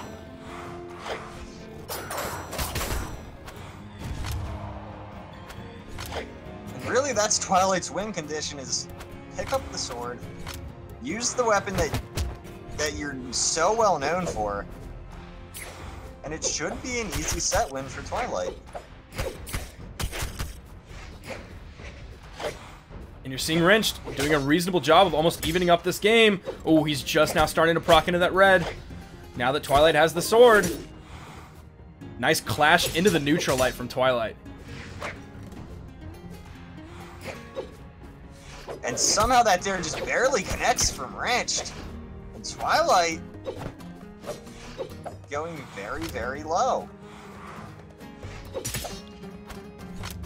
The weapon toss, not going to connect with Wrenched. The Nair, is that going to be enough to kill? Should be enough to do it. Wrenched is not going to have enough movement left to get back. That was a very close game, though. Twilight was in the orange. Yeah, an impressive showing from Wrenched. Who, I mean, I just have to say again, Wrenched is doing a great job fighting against Twilight in a mirror match. Twilight's kind of the North American wonder child, so to come in as someone like Wrenched, who, by all accounts, was a questionable person to make it into Masters, he's now made it into playoffs, and he's swinging against Twilight. Twilight coming in at 2nd seed, Wrenched coming in at 7th seed. The only people that Twilight lost to was Steven LDZ. Meanwhile, Wrenched lost to Compute, LDZ, Minivest, and Noel, Twilight already, and Wilson. But, I mean, today he's going toe-to-toe with Twilight. Oh. Wrenched almost going down there. That would have been unfortunate stuff. Does just barely make it back. Twilight gonna attempt to ledge guard him here with the Katars, hitting so many nairs. Oh, Wrench is not going to have enough movement. Those were actually very solid nairs from Twilight. Great spacing, great timing on them, forcing Wrench to go under the stage. He had nothing left to get back onto the normal platform. And now we're seeing that damage come out, almost killing off the top from Twilight. This is starting to look like Twilight taking this game in a one-sided fashion. Nice ground pound coming out from Wrench. Twilight going under. Off. Oh, the priority from the recovery beats out Wrenched. And that recovery just ever so barely connecting. Twilight looking to go up almost a stock. Wrench does secure that though, but not before he's in orange. Wrench just stood on top of that weapon, jumped and ground pounded. Okay, a little bit interesting choice there coming out from Wrench. You know, in all fairness, it didn't get punished.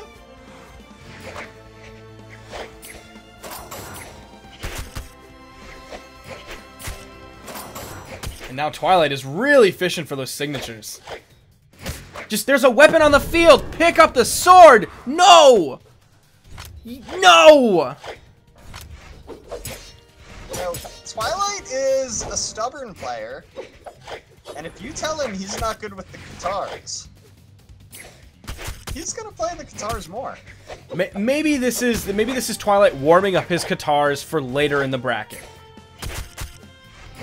I mean, he is starting to do much better with them. Wrenched, gonna get that nice turnaround kill. I'm confused why he went for the Nair after that Dare instead of Dare into Sair. Wrenched getting caught with his pants down, no weapon. He gets a freebie though. On a dangerous map here for Wrenched, I'm surprised he picked King's Pass versus Twilight. I mean, the way his Katars have been going, I don't necessarily blame him for wanting to contest Twilight Katar against Katars in the Shenanigan area. Yeah, they're not really fighting in there, though. They're staying to these outside parts of the platform, and that's really close to that blast zone where Sword Sair is so good.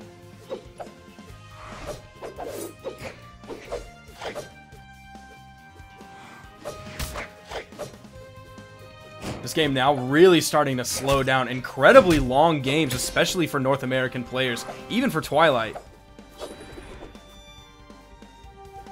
Twilight is falling, I don't want to say behind, he's not falling behind, but he's losing that dominant lead he had.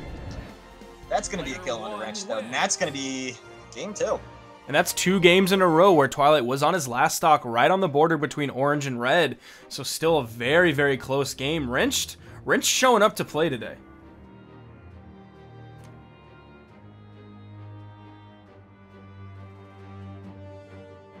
Yeah, and again, Wrenched, it's unfortunate that he's not winning any of these games, because, again, he's putting up a good showing versus Twilight.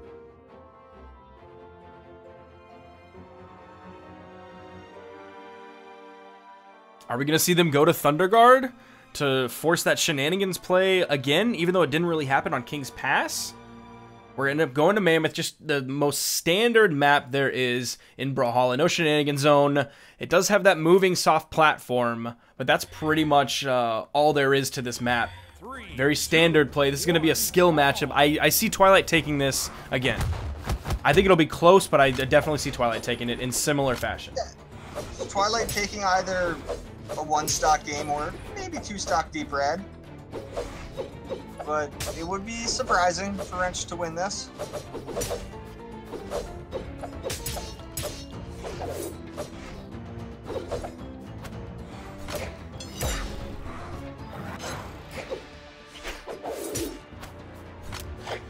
Now, Twilight built up quite a substantial lead here, but then he picks up those Katars, which is how Wrench keeps managing to bring this game back to a closer point. We saw how much of a lead Twilight had when he had the sword, and now that he's got the Katars, it's almost even. More and more, this weapon choice is just not working out for Twilight. That was a nice chase dodge follow-up from with the signature coming out from Wrench. Twilight continued to move away, though, over spacing it. Ooh, the clash on that recovery. Still not enough to kill Wrenched. Twilight has that sword. And he goes for the turnaround side air, taking out Wrenched. But Wrenched is keeping this game extremely close right now. Twilight very deep in the red.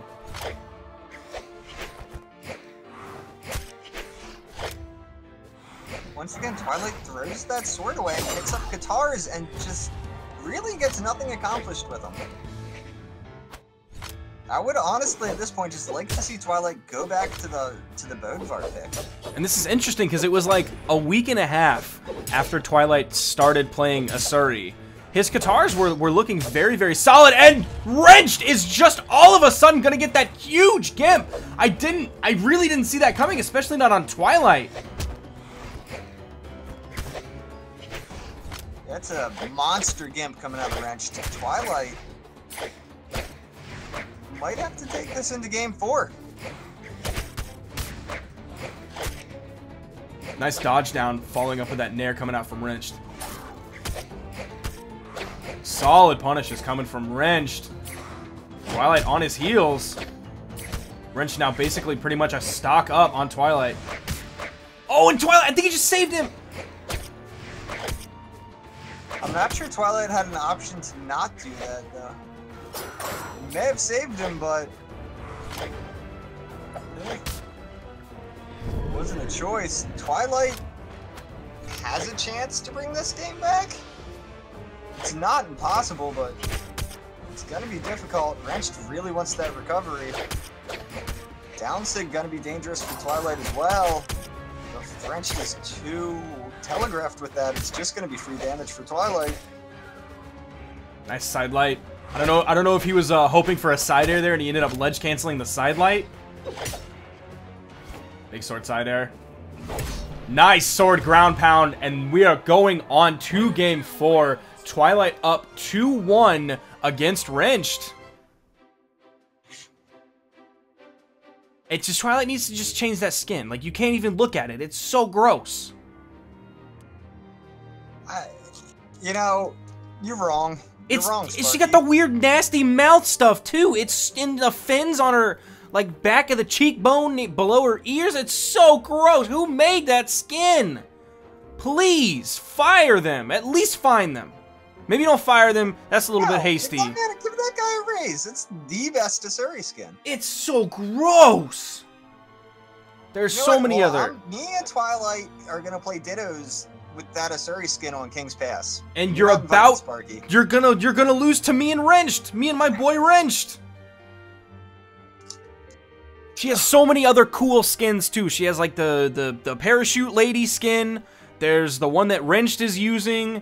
There's the normal skin. There's literally anything other than that skin is better. Agree to disagree. Then you agree to be wrong, Drop. I'm sorry. But we're going back to King's Pass. 2-1 brawl. Yeah, once again on King's Pass. And we're 2-1 in this set. Wrench keeping Twilight off a weapon. Now Twilight picks up that sword. Going for the double recovery. All right. It seems like that fire got lit under Wrench a little bit. He's coming out with some aggressive plays, trying to get a read on Twilight. And Wrench is almost doing all of his approaches from the air. That's why you're seeing Twilight throw out so many recoveries. That's 22 damage every single time Twilight hits one of those. Here's the ledge guard situation for Twilight. Not quite going to pan out, but Wrench is still in trouble. He's just going to go around and say, I'll recover safely. And Twilight's going to throw away that sword for the guitars, something you nor I agree with at this point. He really is not having success with these Asuri signatures either. It's really it's the entire character pick comes into question. When one of the weapons and the signature kit both aren't working for you, and this is a pick Twilight has really dedicated himself to. Ooh, he almost went into that neutral signature coming out from Wrench. That's the second neutral signature that we've seen from Wrench, both of which missed. But look how even the health is in this in game 4. And Wrench is going to go up on Twilight right now. He has a little bit of room to work with if he can keep Twilight a little bit weapon starved or force him onto those Katars. Wrench going under. The side air bouncing him off the wall. It's going to be enough to kill. Twilight keeping this game very, very even. Much more even than I would have expected. Yeah, Wrench even taking one game was a bit of an upset. Though it did go to game 5 the last time these guys played. Still, Twilight has to be the heavy favorite to win this set. Ooh, he went for the dare into the nair.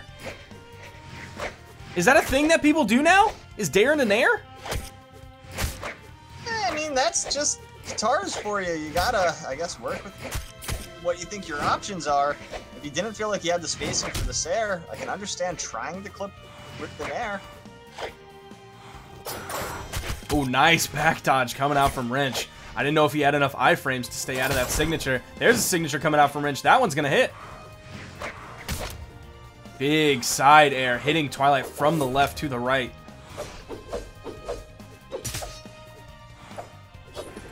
And this is Wrench looking so impressive versus Twilight right now. Ooh!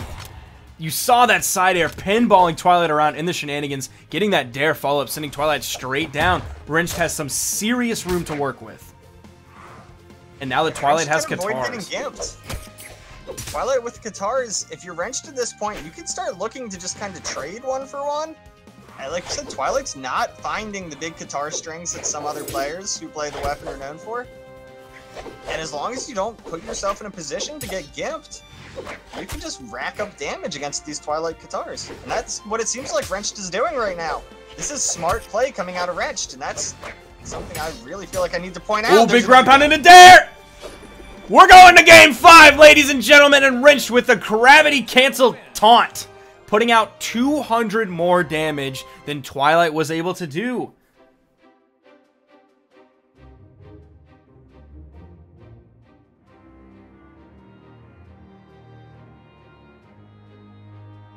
That is impressive stuff coming out from Wrenched. And Wrench has been kind of a name that's somewhat exploded onto the scene.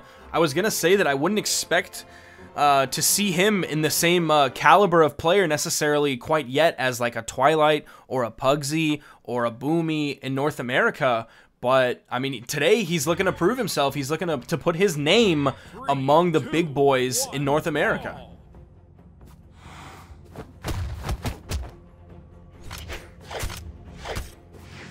Twilight's gonna find that Katar weapon for him, you know, the one we don't so much agree with. We got some even trading back and forth at the start. Twilight really wants one of those games. I think we're gonna see him fish for it. And to be honest, if Wrenched continues to get these reads on the Twilight, we could be going... This game could very well go the way of Wrenched. Oh, nice double downlight into the nair. That's one of the first double downlights I've seen in quite a while. Nice back dodge from Wrench, following up with the downlight, reading the chain dodge coming out from Twilight. It looks like Wrenched is starting to play a little bit scared here. Not quite enough to secure the kill with that side air. Oh, and Wrenched went down so low. He knew Twilight was going to be coming with that dare. He went so low. Fantastic positioning coming out from Wrenched. Twilight with those Katars. I feel like if you're Wrenched at this point, you know what he's going to do. You know how he plays that weapon. So yeah, Twilight needs to ditch those and pick up the sword. Wrenched hasn't hit Twilight once on this fresh stock, though, and it looks like he's not going to. Twilight with the salt taunt. I honestly think Twilight is the one who is salty right now. I don't think Wrenched is salty after that at all. Yeah, I think you're right, and this is the classic Twilight tilt that we all like to talk about. Wrenched kind of knows he's in his head, too. I guarantee you that Twilight does not believe that Wrenched should be beating him. Twilight firmly believes he is a better player in all forms over Wrenched. This would be a huge win for Wrenched to send Twilight into the lower bracket. This would be a big upset. Absolutely. This could, I mean, it could absolutely be the most exciting moment of the day if Wrenched beats Twilight right now.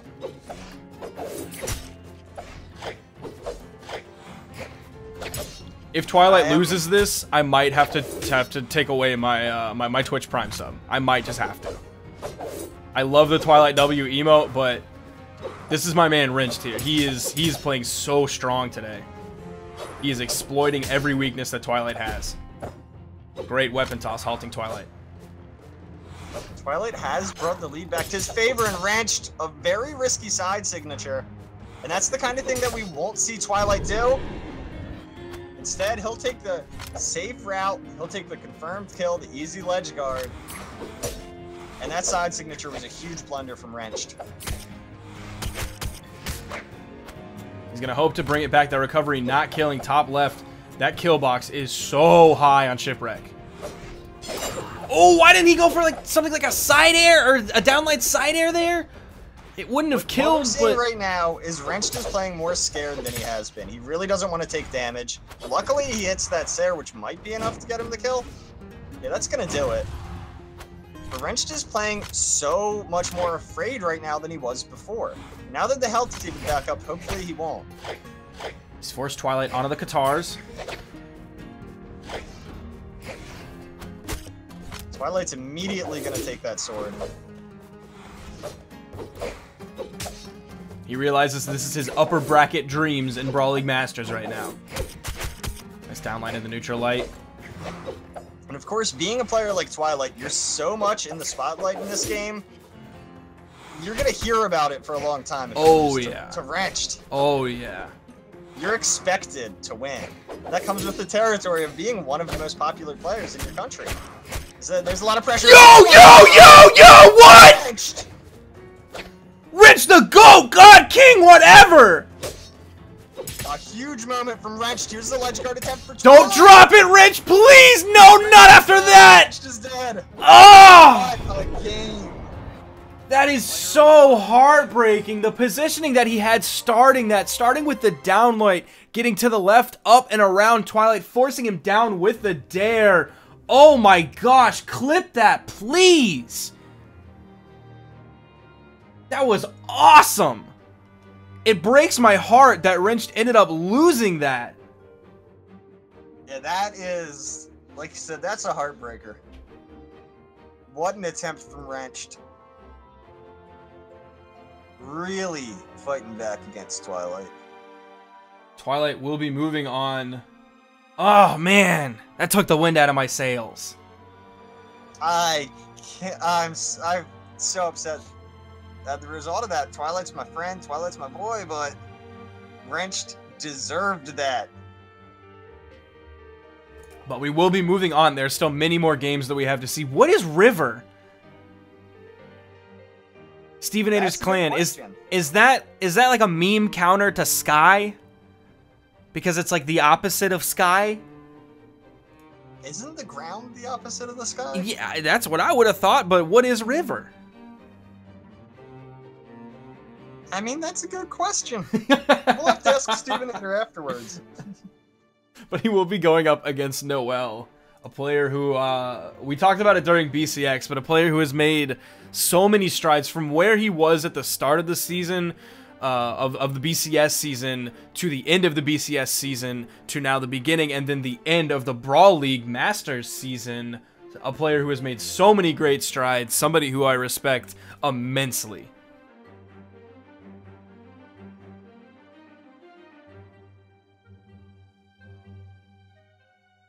This is going to be an exciting set. I don't know if I have a favorite to win this game, if I can even predict.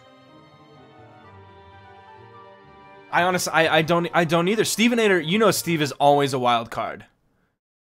He's been playing solidly as of recently. He played very, very well at BCX. I coming through for Brawl League. He did lose to Doppy, he lost to Wilson, he lost to Wrench, he lost to Noel, and he lost to LDZ. So he had more than a handful of losses, but we're coming in with Cross, and he is one of the few Cross players that I know of right now. Yeah, I'm glad that we're seeing Stevenator play Cross. I expected the Val, but his Cross has been so exciting to watch, and such an underrepresented character. Great timing on that Nair coming out from Stevenator. He was looking for another one. We saw Dobrain do all kinds of work with those really low Nairs. Oh, he tried to grab him! That's my favorite signature in the game! I've never seen someone hit it in a competitive setting. But it looks so cool! It does look cool. That's Noel, no recovery here. That's gonna be a kill. Steve going up on Noel, right in the orange, and Cross. Cross has a ton of defense. That is why I play Cross.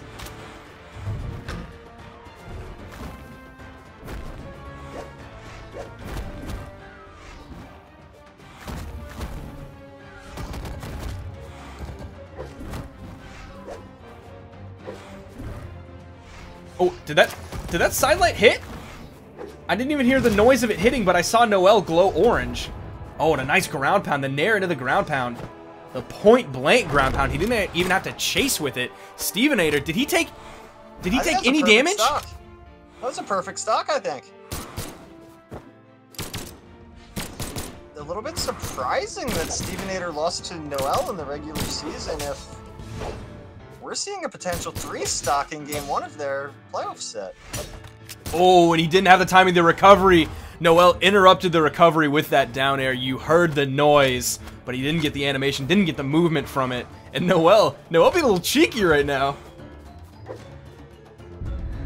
Oh, and he grabbed him. Got him with the down sig. Stevenator hit it. He hit the down sig.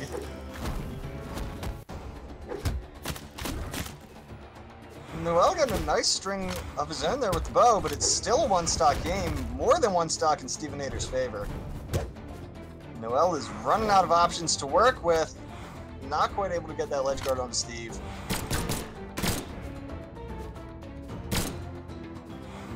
And those guns can be so difficult to recover against. But on so many hitboxes. Noel blowing everything to recover, and he was very slow to get back on the platform, charging up that signature. Stevenator there to punish with the side air. The weapon toss. Stevenator looking for the unarmed follow-up. We've seen Steve do work with unarmed in the past. Nice dare. Oh, he's just a little bit too late on that ground pound. Stevenator is more or less the quintessential North American unarmed player. If we're not going to count Rashid. That recovery killed? From all the way down there? Very far away. I was about to admonish Steve for going for that recovery instead of a Nair, but oh my gosh, that ended up killing that high force coming out from Cross. Definitely, I think that Stevenator would like that over the 4 force coming out of Val, but he forced Noel to do only 241 damage. And it looks like Noel restarting his game. Okay, Noel ended up dipping from the lobby, so we have some time, a little bit of time to kill. What do you think about Cross? Specifically, your opinions on Cross compared to Val. You know, he's an interesting character. I don't know how I feel about that stat line. Having so much more attack than Val is obviously a big deal. The dexterity, though, is pretty low for those weapons. I play a 5 dex blaster character, so I kind of know how that feels. I think that if you can... Yeah, I think if you can manage Cross's 4 dex, that he's a monster. But I think that he is way less forgiving to play than someone like Val or Wushang. You see, I don't necessarily feel the low dex specifically on the blasters. I feel like recently low dex guns have sort of made a comeback. That's why you're seeing the occasional Barraza. We saw Daiku pick up Barraza today. I still don't really know what that choice was. That was a little surprising coming out of Daiku. But you're starting to see a few more Barrazas. You're starting to see Diana make a little bit more of a comeback. 5 dex not necessarily that low, but you're also seeing Thatches start to make a comeback. Low dex guns, they feel better. They don't feel like you're moving through mashed potatoes. Yeah, they don't feel terrible, and they've recently have given them a little bit of a buff. So I mean, they're not terrible. And yeah, talking about Thatch, that is who I play. I'm a Thatch player, and Cross is kind of like him with the low dex, high damaging blasters.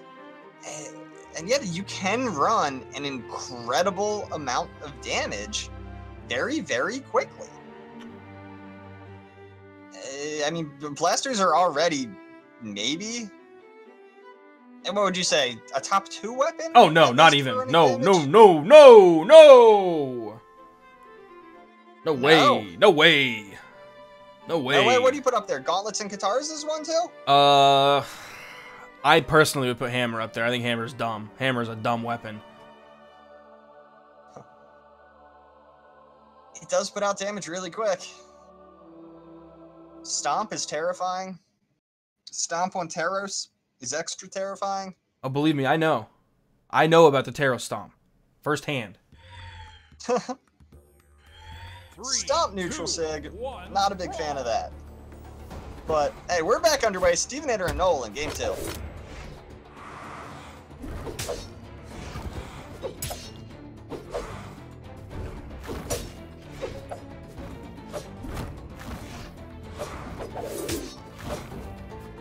And while doing definitely a better job this game right out the gate.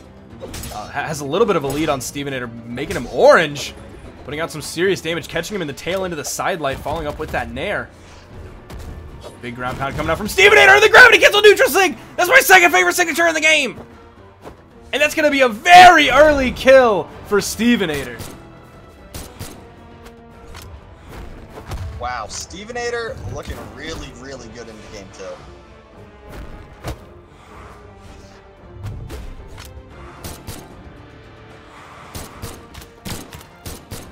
Well, trying to find this knockout. I like that he picked the sword up, dropped the bow. Gonna try and find downlight, side air. Maybe one of those Koji Sigs. Koji Sig's so powerful. There's a side Sig, but it doesn't quite connect. Nice down air punish coming out from Stevenator. Steve's guns looking reasonably solid today so far. We haven't seen very many neutral lights into X pivot dares or anything like that. I think we just saw either an X pivot nair or dare. I can't remember which. But his guns are reasonably solid. Stevenator is not bad with the guns by any stretch of the imagination. He's really somebody who I think can play every weapon he picks up pretty well. Stevenator about a full stock right now. And he has room to work with. I'm actually going to make a bold prediction right now. What's your prediction? I'm calling a Stevenator versus Twilight Grand Final. Really? No LDZ? As it turns out so far, LDZ isn't here yet. He might be losing his spot to the 9th seed. I don't believe he's shown up. That would be a big win for the 9th seed. Stevenator going up yet another game against Noel. That is 2-0 against Noel. I'm going to counter your bold prediction with one of my own. I am going to put my boy Astronaut in finals against Steve. If LDZ doesn't make it. Steve Astronaut. We're going to see Astronaut Twilight pretty soon. 3, 2, 1, brawl.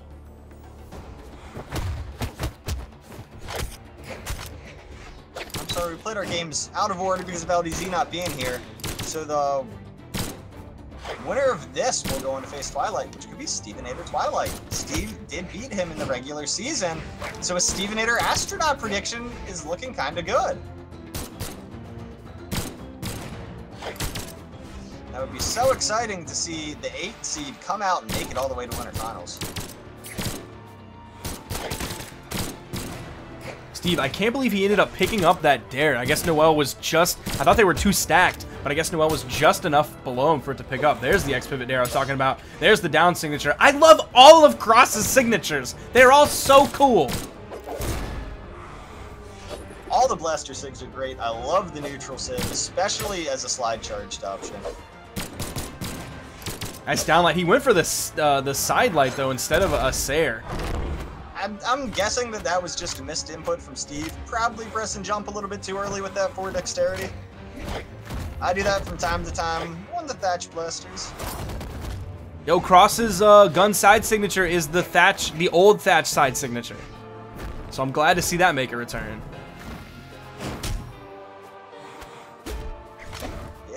It's an awesome signature. I do like that move a lot.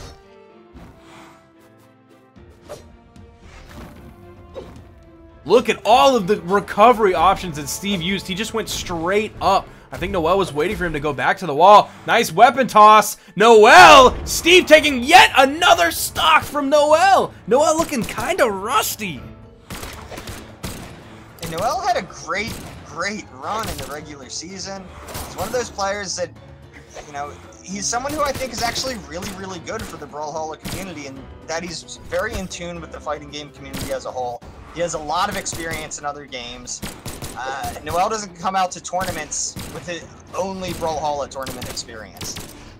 He's a player that I have a great deal of respect for in the scene.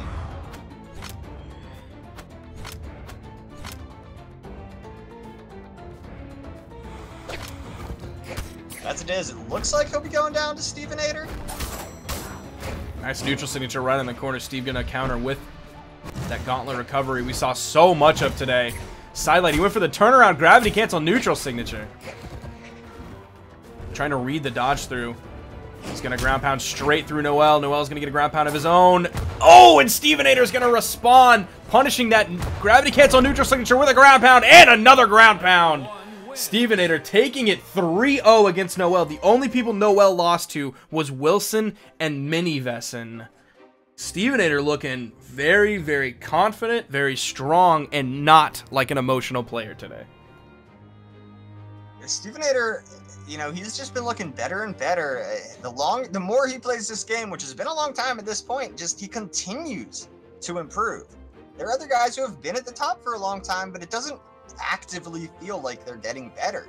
Stevenator, you can see like the little tweaks in his play, the little ways he improves, and he's just gotten better and better and better.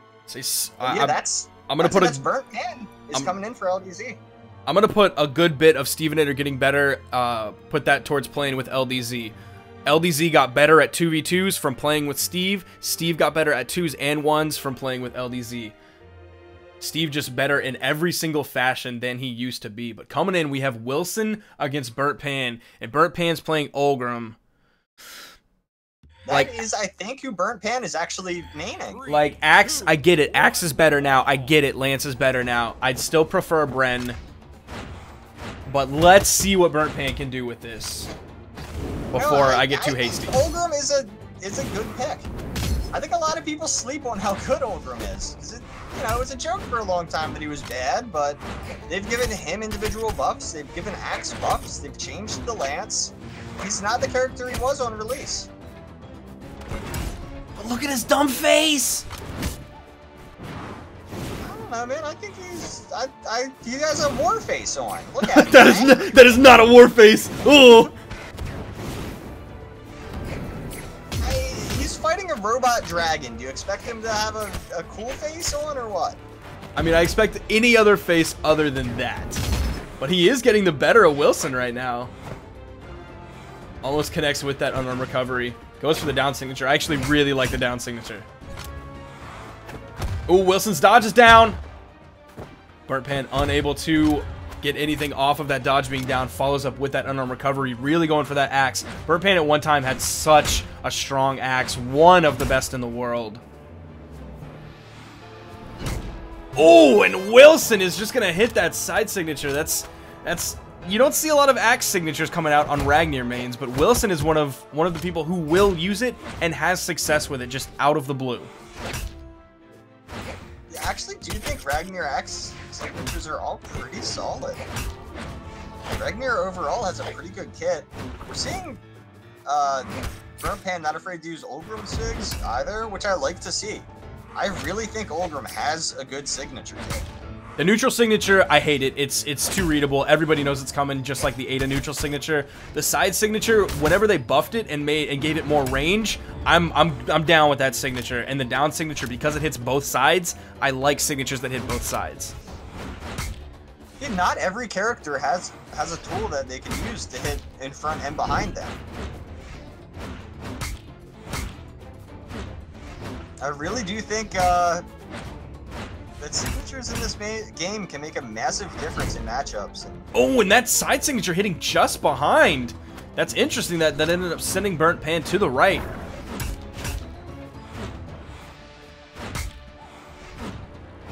We're seeing Wilson try and use the signatures. Third one's the charm. That's going to connect.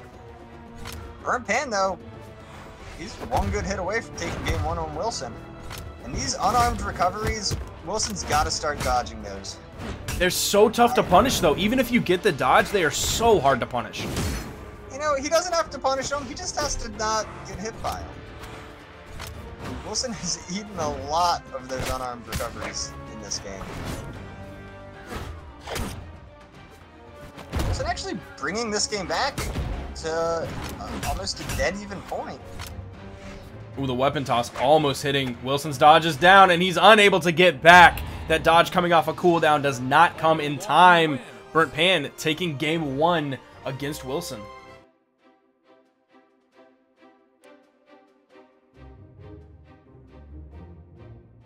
You know, that was an interesting game. We saw Burnt Pan with a big lead, and then Wilson brought it back so quickly. Now keep in mind, Burnt Pan being 9th seed coming in as the sub for LDZ, Wilson actually lost to Burnt Pan in his set in qualifiers. And this could be looking bad for Wilson right now.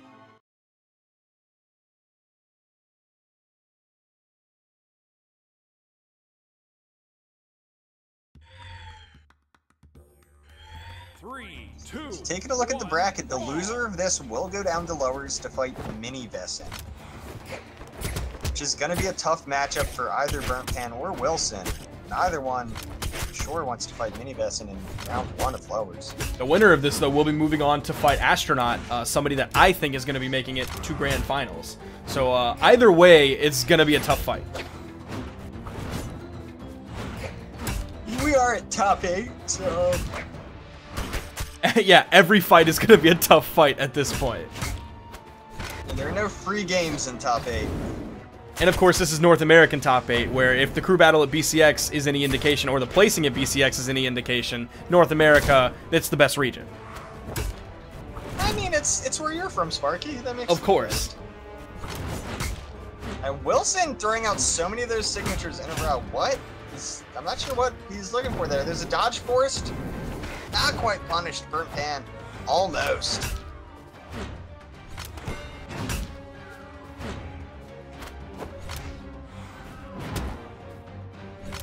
Wilson really fishing for these signatures, and Burnt Pan just has a read on him.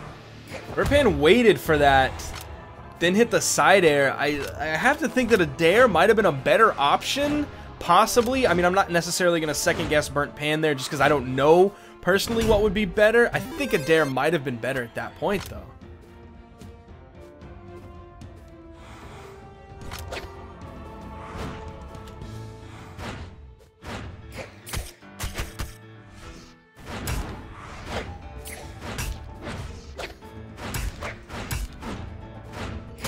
We're seeing these moments where Burnt Pan gets these nice axe strings. Ooh, He's able to do that a little bit more consistently.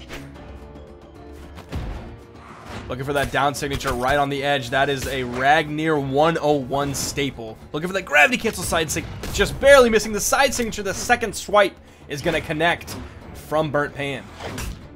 Nice turnaround side air coming out for Burnt Pan. Ooh, the bottom of that recovery. I wonder if he expected Wilson to recover high or if he was trying to hit with the bottom of that. Either way, great option. The range of the side signature is going to pick up the kill. Wilson going up. Just a little bit of a lead on Burnt Pan.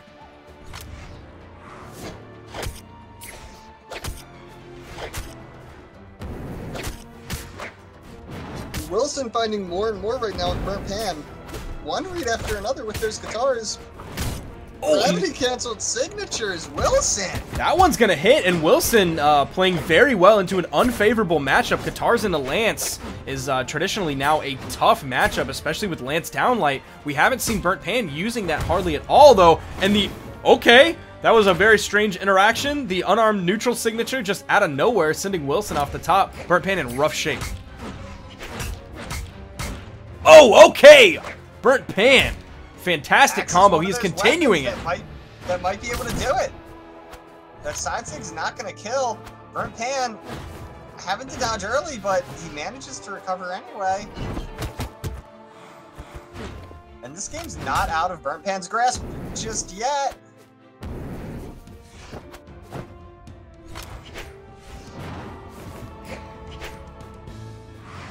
Tail end of that dare hitting. Oh, Burnt Pan hitting the side light to counter Wilson's side light.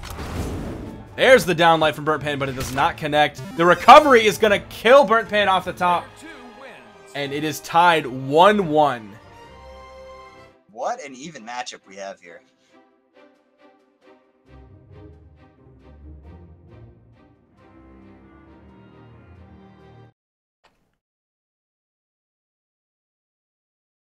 And moving it. Not really big. Go ahead. I'm not really big on Burnt Pan throwing his axe away at the end of that game and opting for the lance. I think he's having more success on the axe. I understand he might want the lance, like you said, for the matchup on the Katars, but I don't actually think it's what's working as well for him. I was actually about to comment on Burnt Pan's lance. It's been looking lacking today. I mean, I'm sure he can play it at a reasonable level, but it doesn't look strong enough, especially with the weapon advantage that he has playing it into Katars. And Wilson is almost playing exclusively Katars. That's a little bit rough coming from Burnt Pan. I expect a little bit better out of him.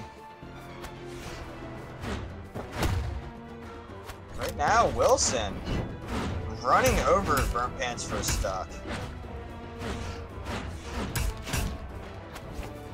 That neutral air barely picking up. Somehow catching Burnt Pan out.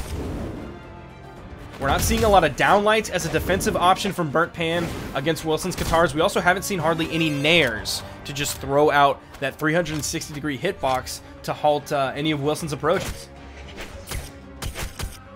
Yeah, I think Burnt Pan absolutely needs to just stick with the axe right now. The axe is working.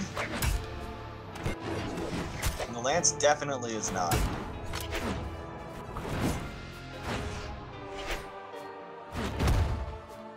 Nice down signature, halting Burnt Pan's axe recovery, and those keep coming. Wilson is punished for it. Burnt Pan wasn't going to let him get away with that. But it's a full stock lead for Wilson. He could go up more than that with one more kill right now. Oh, Burnt Pan just walked into it, please, don't! Wilson having the balls to hold that signature. I'm gonna have a hernia. Burnt Pan did not expect Wilson to continue to hold that.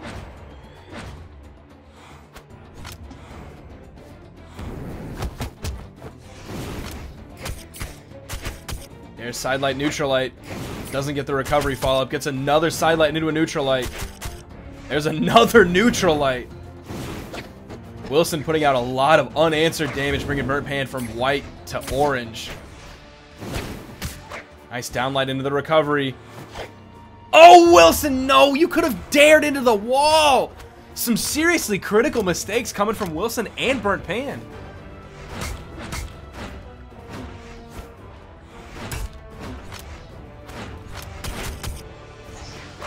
I'm just... Wilson, why?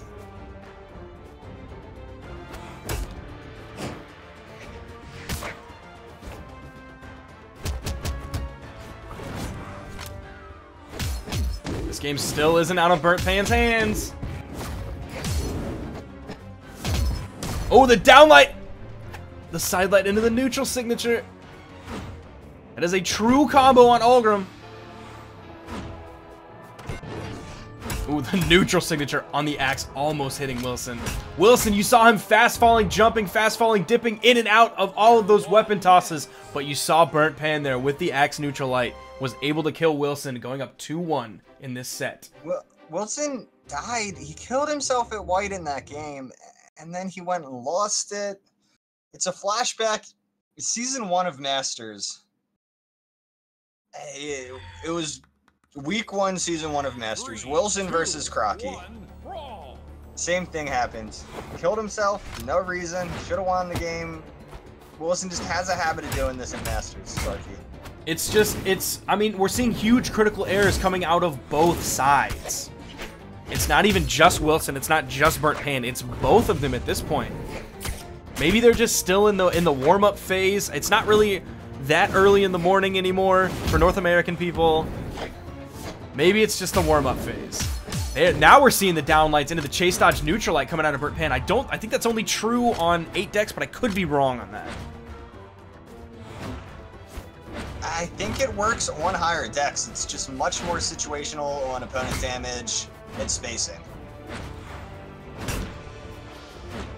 I think. Don't quote me there, Sparky. I play cross now, so I don't know. Weapon. That weapon's dirty. I don't want it. Wilson, though, getting a nice kill on the Burnt Pan. And we're fairly even at 2 stocks. Sidelight into neutral light coming out of Wilson has been so strong so far. The dare into sidelight as well. And what I'm thinking about now, with how aggressive and how kind of dominant Astronaut was versus Minibus in a 3-0 win, with the way Burnt Pan and Wilson are playing right now, as you said, they're both kind of making some critical errors. Do you see either one of these players beating Astronaut in the next set? The way they're playing right now, I do not. Like, that recovery right there, that was one of the most readable things ever. Wilson gets it on the 2nd try, but the way they are playing right now, no, I don't see them being any match for Astronaut at this point. If this is just warm-up time, then maybe. We've seen Wilson do great things. We've seen him tilt the bananas out of Twilight. And Burnt Pan had, at one point, I said it earlier, one of the best axes in the world. The way they're playing right now, though, I don't see them as any match for Astronaut.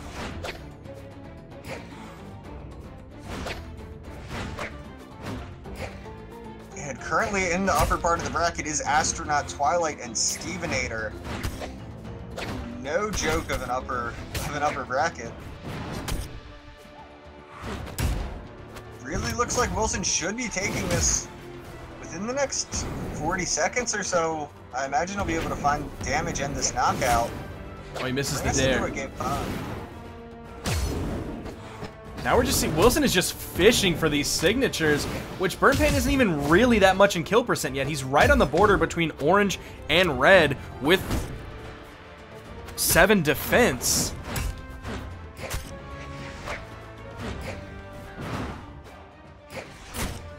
Yeah, Wilson continues to try and find these signature options, and he ends up just dying to an axe neutral light.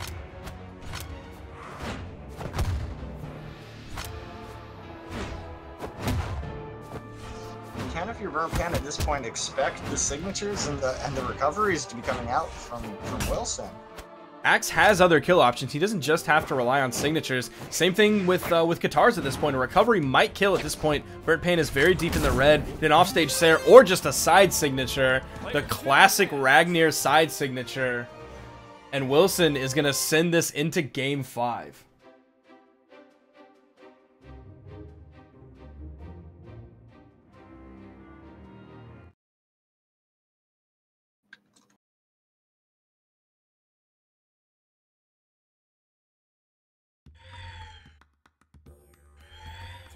We're going to Mammoth. Game 5.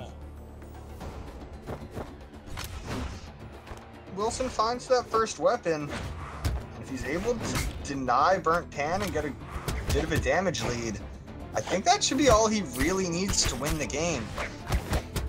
Really, we should have seen Wilson go up 3-1.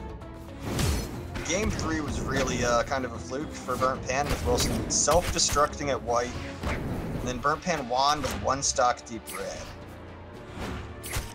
It's really not the way that game should have gone. Yeah, just kind of strange games overall coming out between these two players.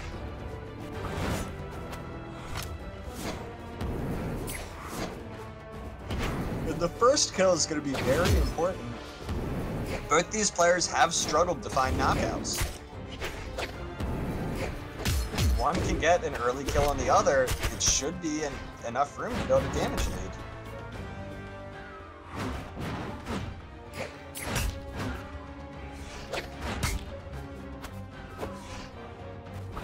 Wilson needs to be really careful not to die here. The unarmed Sair almost enough. He does get unarmed for it. And there's that's another Axe Neutralite kill. I swear, in the past like month and a half, I've seen Axe Neutralite kill more than I have ever seen it kill in my entire time playing Brawlhalla. That is now apparently a kill option for Axe.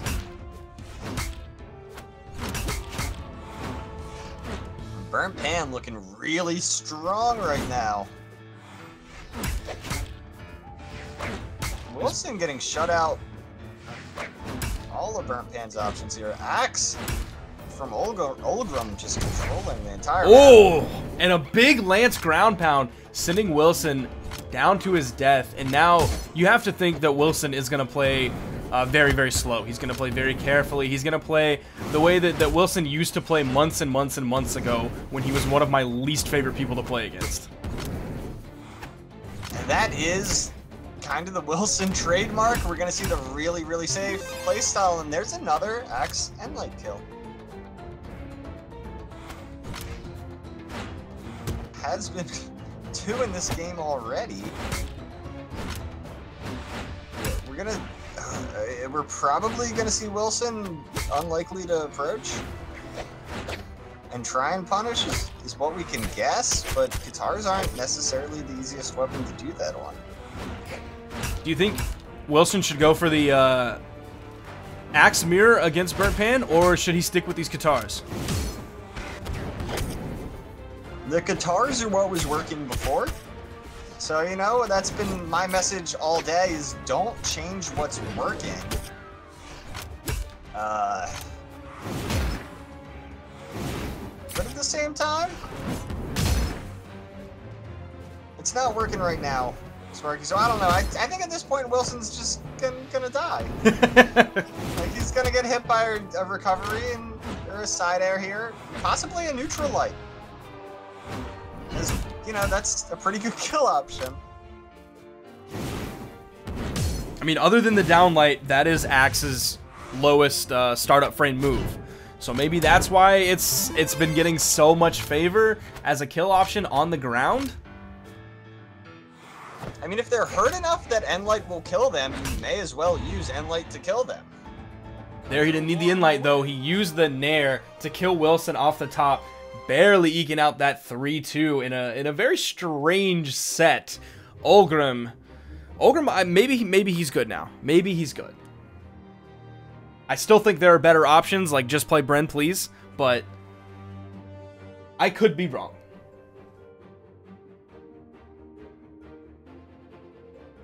This is yeah, I'm predicting maybe a rough set here for Burnt Pan.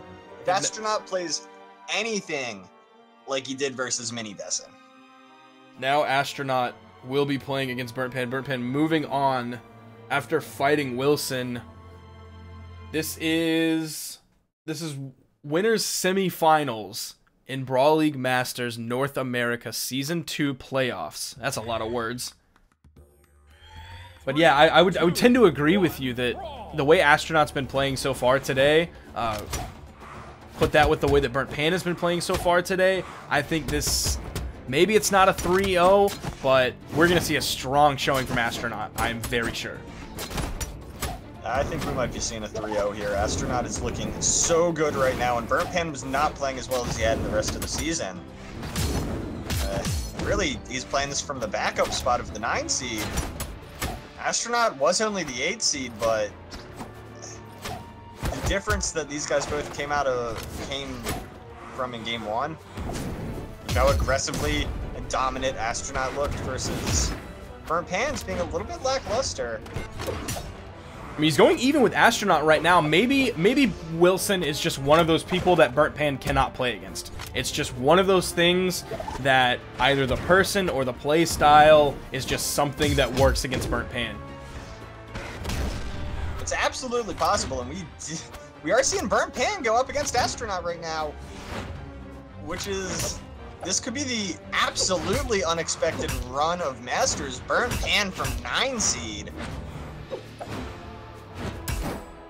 Oh, the bottom of that axe recovery, taking Astronaut out of his neutral signature.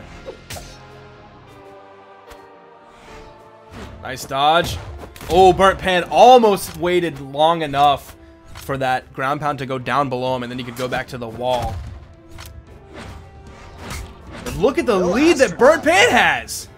Will Astronaut be able to find any of his strings, or is he just gonna get popped all across the map by Burnt Pan? He's just getting steamrolled by Burnt Pan right now. That's a full stock lead. Astronaut in a lot of trouble, and we were thinking it could have been a 3-0 for Astronaut. Burnt Pan looking so good in this matchup.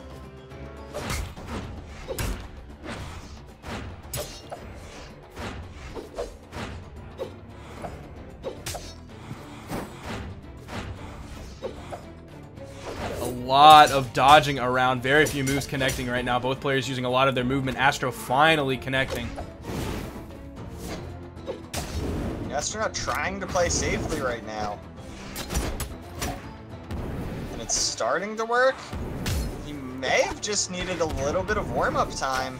He did play his set first. We'll see how he looks into games 2 and 3, but for right now, it's all Burnt Pan. Burnt Pan putting out so much damage. You saw him do back-to-back neutral lights. That's 44 damage. Back-to-back down lights. That is huge damage. On the order of 50+ damage from the back-to-back neutral lights. And the Sair, and that's a 2-stock going the way of Burnt Pan after a very hard-fought set against Wilson. That's a good-looking 2-stock from Burnt Pan. That's not just a 2-stock. That's Burnt Pan answering Astronaut off the stage in what I would consider Astronaut's home territory. There we go, Burnt Pan. Maybe not paying enough attention to the regular season to know Great Hall is where Astronaut has been absolutely dominating. This is his stage. I think you have to ban Great Hall against Astronaut. Maybe Burnt Pan is here to say, I don't care. I'm going to play the best Ulgrim in the game, and I'm going to take it to Astronaut on his home turf, on the place he feels most comfortable with. If Burnt Pan beats Astronaut here, I don't know where Astronaut needs to go to win. Right now, it's he probably needs starting to go to space. Real bad. Is there a space map? You're supposed to laugh. That's a joke.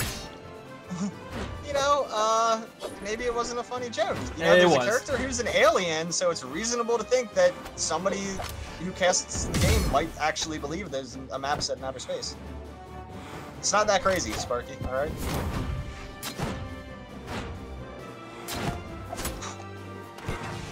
That was a joke. But Astronaut has done work to bring this game back to even.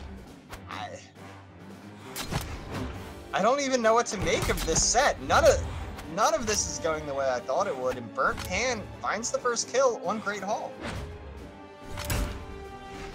Nice downlight into the recovery.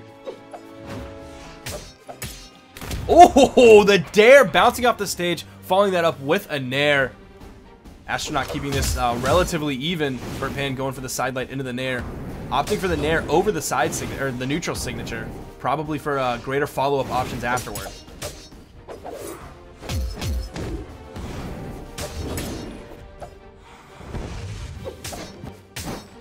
Astronaut has been finding more and more of that downlight, chase dodge diagonally downward, neutral sig on the Hattori sword, and that is terrifying. That is a true combo. The right spacing, you just get spiked down off the edge. It's so good on a map like Great Hall. that has a blast zone on the bottom that's pretty close. It is mechanically difficult to pull off, though. I will give Astro a ton of credit for that. True combo doesn't mean easy combo. One of the more, especially just two-hit combos that exist in this game are all typically pretty easy. But yeah, that's arguably the most difficult two-attack combo in the game. You can make a case for that. I would say downlight into chase dodge Vrax gun neutral sig is the most difficult two-hit combo, but that could just be me being biased. Yeah, it's certainly another difficult one. Astronaut in good shape to win this game, but Burnt Pan's still absolutely in it.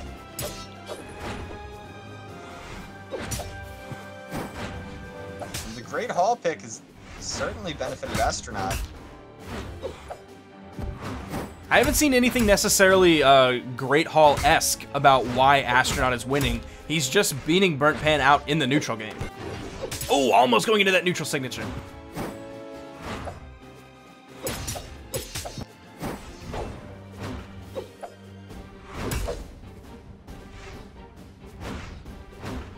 Burnt Pan needs to be so careful here. He's finding a lot of this damage that he needs. Astronaut, I thought for sure he would try and take Burnt Pan off the top. There's no recovery for Burnt Pan.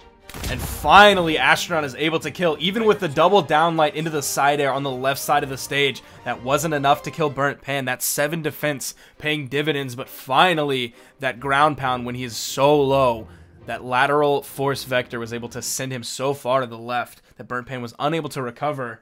Astronaut going up against Burnt Pan. 3, 2, 1, brawl! And that's a little weird at the start, trying to fight each other over the weapon rather than pick it up, but nobody got hit.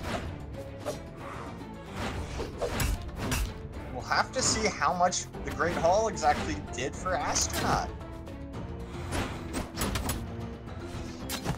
Very little damage coming out 23 seconds into this game. Burnt Pan now starting to take a ton of damage, actually, from Astronaut. And all it takes is one of those string starters on Astronaut's spear, and the damage gets racked so quickly. The weapon toss, and Astro somehow managing to not get hit by the lance toss. The weapon toss into the pickup, into the dare, into the weapon toss. That thing that Astronaut does, the weapon pickup dare, is so clean. It looks so easy when he does it. Mechanically, Astronaut is a very strong player, and that's a big blunder. He's going for it again. A kill did not come out of that for Astronaut, but he was able to put out serious damage, taking Burnt Pan into the orange. Burnt Pan needs to find the knockout onto Astronaut, really without taking any more damage. There you go. That's exactly what he's going to do. He got it. Downlight, and then turning around, hitting that recovery. It's still going to be tough for Burnt Pan to make a comeback in. Astronaut immediately gets put into orange, so maybe not that tough.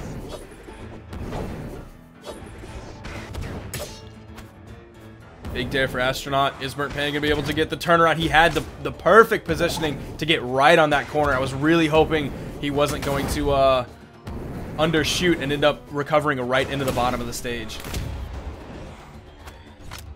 Certainly some of the risk you run when you do recover under the bottom like that. But Astronaut was able to clean that up nicely.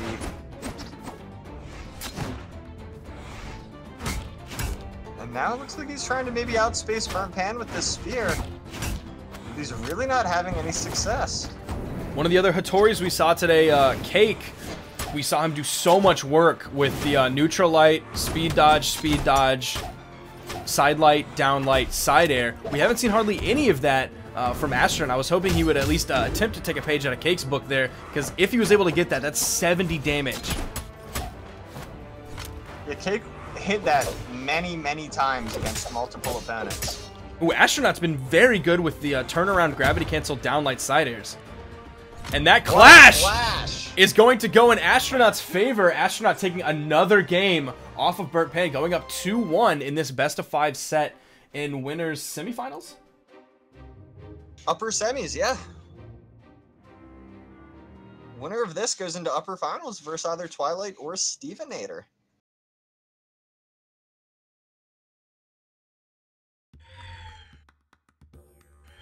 Three, two, one, brawl.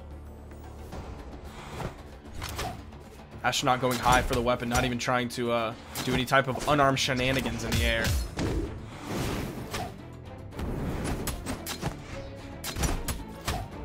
Back-to-back downlights, the second one hitting. Burnt Pan getting a neutral light, going for the chase dodge downlight. Astronaut has excellent spacing on those gravity-canceled D-lights. I love how he's picking Burnt Pan up off the ground with the gravity-canceled downlight. Nice neutral light as well. He goes for the neutral signature. Does not connect. Gets the turnaround side air. Ooh, goes for the down signature. Oh! He slide charged that off the soft platform. Burnt Pan was able to overspace it though. Astronaut right now trying so hard to force Burnt Pan out towards that blast zone. Not getting the kill outright, but he's just not able to follow it up. Oh, ho, ho. And that is one of the biggest strengths that Ulgrim has, is the side light into the neutral signature. It is such a strong kill option. That's where his 6 force is really going to come in handy.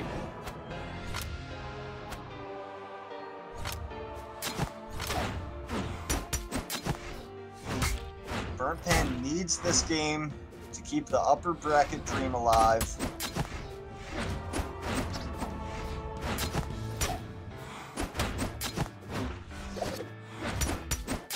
The side lights, it's 2 back-to-back side lights where he dropped the down light afterward. Meanwhile, he hits 2 down lights.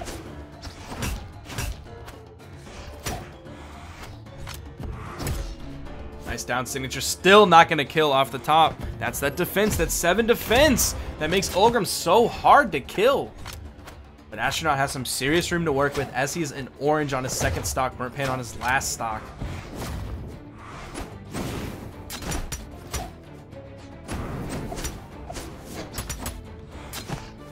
Astronaut finding a lot of spirit damage right now, going a full stock ahead. This game's starting to slip farther and farther away from Burnt Pan. I love how creative Astronaut is with his gravity cancels. He's so strong with the downlight. You already mentioned that earlier, the gravity cancel downlight. He's been doing it with gravity cancel downlight on Spear. He's been doing it with gravity cancel side light on Spear. He's just been really, really creative. He doesn't have to force the situation. He's able to react to what's going on with those.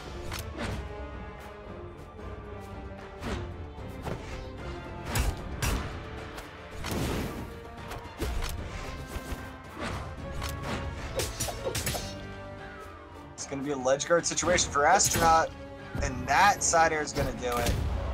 Burnt Pan going down to the lower bracket to fight the... I don't know who he fights. He will be going down to the lower bracket, I believe, to fight the winner of Wrenched and Noel. We will see that later. Astronaut moving on though. I love how high Astronaut went towards the end of that. He knew that Burnt Pan was going to be using his axe recovery to throw out that 360-degree hitbox. So he went high, waited for that to come out, and then punished. Great option coverage from Astronaut.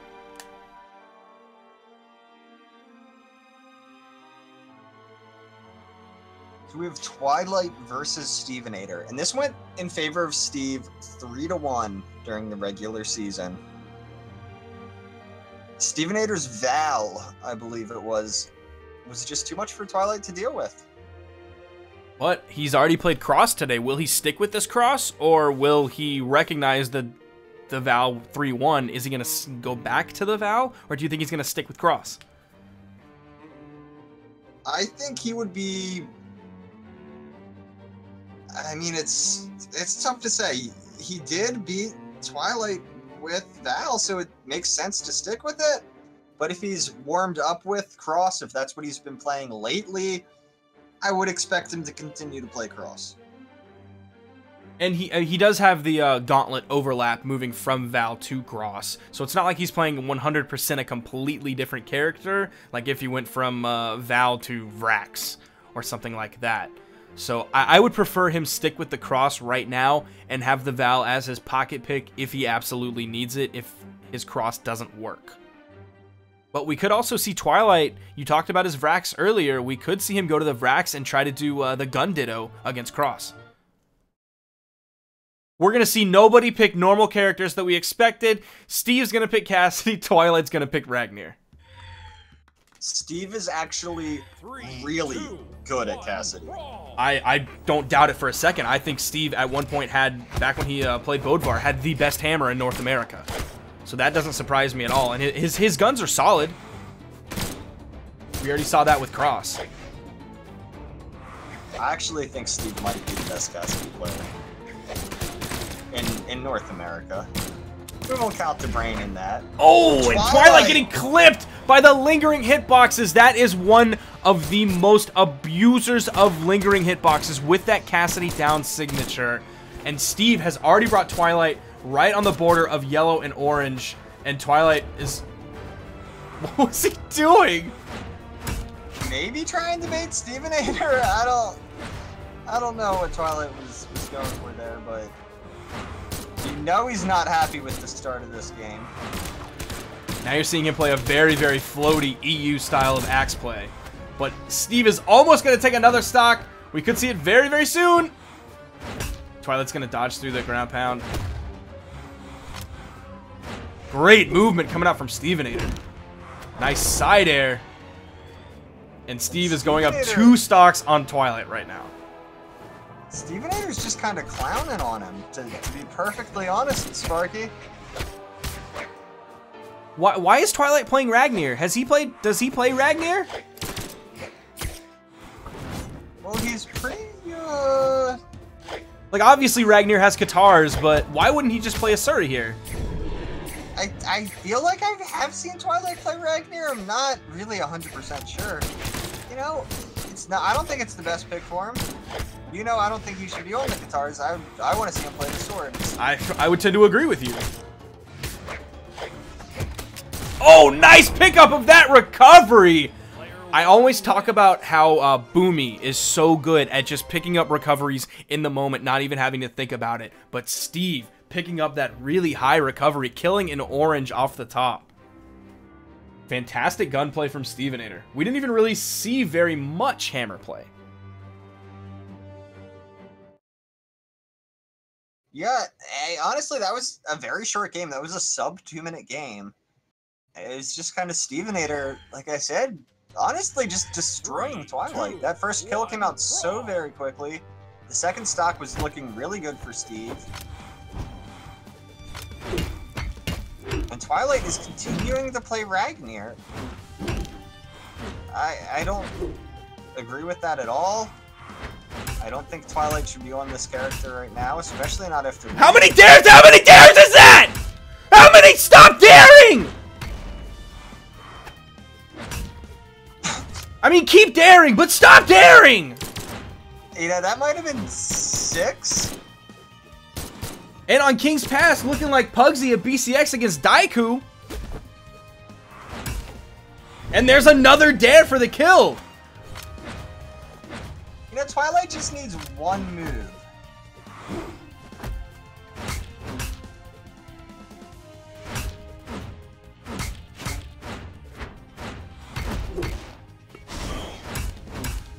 Now Twilight is really bringing out that axe. The hammer recovery is going to take out that stock. Stevenator not in terrible shape. If he can force Twilight onto the Katars, I think he has a much better chance.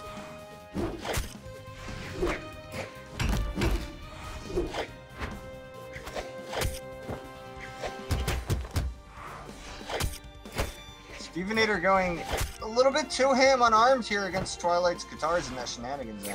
I don't know if he was looking for a dare immediately after that neutral light, or if he was looking for a ground pound as well, but nothing came out.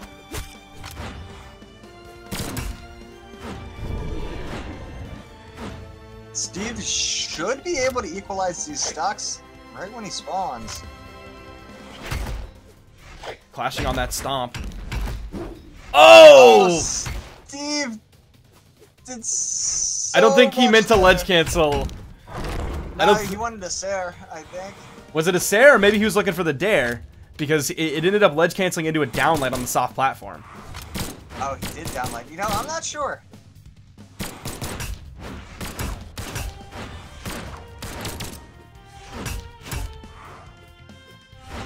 And what looked like a game that was going to snowball in Steve's favor after the last one, Twilight is keeping this very, very even. And it's been specifically his axe play.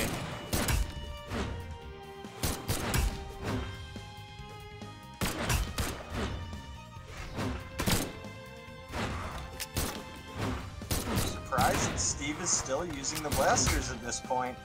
And that's no recovery for Steve. He's gonna be alright. He's going to go for the unarmed. He had time to get a weapon. Trying to pick Twilight up off that corner with the recovery, and the side signature from Twilight Player 2 is going to tie up Yes, this set he 1-1. could have at least denied enough of the weapons there to not let Twilight get an axe for free right away. There were a few big mistakes from Stevenator in that set. I actually just saw the replay on stream of when Steve ledge canceled the downlight. He didn't even reverse. So I don't know if it would have hit, because obviously if he's going for the Russian Mafia, you usually do the reverse dare. It's more reliable that way. But he ended up... if he had just dared there, I don't think it would have hit him.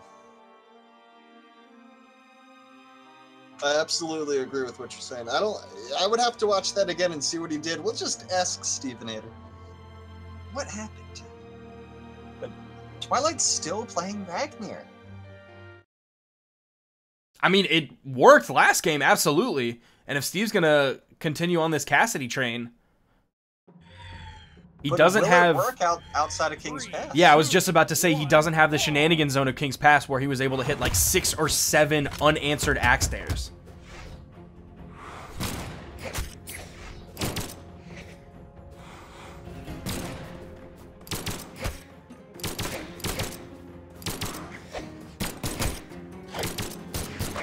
A lot of nairs coming out from Steve. Such a tough move to punish, and it does some serious damage. The first hit doing 20, the second one doing 17.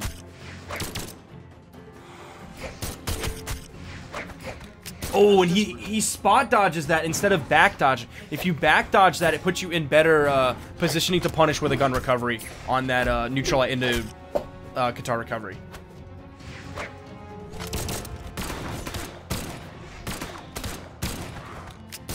Really just seeing damage kind of get traded slowly. Steve finally gonna make a play happen. Not quite able to kill Twilight. Might find the ground pound. He does not. Clash on the recovery. Steve's lucky that clash didn't kill him. Yeah, he only got hit by a dare and not, a ground pound. So there wasn't too terribly much force behind it. Ooh, going very, very low. I would be playing much more carefully if I was Stevenator right now. A wild Nair or a Sair could have killed him very, very easily down the bottom. Nice damage coming out from Steve. Now, when you're on the corner of the shenanigan zone like that, and you're playing with blasters, it's good to throw out hitboxes. I like to play it back a little bit farther than he was against the shenanigan zone, just because Twilight is able to come over very, very quickly, peek over that in between your gun hitboxes, and punish. Yeah, it's not really something I do when I play the blasters, or when I try it, I always just find that I get punished. Maybe that was the issue, Steve just being a little bit too close to Twilight, being in range of that. Nice side positioning for that hammer recovery. You saw him going for it. Yeah, even a telegraphed hammer recovery still connecting from Stevenator. Good stuff.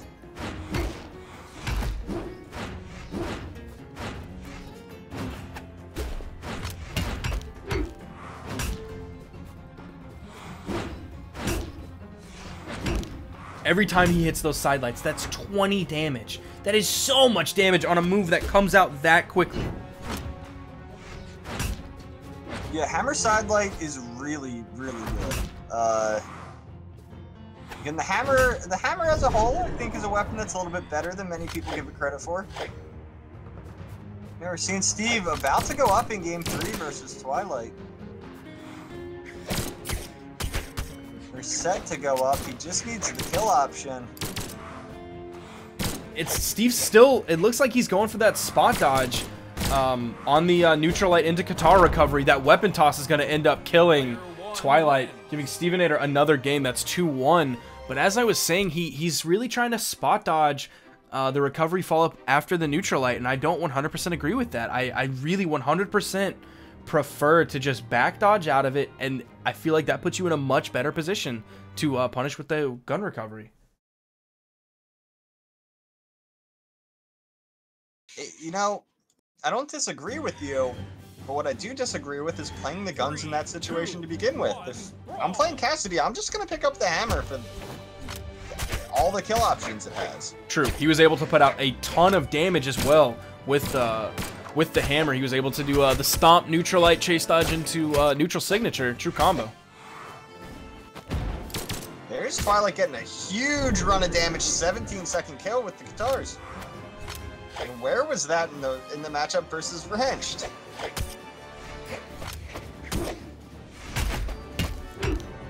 When the downlight clashing out, but Steve following up that clash with a neutral light.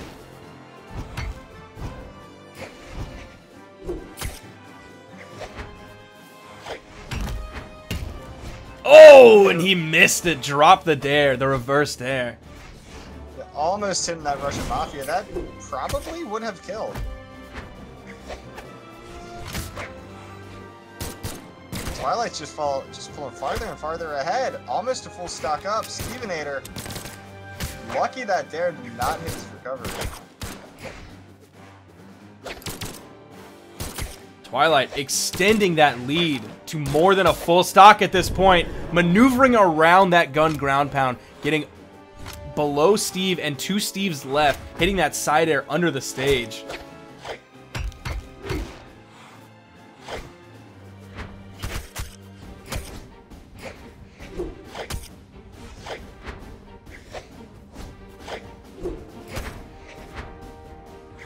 Nice dare. He didn't look for any follow-up after that. He waited to get back onto the stage to further punish Steve. Steve ends up getting the kill anyway. Steve in orange on his last stock. Twilight fresh on his second stock. Twilight has to be feeling reasonably comfortable right now, especially against Steve's Cassidy. In this game 4. We really look like we're going to be going into game 5 here. Twilight trying to take Steve back down to Dare City. He's not having the same successes as before. The side air will do it. Player 2 wins.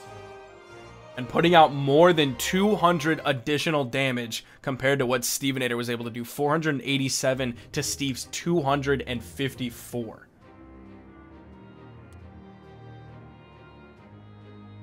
And that's not looking so good for Stevenator. Twilight has to feel good going into game 5, and they're sticking with Cassidy and Ragnar. I'd kind of like to see Steve switch back, maybe to Cross. I'm not seeing a lot of great hammer play coming out that I would have expected from Steve. We're seeing the occasional hammer recovery. Of course, he's using Cassidy's true combos, the neutral light into the neutral sig, the occasional downlight, neutral sig. But I'm not seeing a lot of great hammer play coming out of him, and I'm seeing some pretty solid blaster play. Yeah, Steve's blasters are pretty consistent. I don't think he makes some of the really crazy, nutty blaster plays that are possible, but he puts out consistent damage, consistent kill options. He is to blasters a little bit as Twilight is to the sword. And Twilight going up very, very early yet again this game. Are we going to see a repeat of last game? Steve losing his first stock while Twilight's only in yellow.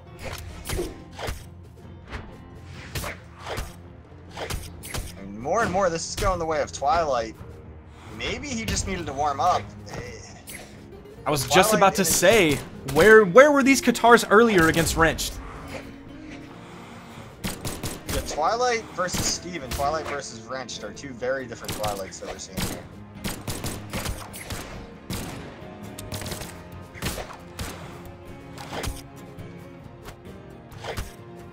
Back-to-back nairs.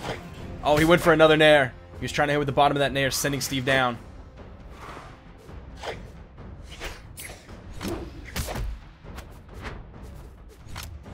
Steve down to one stock. Twilight looking very, very dominant over Steve.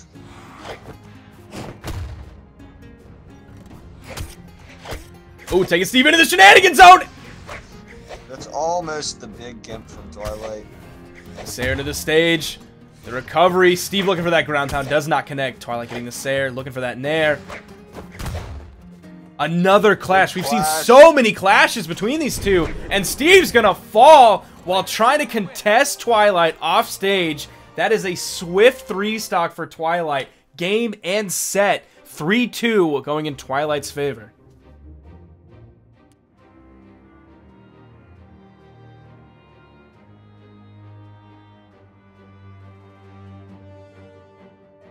Twilight will be moving on to face Astronaut in the upper finals, but we are going down into the lower bracket to see who will be victorious between Mini Vesson and Wilson. The winner of this will go on to fight Stevenator.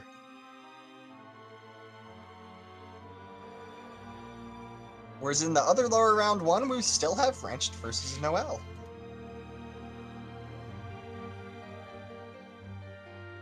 I assume it's a safe guess that Mini Vesson will be on that Val. Wilson, probably on Ragnir. Yeah, probably going back to that Ragnir.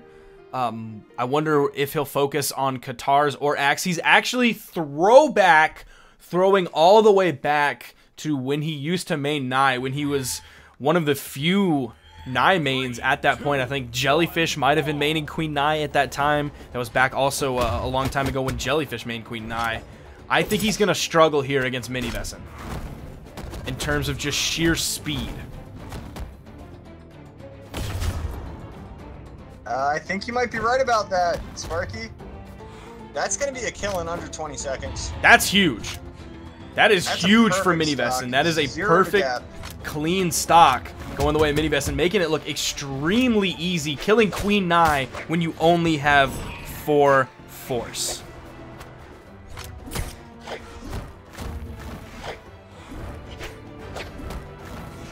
Mini Vesson up such a substantial amount, and we're only 40 seconds into the game. Wilson almost finding that gravity cancel signature. Would have been exactly what he needed. I think I saw Mini Vesson ask in chat if sidelight into recovery is true on lower dex characters, like not just Wu Shang, who has 7 dex. And so I think we're going to see that a lot more from him. We saw a lot of the sidelight nair earlier. I think he might just completely abandon that and go for the sidelight recovery. And there's another stock going the way of Mini Vesson.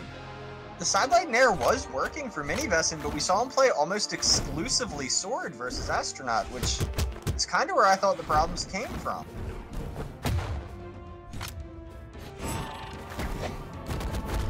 Nice nair into dare into sidelight. Oh, did you see him just wait? He almost was able to hit that sidelight, but the bottom hitbox from Wilson's neutral signature was able to clip him. That was almost so clean. He just stood stone cold still. Oh, and he's chasing so deep! The 3-stock coming on to Wilson for Mini Vesson. Huge.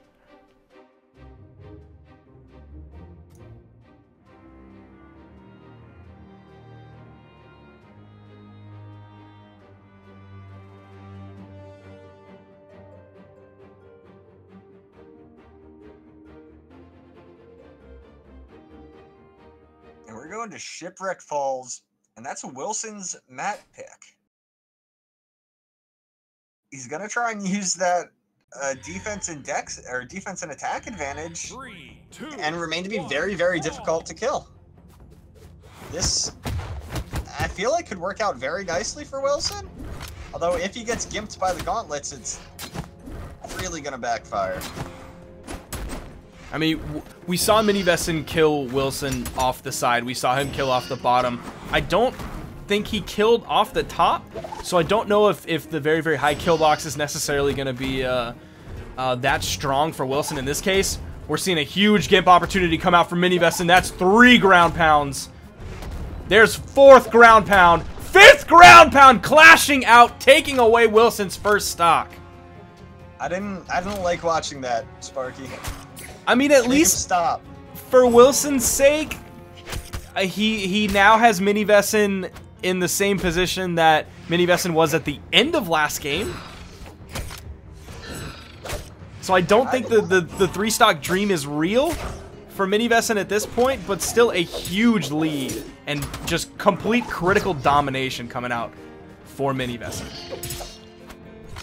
Even though it wasn't a substantial like health lead after all of that, when you get hit by 5 ground pounds in a row, like your mental game is absolutely butchered.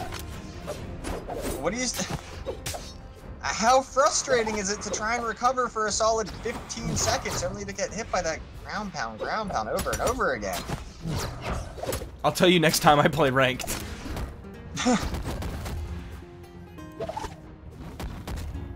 Oh, that's recovery interrupted. That's the kill. And there's another stock going the way of Mini Vesson. Mini Vesson going up almost a complete full stock in terms of stock and health on Wilson. And this is looking like curtains yet again for STTP Wilson.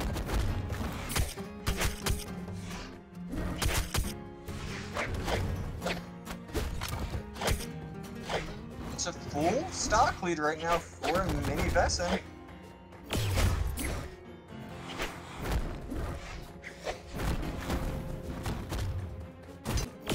Nice slide charge big leg side charge. signature. Huge play yet again coming out from Mini Vesson. He's just able to rotate in, around, above, below, all over Wilson and just completely steamroll him the entire time. Taking away 3 stocks from a Queen Nai on Shipwreck with a 4-force Vow while only doing 466 damage. That is huge.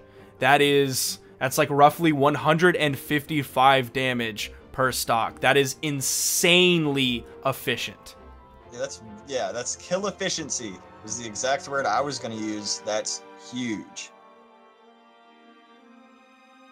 But Wilson actually changing to Vrax. I mean, he needs to change at this point. I don't necessarily know what his Vrax is like, but changing to anything at this point is better than staying with that Queen Nai. 3, 2, 1, brawl!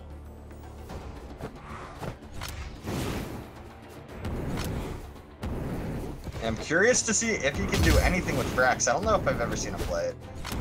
I'm expecting a quick win from Mini Vesson, unless Wilson knows something I don't know here. I mean, maybe he's trying to play Lance into Gauntlets. Maybe he's specifically looking for that counter pick in terms of weapon matchups. He is just really going for those ground pounds, though. Just walk off the edge, jump ground pound. You're not going to be catching Mini Vesson out. Still, Wilson's keeping the damage pretty even.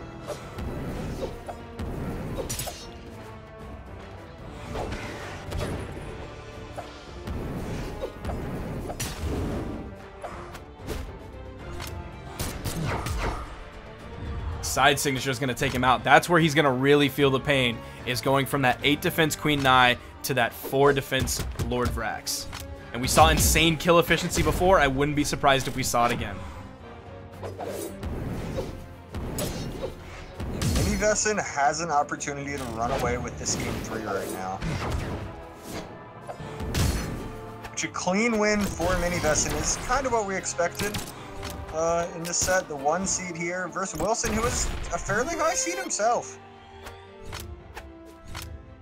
Yeah, Wilson coming in 5th seed. He beat Mini Vesson, or sorry, he lost to Mini Vesson in qualifiers. He also lost to Astronaut, Twilight, and Burnt Pan.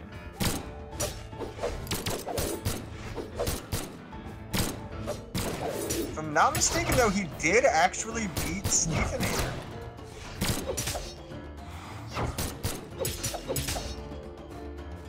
Downlight side air looking to melt away the stock. Wilson picking up that gun recovery. There's the dare into the nair that we saw so many times from Minivessen. Weapon toss almost connecting. The ground pound is going to secure that kill. And Minivessen is one stock away from moving on to face Stevenator in the next round of lowers. Back-to-back unarmed recoveries, followed up with that neutral signature on that lance. That's like 40 damage? It's some absurd, crazy number like that. Ooh, max range side signature. He's faring better against Minivessen, that's for sure.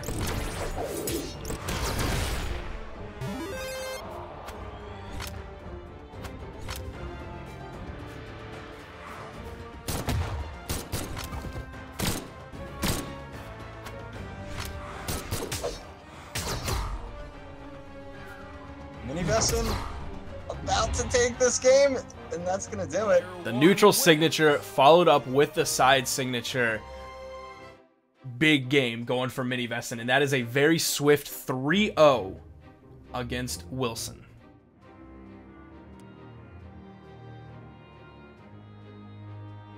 I can't necessarily 100% criticize the Wilson pick, or the Vrax pick from Wilson.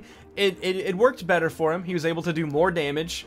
Minivessen put out around the same amount of damage compared to the Queen Nai, so his survivability wasn't terrible, especially compared to the Queen Nai. His damage output wasn't terrible, but Minivessen just completely outclassed him. Yeah, Minivessen looked all around stronger in that set, but I do agree, Lord Vrax worked out better than Queen Nai did for him. We're on to Wrenched and Noel. Now, Wrenched, coming off the 3-2 set against Twilight, I would have been feeling good if I was Wrenched after the play that he was able to do against Twilight. But there have been significant time for him to come down from that somewhat momentum that he had. So I wonder if he's going to be coming in fresh. Maybe he's going to be coming in cold. It took him some time to warm up a little bit against Twilight. I wonder how he's going to be feeling going straight into Noel. Yeah, I think he's coming into this game with a good amount of energy. I think that Wrenched has a good attitude about the game, and it's why we've seen him improve so quickly, so rapidly. I think that he looks at his experience with Twilight as he learns stuff. He had a good showing versus Twilight. He got that awesome string. And I think he feels good about this game into lowers. He's already placed into the top 8 of Masters. No matter what, at the end of the day, Wrenched had a very good showing for his first season. I definitely agree. You have to be feeling good at this point, no matter what happens, if you're Wrenched.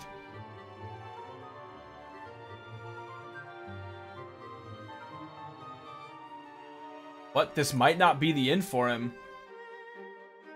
Noel ended up getting 3-0'd by Stevenator. A very, very tough set for Noel. Meanwhile, I think 3, 2, Wrenched actually beat Stevenator before. So Stevenator beat Noel, but Wrenched beat Stevenator. There's not necessarily a 1-to-1 comparison there. And look at Noel! Coming out, swinging. And this Wrenched pick, what do you think about the Sentinel? I do usually universally agree with a Sentinel pick. We know Wrenched has Katars. I don't necessarily know how strong his hammer is, but when you play Sentinel Hammer, you don't really even need to worry about the light attack button. It's all about the signatures. Maybe learn how to press downlight. That's all you really need to know. Sentinel's got a very interesting hammer. Probably my favorite signature kit in the entire game on that hammer.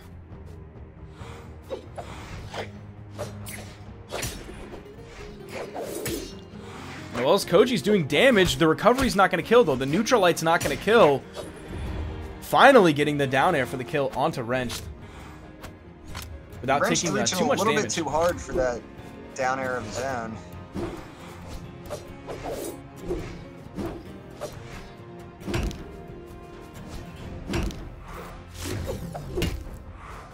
Now those signatures are coming out. You saw him miss the neutral signature. You saw him miss the side signature and get punished. There's a neutral light. Wrenched is still fishing for those signatures. He needs to be careful. Noel's not the kind of player to fall for that. And gets the double down light, but misses the side air. He's still putting out serious damage. You saw him hit the neutral light and then the side light.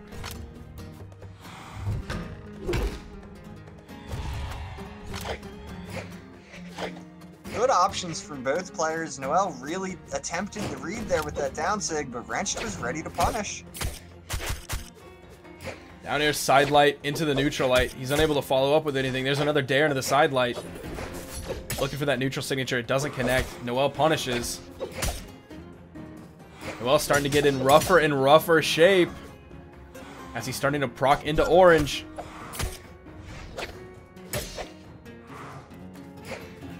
Wrenched has managed to build this lead so effectively. Noel's trying to maybe space him out here and bait him, but it's just not working. We're not seeing Wrench go for that neutral signature, even though Noel is starting to play a little bit more floaty.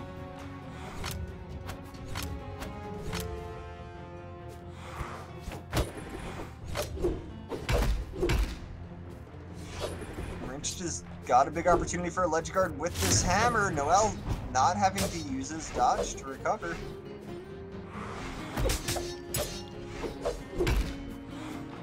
You're seeing Wrench start to fish a little bit for those stomps. He ends up ending the game with a ground pound, and it looks like the Sentinel picked work.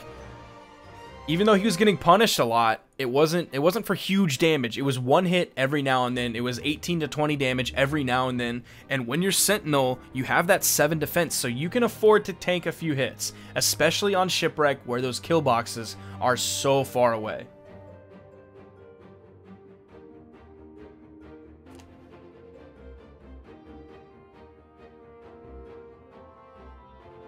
So moving on into game 2, this is going to be Noel's pick map-wise. I'm really curious to see where he wants to take Wrench to. It's just going to be Shipwreck. I don't know if I agree with giving this map to Wrenched. I definitely don't agree with it. He was able to survive forever on this map.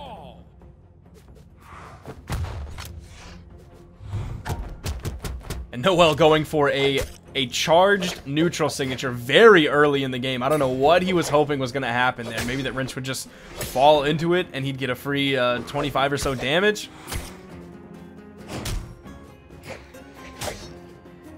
It was a big opportunity for Noel there. Didn't quite pan out for a ledge guard, but that was dangerous for Wrenched.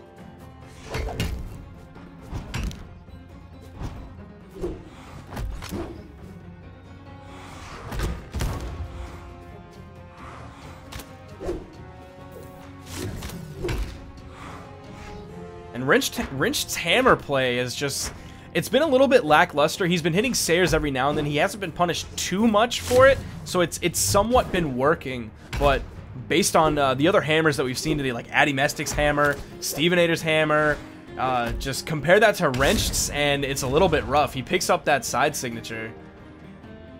And That's what we talked about, though. The hammer doesn't need to be really, really good. It just needs to get some Sentinel signatures on it. If you can connect with that side sig for the KO, you don't have to necessarily do the most high skill stuff with the hammer.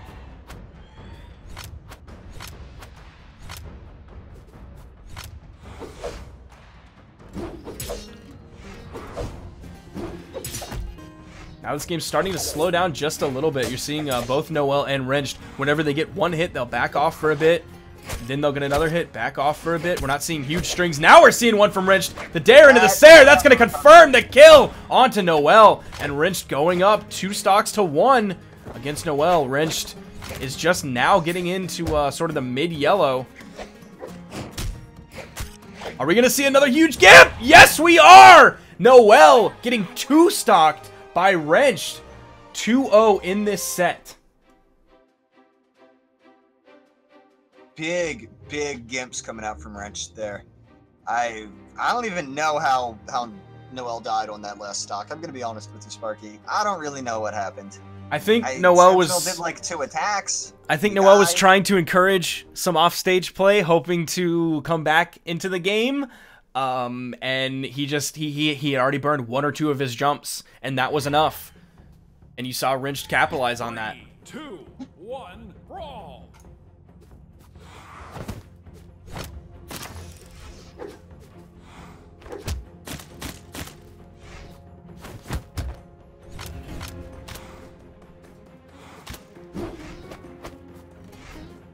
Now we're seeing a very, very slow playing Noel, completely different from before. He looks like he's focusing on this bow, trying to play it very, very slowly. And nice there. Despite the fact that Wrench got 2 gimps last time here on Shipwreck, Noel picks it again. That's some logic I just don't agree with. You know what? This guy used his strongest weapon, and one of the things he's best at on that weapon to huge effect on this map, and I lost because of that, so I'm gonna pick that map again. Like, I do not agree with that logic at all.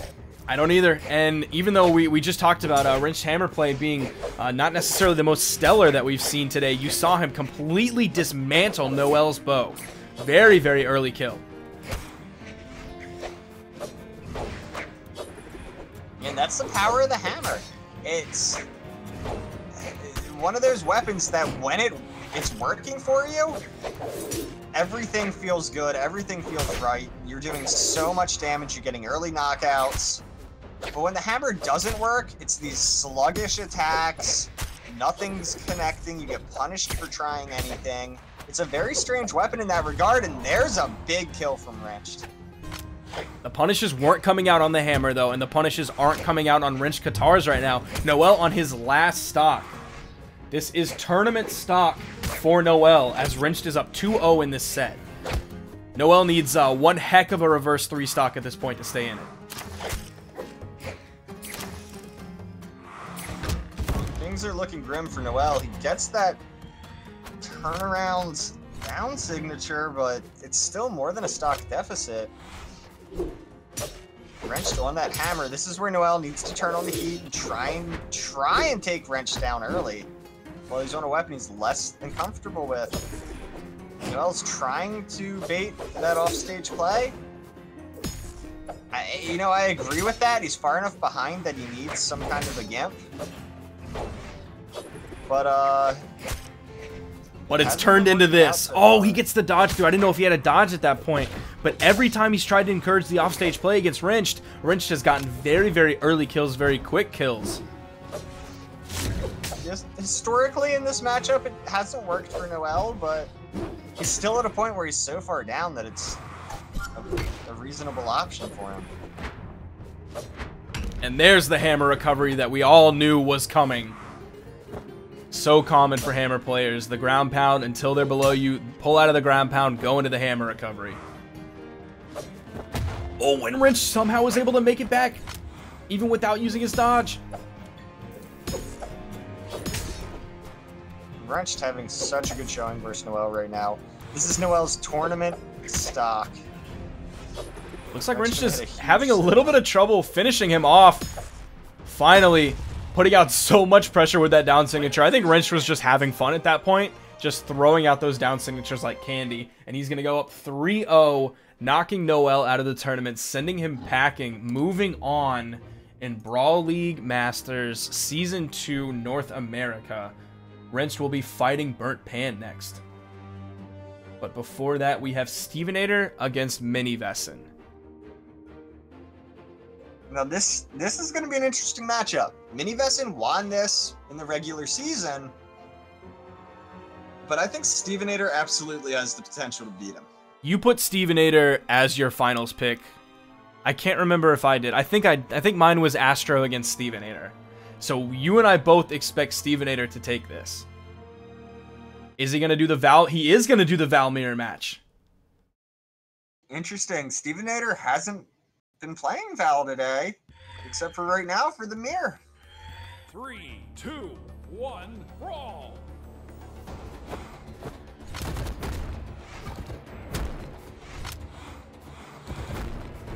see what Steve can do here, but Oh, Steve, no! Bonking his head, please! Not like this!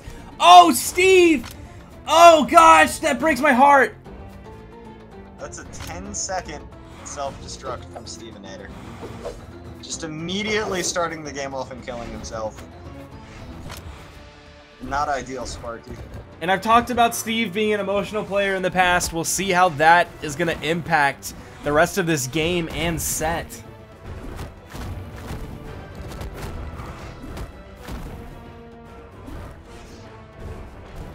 Yeah, that's a tough thing to have happen to you right away, because there's no winning in this situation unless you actually win the game with a 1-stock deficit.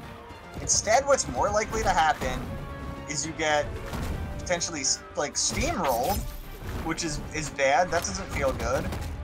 Or what is arguably worse, you come really, really close to winning and then lose. Neither one of those things are any good for your mental game. It looked like Steve almost had the comeback, though. He was really encouraging that offstage play. He was really trying to get Mini Vesson, trying to get that turnaround kill very, very quickly. It looked like he almost had it at a couple points, but Mini Vesson was still able to recover, and now he has tied it up in health while Steve is behind by a stock. Unfortunate game for Stevenator. I can't stress that enough. Nice. He's gonna find that first kill anyway. That was so clean. He waited for it. He knew Steve was gonna chase for the ground pound. Fantastic timing and positioning coming out from Mini Vesson, and that is why Mini Vesson is seed 1 going into this tournament. Is he gonna get the 3-stock here? He doesn't get the 3-stock. Will not be a 3-stock. Woo! Steve getting that gravity cancel neutral sig kept his non-3-stock dream alive. Whew! That was very, very close. I think that is possibly the least damage I've ever seen in a game from both players.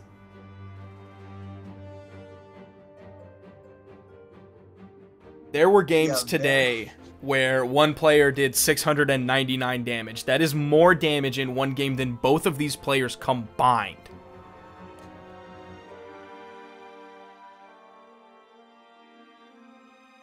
Yeah, that's a very low damage game. Stevenator switching off to Bran. What is this Bren pick? This is surprising to me. Maybe he wants the axe to try and counter Val. That's the only guess I have. I can't imagine Stevenator just taking a throwaway pick right now in lower of Masters while he's down. I would actually be okay with a Vrax pick coming out from Steve. I don't know how good his lance is, but he would have the weapon advantage in terms of matchup, and we've already seen his guns today are competent at a competitive level.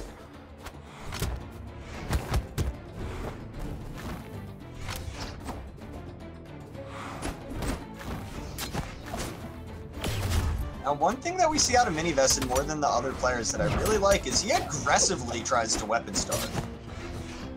Like, if he gets the first weapon, his goal, more so than fighting you or putting damage on you, is running around the map and denying every weapon. We've seen him have success against some of his opponents with that as well. You have to be careful with that against Steve, though, because if you keep him off of a weapon, you're forcing him into unarmed, which, like, for Steve, unarmed is a weapon. Unarmed is a very strong weapon for Steve. I'm not saying he's as comfortable as he is on his main weapons as he is on unarmed, but we've seen him do tons of work with unarmed. Yeah, Steve is one of the better unarmed players in North America, for sure, and that kill is going to equalize the stocks 2-2.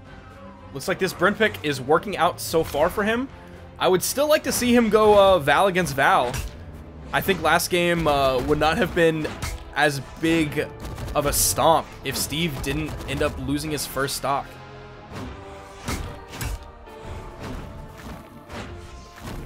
Yeah, that's so rough for that to happen, because even so, you self-destructed, but you still got JV3 stocked.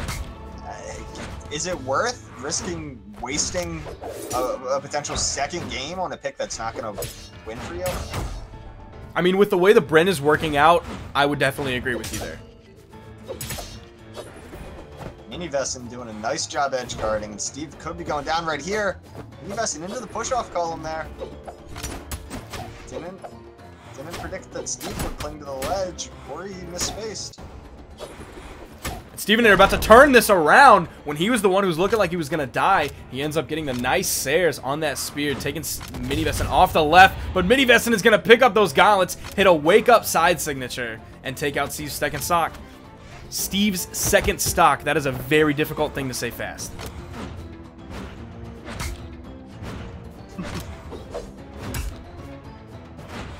Steve trying to get this edge guard, Minivesten trying to turn it on him. Both players playing very aggressively off the stage, actively looking for those gimps on one another.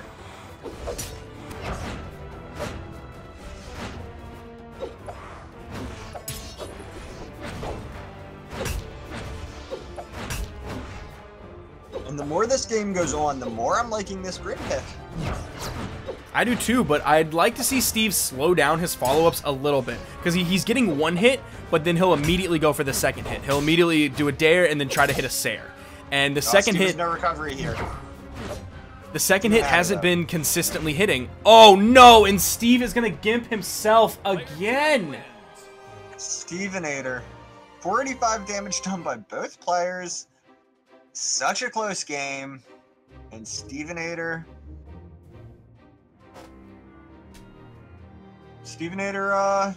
he kills himself the second time. Minivesten taking game 2, going up 2-0 on Stevenator in this best of 5. Steve is randoming. Steve has checked out at this point. He sees the writing on the wall, and he is gonna go random. Stevenator picking the random. Now, Steve, let's hope for the Vrex. Steve has criticized me in the past for calling him an emotional player. These are things that emotional players do. They pick random in game 3 on their tournament stock. He does have the lance, and we saw him do work with Bryn's spear. So this could have been luck of the random. 3, 2, 1, brawl. I've never seen him play Orion, but I have seen him play quite a bit of Lance. So maybe this will work out for him. I mean, so far, his Orion is lit, apparently. Stevenator finding so much damage in the first 20 seconds. Boom. Early kill, just like that. Oh my word. Steve is in the yellow on Orion.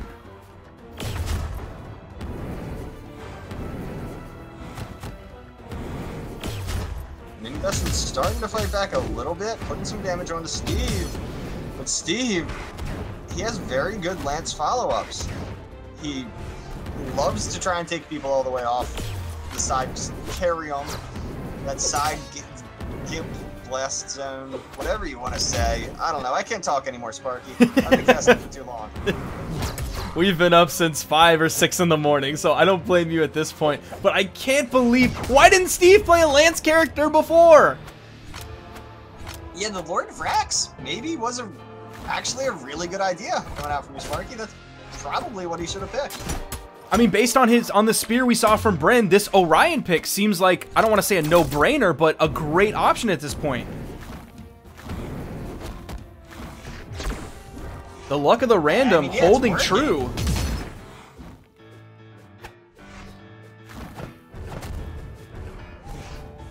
Nice dodge on that ground pound.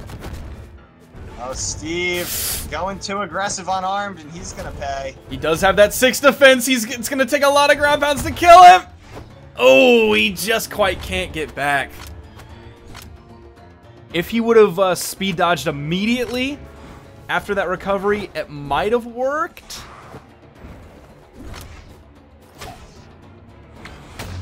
It's just very unfortunate for Steve that just happened. I mean, that was him going far too hard unarmed against the gauntlets. The telegraphed gimp attempts. He is keeping it very even, though. He's just now starting to get into that yellow, and he's brought Minivesten to the same level that he's at.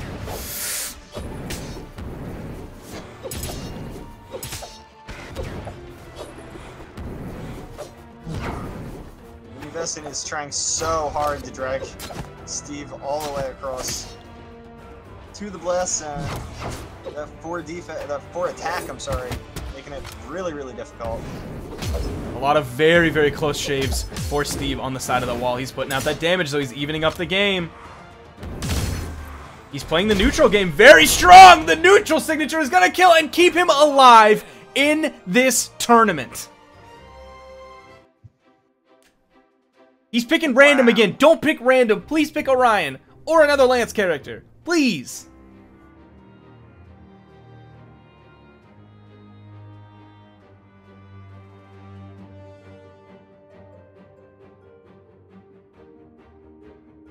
You know, I tabbed out to look at the bracket. I didn't see what Steve picked. He picked random. He picked random But, again.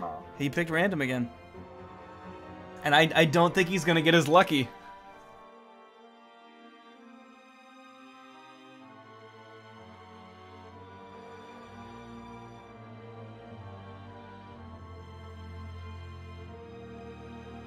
I'm waiting on pins and needles to see. Oh, Mini Vesson! Mini Vesson with the gentleman respect random. Mini Vesson gets Cassidy. Steve gets Koji. Steve has a Koji. It was shortly before BCX. I was practicing casting with Duke, and we had Stevenator. I think Steve bodies him with this matchup. We had Steve and Remy. Remy is a Koji player for those who don't know, and Steve came in with the BM and ended up beating Remy at his main in the mirror match. So Steve definitely has a Koji. Yeah, I've never seen Mini Vesson stray from Val. I mean, Mini Vesson used to play Taros in 2v2, so he has a hammer, and now he has an 8-dex hammer.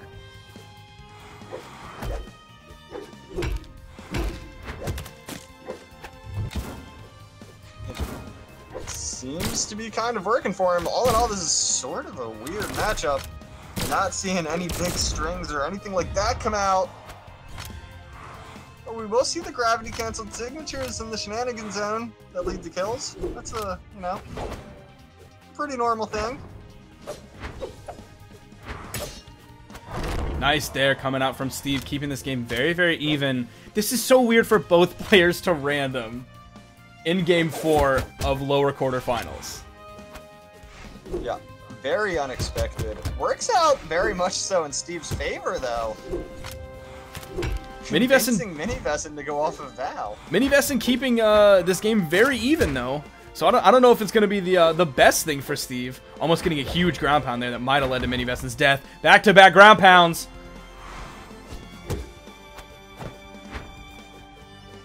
Both players so close to getting gimped. Not going to happen to either one. Stevenator getting drilled by these Sares. One more will do it if Mini Vesson can connect. The stomp into the recovery, sending Steve over. That ground pound almost connecting. That one definitely. Mini Vesson knew exactly where Steve was going to be. He read him at the right point. He didn't go all the way to that left wall. He didn't go all the way to the right wall. It was just offset to the left from middle.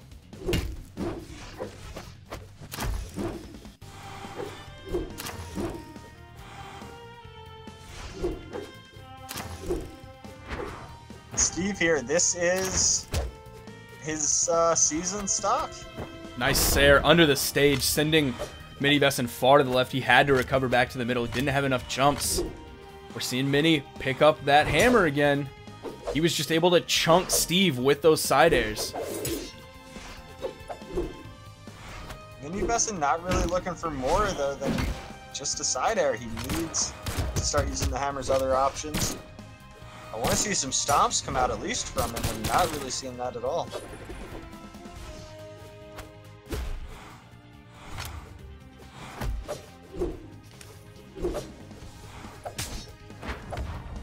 Nice ground pound. He's going to go for another one. No, he's going to go for the dare. Send Steve up.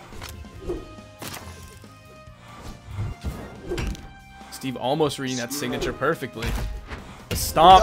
Oh, and he gets the Russian Mafia, ending in a side air. Mini Vesson taking Game 4, going up 3-1, taking the set on Stevenator, sending Steve packing after After Steve randomed Orion, destroyed Minivesin, then Minivesin randoms.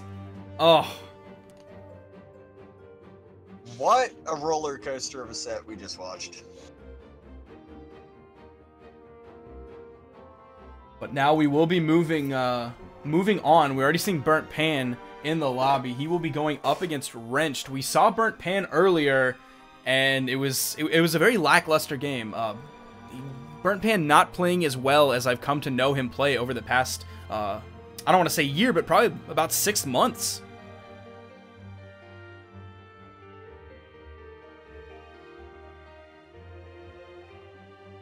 Yeah, Burnt Pan has not necessarily been super consistent.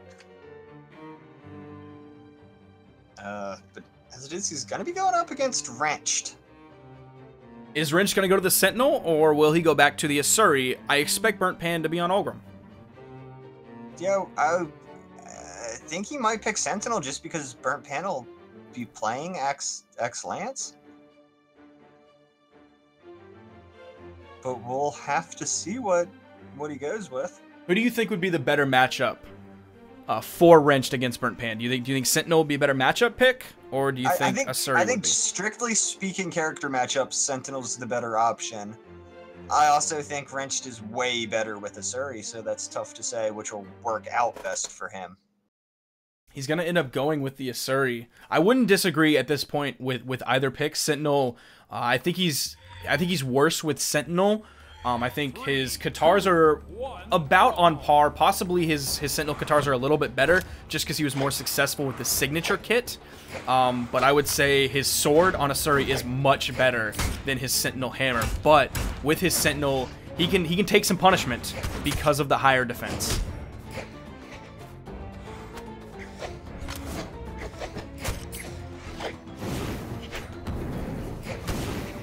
Have to see how this Asuri works for him. I really am liking all this offstage play. We're seeing Burnt Pan not afraid to contest Wrench off there at all. He wasn't afraid with Lance, and he definitely shouldn't be afraid with Axe. He's going to Axe recover just under the stage. Wrenched is going to be able to get back. That is a huge, huge opportunity for Wrenched. Definitely a bit of a blunder there from Burnt Pan.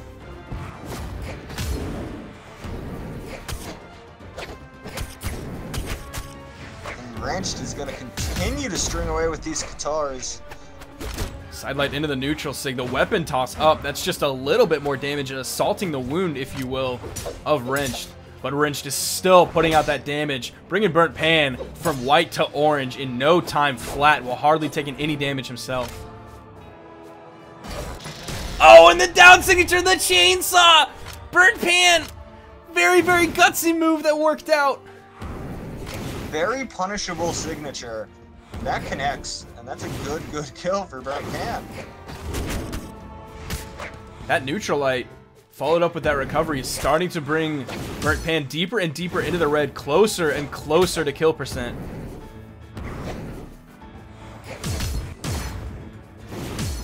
Ooh, sidelight neutral sig into the reverse nair. That is a ton of damage going the way of Burnt Pan. There's another one. Really racking this damage up with the Lance. Doing a lot of work on the Asuri here. The sidelight into the neutral sig, waiting for Wrench to come down, and then throwing out that nair. That is a ton of damage he's consistently putting out.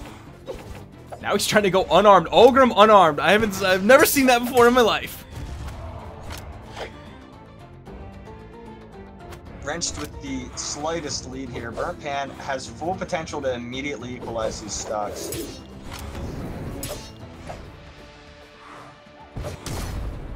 Nice neutral signature. Still not going to kill, though. Seems like that neutral signature doesn't have a ton of force on it, even though Ulgrim does have 6.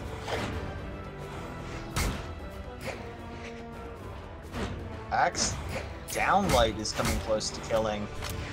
There's almost an Axe neutral light kill. If that would have been from the center, or if it definitely would have been on the left side of the platform, that would have killed for sure. Ooh, Wrench chasing him into the sky. Lance Nair coming very close to killing even at this point. Burnt Pan is hitting everything but the kill options. Side air will do it.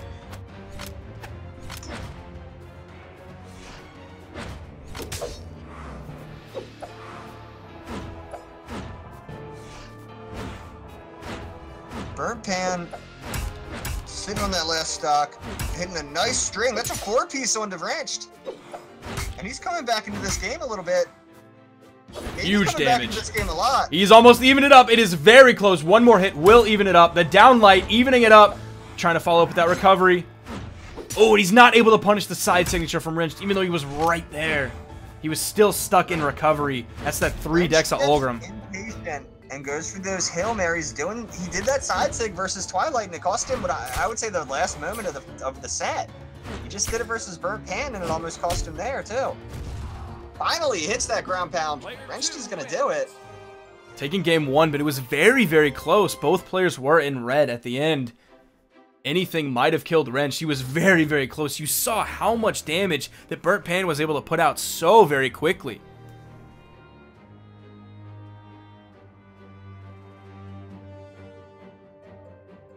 We're going to see the bands come out here. I'm curious where Burnt Pan is going to want to go. I mean, what do you think his good options are? Twilight Grove, maybe? Thunderguard Stadium? I'd like to see him go back to Mammoth Fortress. It is his pick, so he can pick to go back to Mammoth Fortress. Maybe Shipwreck, just so he can really force the high defense that Ulgrim has. Except it looked like he was trying to kill off the top a little bit. We didn't see any sidelight recoveries on the Lance, but we saw sidelight neutral sig on the Lance. So if he's really trying to kill off the top, maybe Shipwreck isn't his best choice.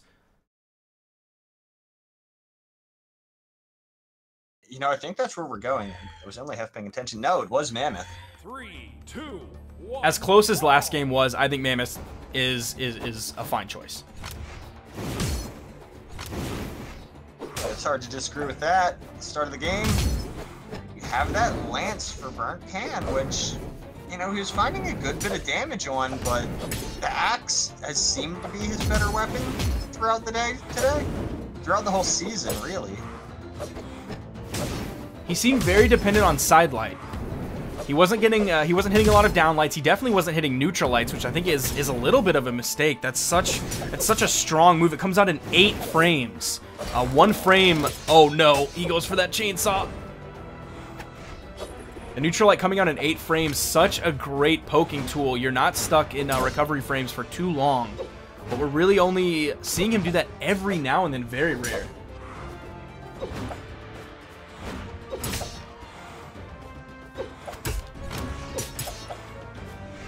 Wrenched, dropping the D-Light Sare could have maybe been a kill for him.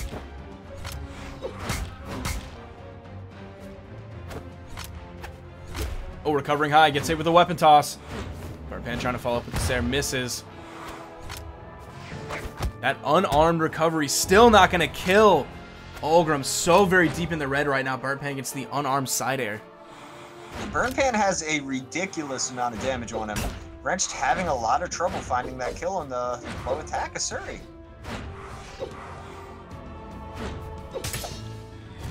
Oh, an interesting movement coming out of Burnt Pan. He really went far to the right off stage when he was very, very deep in the red. I'm not sure why he made that choice. That gave Wrenched almost the free side air follow-up.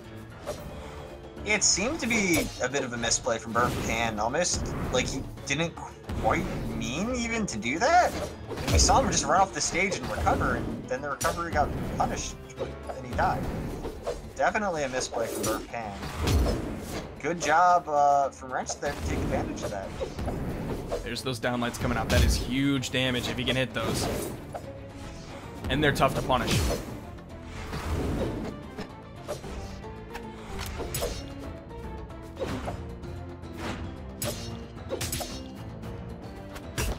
We're seeing maybe a repeat of the first stock where Wrenched gets ahead, he does a lot of damage, but he just can't find the kill.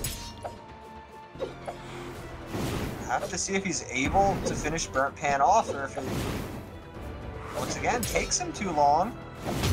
He just lets Burnt Pan take the lead kind of for free. He's just really having trouble using his kill moves on Sword. He's not hitting downlights, so he can't follow up with the Sare. He's not hitting nairs that are high up enough to kill off the top. He finally hit a signature. At least he's not throwing out that many signatures, so he's not stuck in recovery frames for that long from a heavy attack. But he's just not throwing out those kill moves. As it is, though, right now he's finding a good bit of damage on the Burnt Pan. Got him solidly up into and going through yellow, about to be approaching orange. And this is what Wrench needed here in game 2. All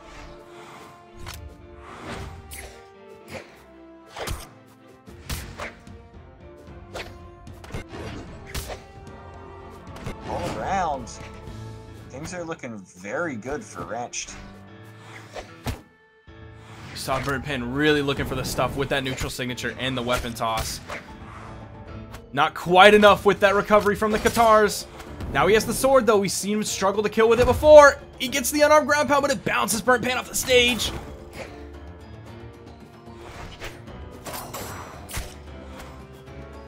Burnt Pan has so much damage on him. Even so those many things will kill. Even those side lights now are sending Burnt Pan off the stage. You know, there starts to be a substantial amount of force on Katar's side plate. Even the Nair is starting to look like a kill option.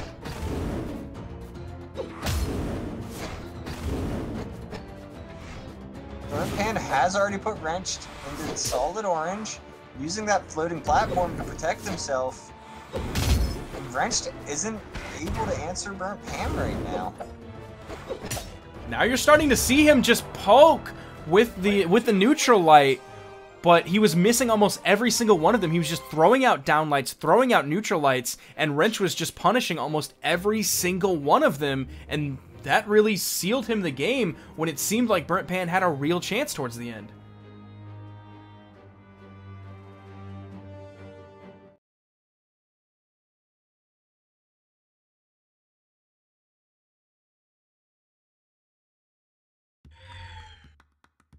And we will be going back to Mammoth Fortress.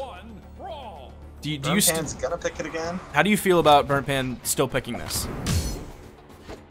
It's really tough to say. Yeah, he lost on it twice, but the games were so close. And what map really is better for him than this? I think I would like to see the Shipwreck. Now, there's not a lot of offstage play where he's going to be outmatched with the Lance and the Katars, because Lance doesn't have a strong offstage game. I really would like to see them go to Shipwreck just to really extend all of Olgrim's 6 defense. Oh, here's that offstage play. I just said we didn't see a lot of it. Now, apparently, Wrench is really trying to focus on it, and Burnt Pan is immediately bailing. He is just getting out of there, getting out of dodge, getting back, maintaining stage control. Wrench may be taking a page out of Mini Vessen's book with those ground pounds. So many in a row on the Burnt Pan. And what looked like a stock one that was convincingly going Burnt Pan's way actually ends up going to Wrench.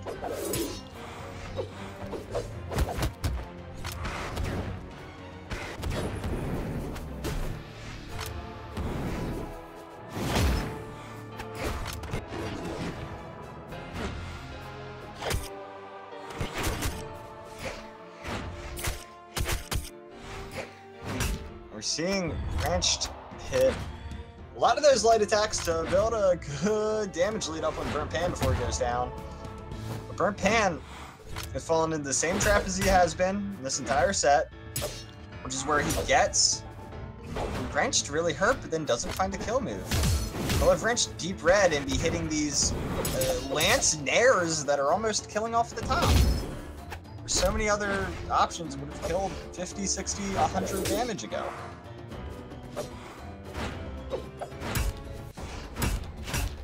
Now we're seeing that damage come out from the axe. Today, Burnt Pan started off with a strong axe game and a lackluster Lance game. Now his Lance game is really stepping it up, with the exception of towards the end of last game when he was just throwing out side lights, neutral lights, and down lights just for the heck of it when his opponent was above him. Other than that, I'm really liking Burnt Pan's Lance play so far today. And Wrenched dropping that free ground pound, but he'll pick that up anyway, so it's not too big of a deal.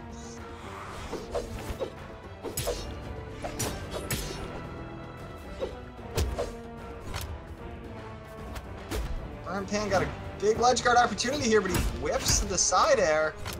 Neutral light, one axe gonna remain a kill option apparently. It's going to come down to how quickly Burnt Pan can get this kill. How much damage is he going to take before he gets the kill? It's not terrible. He's on the border between yellow and orange, whereas last game he was seated in the orange before he was finally able to take the second stock off of Wrenched. It's certainly still doable for Burnt Pan, but he is at a disadvantage.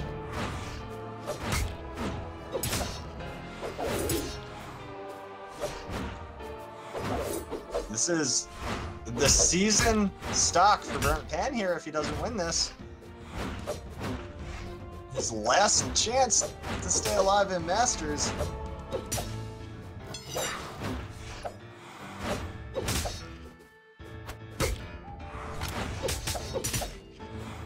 More and more Wrenched is just putting out this pressure. There's the ground pound. There's the dare. It looked like Burnt Pan panic jumped back up, tried to maintain stage control, and Wrenched just finished him off with that dare. It seemed like that last stock, Wrenched didn't have trouble finding the kill options. He did before, but all of a sudden he didn't on that last stock. And Wrenched is going to go up 3-0 on Burnt Pan. Burnt Pan subbing in for LDZ, whose internet was dead today. 9th seed. Not a bad showing so far today from Burnt Pan. But Wrenched will be moving on to fight Minivessen.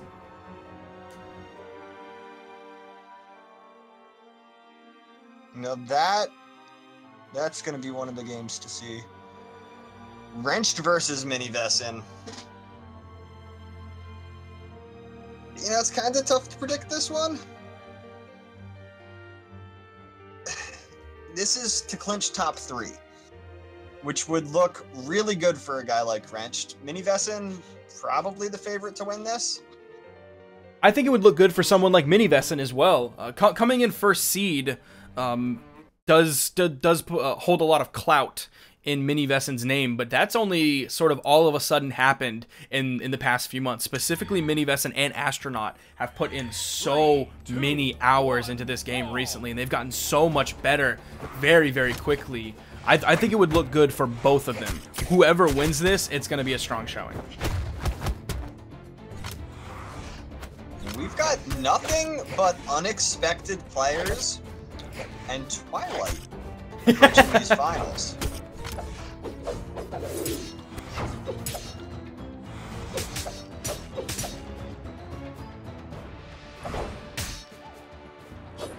Wrenched is looking so good right now versus Minivessen. Just completely manhandling Minivessen on stage, off stage, in the ledge guard game. I was going to give this confidently to Minivessen. Maybe things will turn around with this gauntlet play. Maybe he just can't play into Wrenched's sword with his own.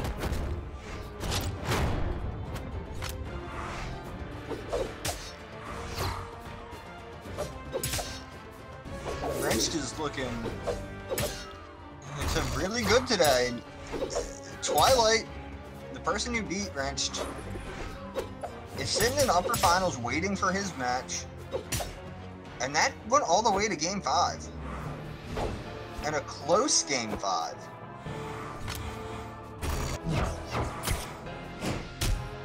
The way this is looking right now, Wrenched might not need 5 games to take out Minivessen, because there is another stock going the way of Wrenched. And Wrenched is looking so good today. Come on, Wrenched. That would be the upset, the biggest upset really I could think of in Masters if Wrenched came out of nowhere and won Season 2. Minivessen Seed 1, Wrenched Seed 7. Minivessen did not drop a set in qualifiers. Wrenched lost to Compute, lost to LDZ, lost to Minivessen already, Noel, Twilight, and Wilson.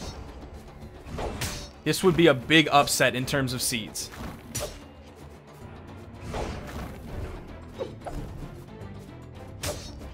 Ooh, and Minivessen playing very, very dangerously, very reckless. Gingerly going from the side of the stage to under the stage, and he's gonna end up falling. A very clean 2-stock from Wrenched. 200 damage difference. That didn't look like the same Minivessen that we've seen today. It almost looked like towards the end of that, as the match went on, he started goofing around more and more, which is why he possibly was playing so low.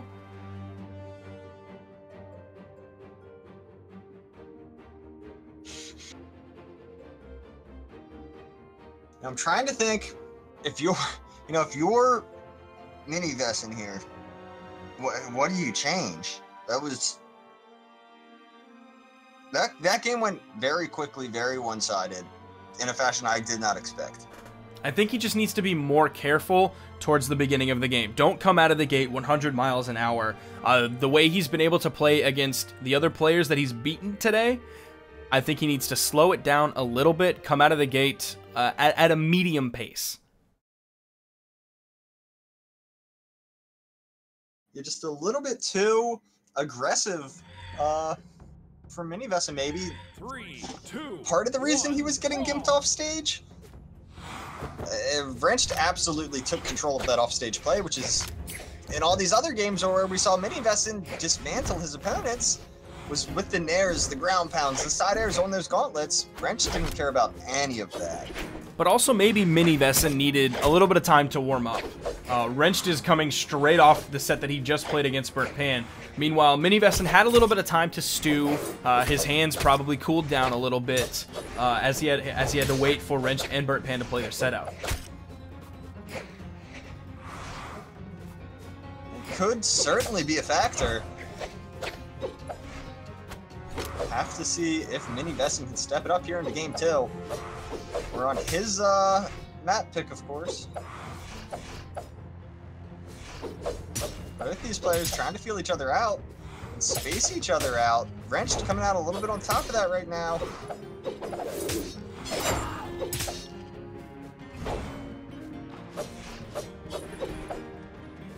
And now both players are playing a little bit slower. As we're coming in a minute and 10 seconds, both players are now just getting into the red. Nice neutral signature from Mini Vesson, punishing the side signature from Wrenched.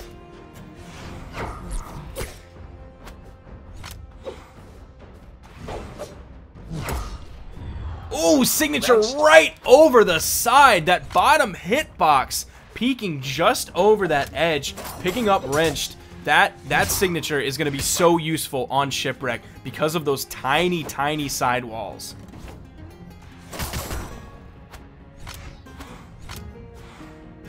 Wrenched actually used way too many of his jumps there, so his only options to get back were dodge and recovery. And Mini Vesson was ready to punish for that.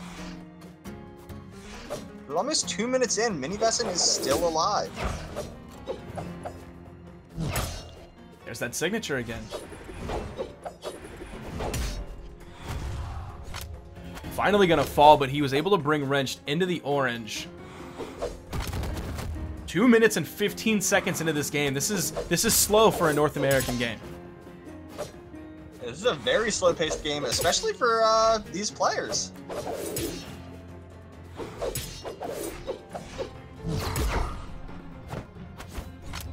Mini Vesson is looking a bit better in this game, where I think you're right. Big ground pound.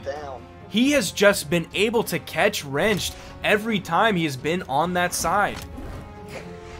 That hurt box has just been peeking up a little bit too far, and Mini Vesson has capitalized every time.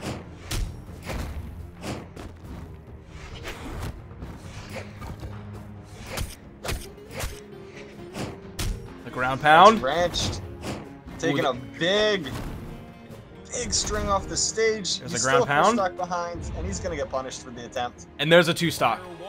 The slower game, Mini Vesson was able to take it out.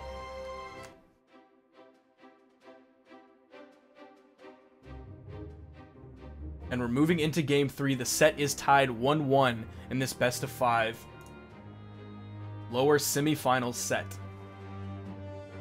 The winner of this will move on to fight the loser of Twilight and Astronaut.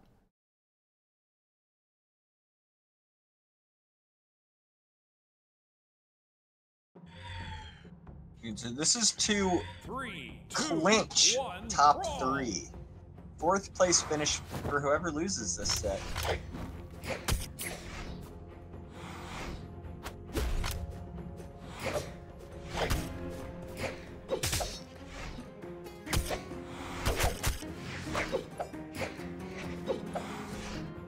We're back to Shipwreck.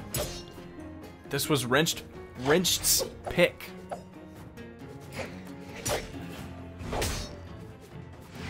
this could be bad for Wrenched. Mini-Vesson almost has that gimp. They're both trying so hard to gimp one another. Both playing very bold off stage. And it's really going Mini-Vesson's way right now.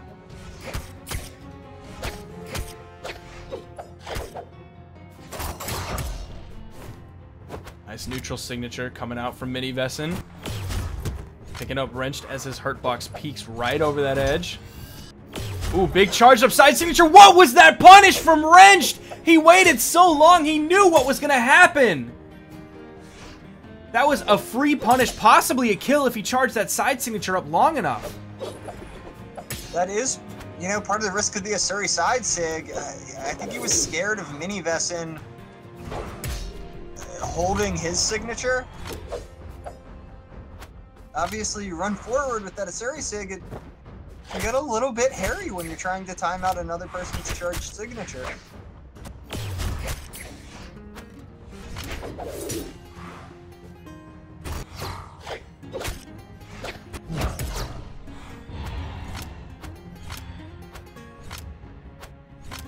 Wrenched is looking really good with those guitars against Mini-Vesson. What? Mini-Vesson, what? Hello? Oh, I wonder. No, Mini-Vesson. I wonder if he had a connection issue. Because he just threw his weapon down and immediately dropped. It's possible. I mean, either way, we've seen some self-destructs here in Masters. It wouldn't be the first one today. That's huge, though. That is a huge win for Wrenched. Now he's putting so much damage on the Mini-Vesson. Taking Mini-Vesson into the red very quickly. There's the dare into the downlight. Nice signature. Wrenched. Oh, and he didn't even need either of the weapon tosses or any follow-up. And Mini-Vesson is going to fall. Another game going towards Wrenched. Wrenched up 2-1.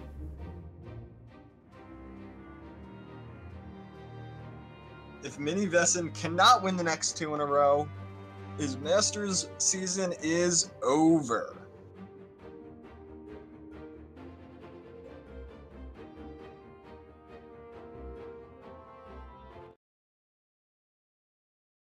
We couldn't go back to Shipwrecked because Mini-Vesson and Wrenched have both won on Shipwrecked. So we are going to King's Pass. I expect to see a lot of shenanigan play.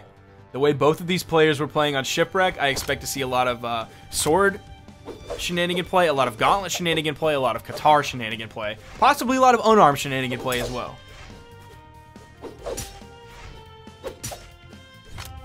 It's certainly possible. I mean, you know, I hope for the same thing, Sparky, that we just have 5 stocks all go down in the middle here.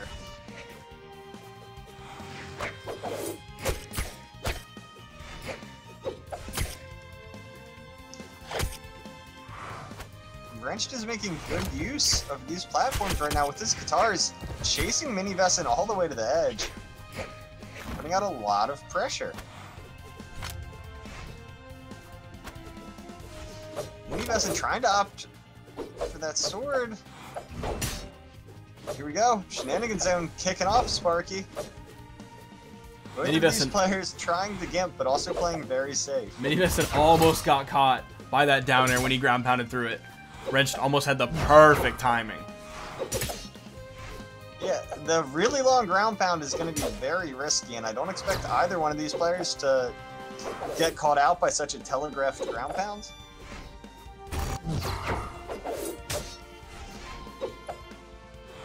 Both players playing extremely slow. We're about 1.5 minutes in. No stocks have been taken. Wrenched finally going to find that kill, or maybe not. Mini-Vesson going all the way around. I can't believe he was able to get that dare. Wrenched really committed hard with that ground pound, and I'm actually surprised the downlight side air didn't end up killing Mini-Vesson. She does have. Believe it didn't kill. Val does have 6 defense, but those side kill boxes are so close on King's Pass.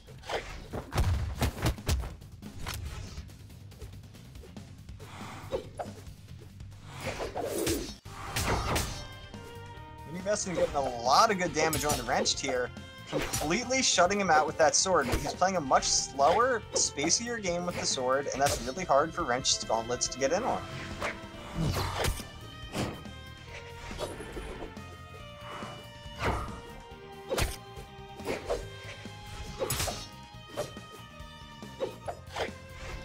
Again, we're just seeing a very slow, more spacey game happen.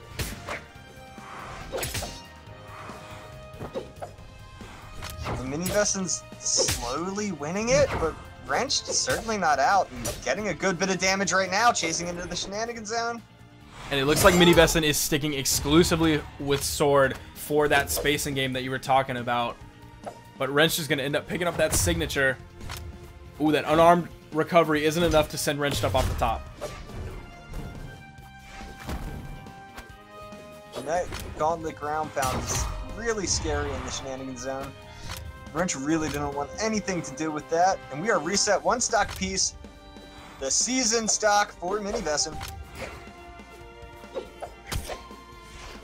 We're closing in on 3.5 minutes. Mini Vesson has really slowed this game down to keep up. I guess the opposite of keep up with Wrenched. He was a little bit reckless in game 1, and that's what really spelled disaster for him, so he slowed it down since then. Wrenched is looking really good right now in this last stock.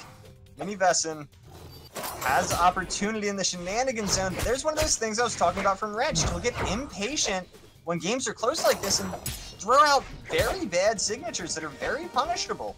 That's 2 signatures in a row that Wrenched is just going, well, I hope this hits. And he got punished for both of them. He needs to play more carefully. He's about to be in orange. Mini Vesson is in red. He doesn't have the most room to work with. You've seen Mini Vesson turn on Wrenched before. Right here. Oh, Mini Vesson couldn't get over to the side quickly enough for a ground pound or an air, anything like that. And I do respect the decision from Wrenched there to go around the horn and not engage Mini Vesson. He went for that downlight dare. He didn't follow it up with a nair. We've seen a lot of dare bouncing off the platform into the nair kill. The neutral signature not quite going to kill yet. Wrenched just now getting into the red.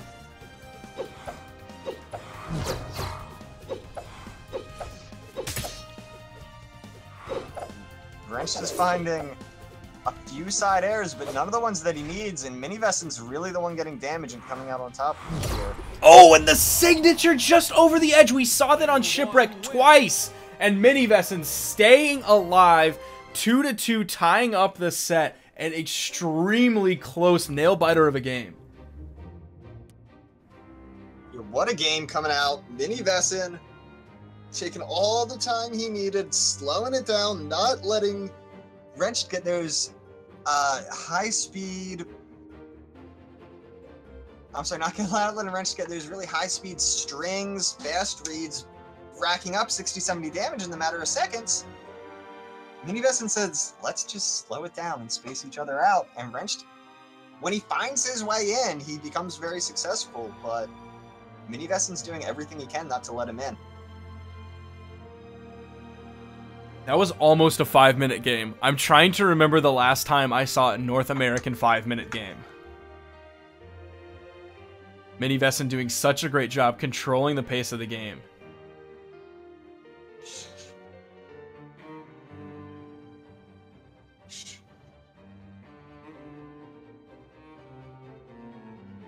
And going on to game 5, it's going to be Wrenched's pick. Obviously not Shipwreck or Mammoth. So I am curious to see where he goes.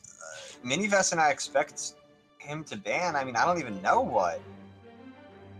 You think they'll be going back to King's Pass?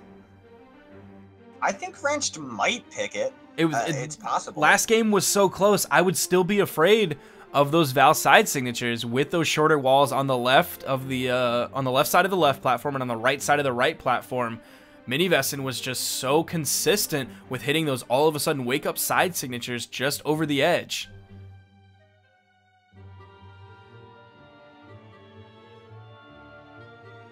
And are we still waiting It looks on like these picks to come through? It looks like we're waiting. I'm not sure exactly what we're waiting for.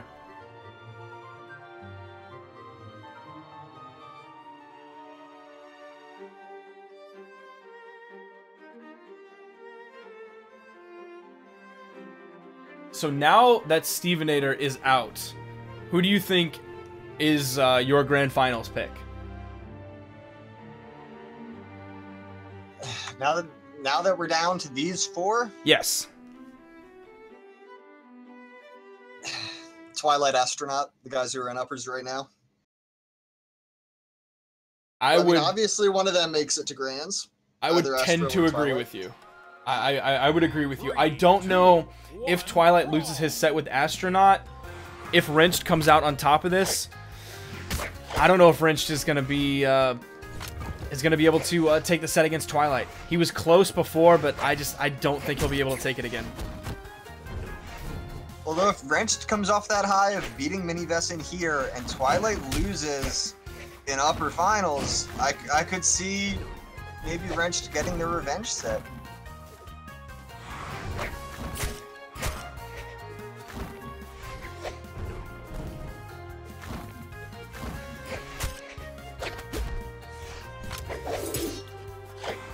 So far at the start of this game, Wrenched is finding good damage, and I'm really happy with this Twilight Grove pick. It should be easier for Wrenched to get kills here.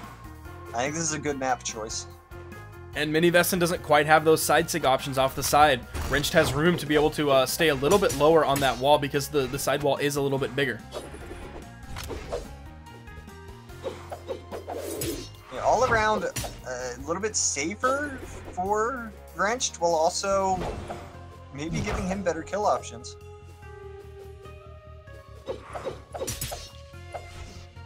It's not surprising to see Mini Vesson do such a good job of putting himself in between Wrenched and the island. It's what he was doing on King's Pass, the same thing. Mini Vesson does a very good job of putting himself in a position that makes him the hardest to kill. Mini Vesson is a very safe player. And Brawlhalla is a game where that can take you very far. But because he's playing so safe, I mean, he's not putting out a lot of damage. You're just now seeing Wrenched be on the border between yellow and orange. Meanwhile, Mini Vesson is getting closer and closer to orange. It is certainly a point where it's too safe. And maybe that's where Mini Vesson is right now. Afraid to get hit by a string from Wrenched, so instead he's just getting chipped here and there, 1 attack, 2 attacks at a time. And no one's committing, but Wrenched is just building damage.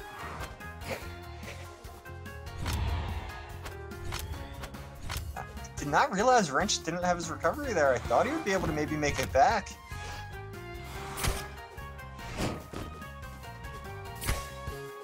We have seen Wrenched miss a number of those ground pounds where he's trying to go close to the stage. Which is very unfortunate for him because they could definitely be successful. That's a big down air. You saw Mini Vesson spend so much time on that wall. I'm not sure if he's trying to get in Wrenched's head or if he's trying to encourage that edge guard game where he thinks he can turn it around and get a huge gimp for a Hail Mary because he's behind in health. But now at this point, he's behind almost an entire stock. He's not in good shape. This is set game. Yeah, once again, Mini Vesson on his season stock, and he has more than a full stock behind Wrenched. Here's a big ground pound. Wrench was looking for another one. Mini got above him, hit the down air. You saw Mini Vesson spot dodge that down air, but he wasn't able to punish. Wrench was still able to get the side light off.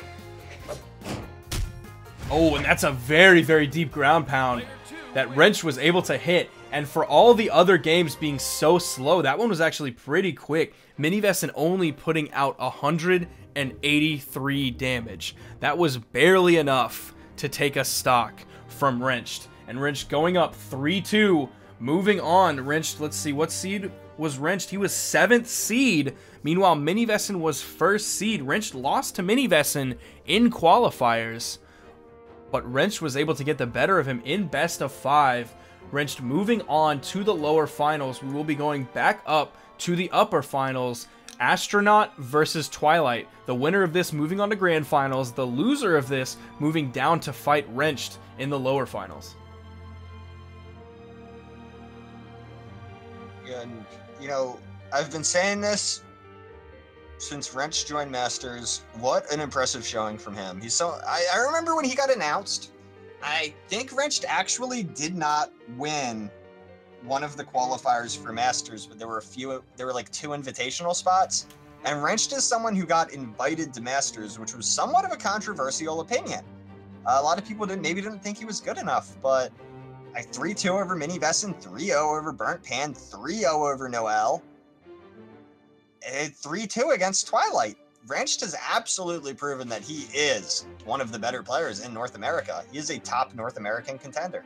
He has just kind of exploded onto the scene in the past. I think it's something as recent as like 2 months. He was it was a name that kind of nobody knew, and then all of a sudden people knew that name, and he's just come out pretty strong just ever since then with solid guitars, solid swords, specifically his Asuri.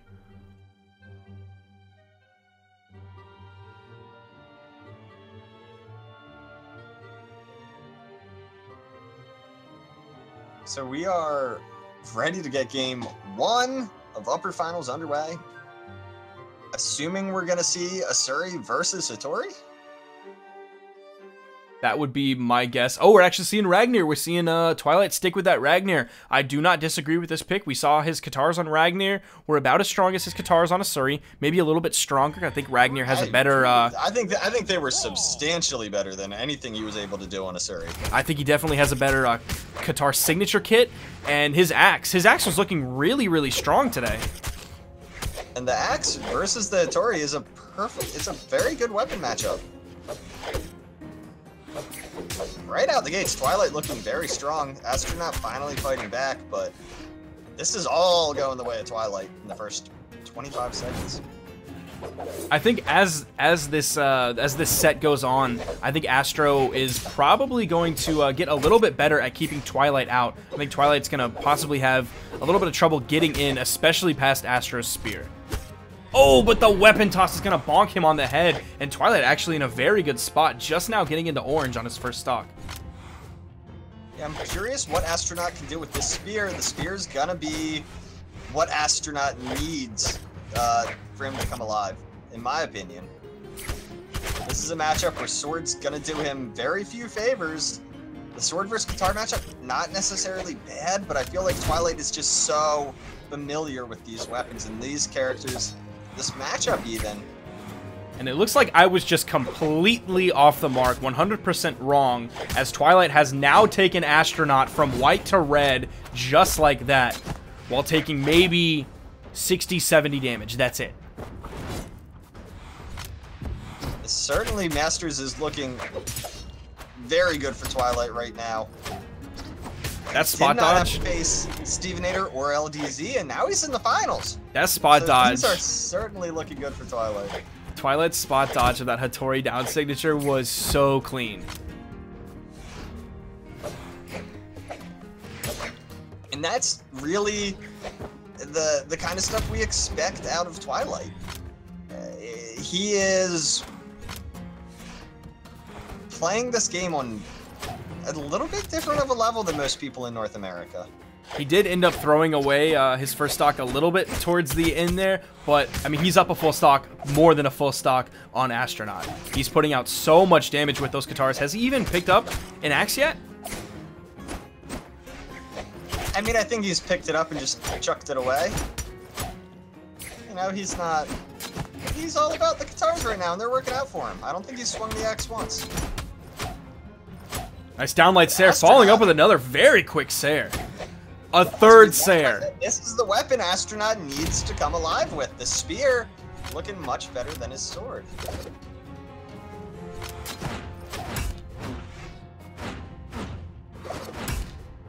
And now we're going to see Twilight swing that axe. We're going to see hit after hit after hit. Or it might just take one. Or two. A solid 2 hits from that axe. A side air following up with the dare. And Twilight taking game 1. Very, very convincing. Something like a 260 damage game. Twilight looking very, very good. It's hard to imagine a scenario that he doesn't win this 3-0 or 3-1. something is going to have to fundamentally change from the way that Astronaut is responding to Twilight. He's gonna have to slow it down. Mini Vesson had to slow it down last set. Astronaut is gonna have to slow it down a little bit. He's really gonna have to focus on that spear spacing. He's gonna have to shut down Twilight's air approaches with the downlight, possibly jump nair. He's gonna have to shut down Twilight's ground approaches with those spear neutral lights.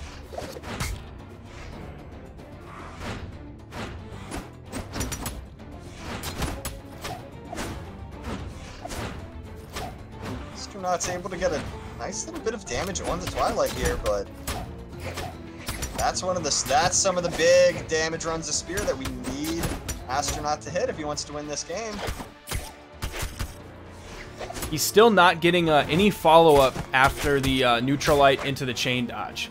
He's looking for the downlight. I don't know if that is actually a viable follow-up, because you saw Cake doing before. It was neutral light into the chain dodge into a side light, then the downlight. Yeah, that is what Cake was hitting, and I think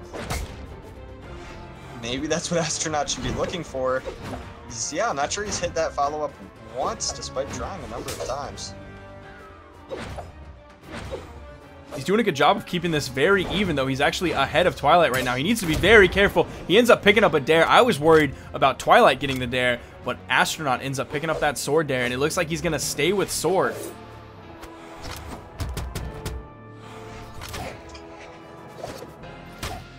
I think it would be a big mistake for Astronaut to stick on the sword at this point. He's had a lot of success with the spear. And after he threw the spear, went into the unarmed neutral air, that was fine, but then when the spear dropped, he kept going past the spear instead of going down to pick that up. He then tried to aggress unarmed onto Katars, and that's what gave Twilight the kill, and Twilight putting out some serious damage, almost completely evening up this game. It almost feels like, in watching this set, that Astronaut doesn't realize the spear is what's doing it for him. Like that right there with the sword, don't get me wrong, that was an amazing string and great follow-ups from Astronaut. But you're not going to repeatedly hit that over and over again in the set. It was flashy, but you're getting consistency out of the spear that you're not getting out of the sword. Now, in like something like the past 2 weeks, I think Mini Vesson said earlier that Astro has like 112 hours. I literally just did the math on my phone. That's like 8 hours a day. That's ridiculous. He has put in so much time in the past 2 weeks, past 3 weeks, 4 weeks, 5 weeks, past couple months, and he has just made so many great strides. Astronaut is going, if he keeps up the way he is right now, he's going to be such a force to be reckoned with. Oh, that's a Gimp on the Twilight. And that's a 2-0 going the way of Astronaut. Astronaut tying up the set 1-1 against Twilight. Twilight switching off to the Asuri. I think he needs that sword. I think that'll help him. Ah, he's playing that skin, dude. That skin's so good. Like, you couldn't be more wrong. It's so yucky. I can't even look at it. You just called it yucky. It is. What has 4 eyes? Dumb things. Just have 2 like a normal thing. It's like magic mushroom Asuri, man. That's gross, dude.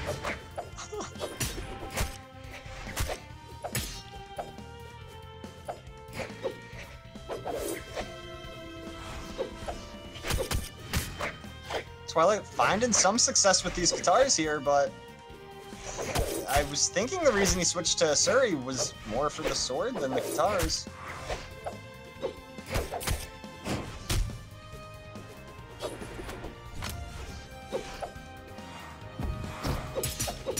I mean, he does have a little bit more dex going from Ragnar 6 to Asuri 7, but I would tend to agree with you from what we saw from his Asuri's guitars earlier. Stick to the sword on Asuri. Which really brings me back to my point that I would prefer to just see him play the Bodvar. Like, he's been so good on that character. for so long. I understand that he might feel it's time for a change.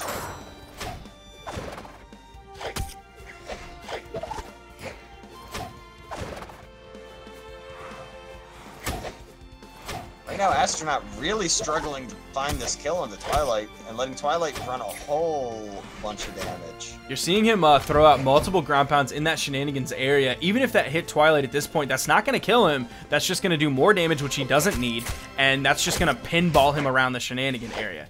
Astronaut really needs to find those kill options right now. He needs the downlight side air. Twilight's going to plant that flag as he hits the side signature. Yeah, if ever there was a moment for the flag taunt, that might have been it. Astronaut will give him one back, but this is a one-stock lead for Twilight.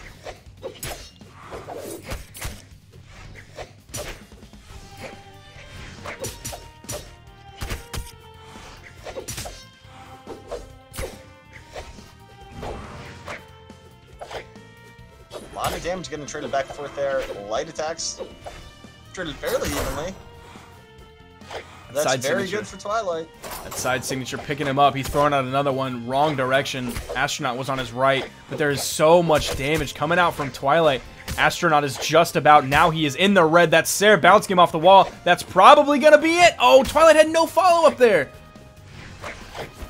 I mean, I cannot believe Astronaut made it back from that. Twilight with that nair, looking straight into the camera, looking into my soul with all four of those disgusting, nasty eyes and the gross webbing on her yucky mouth.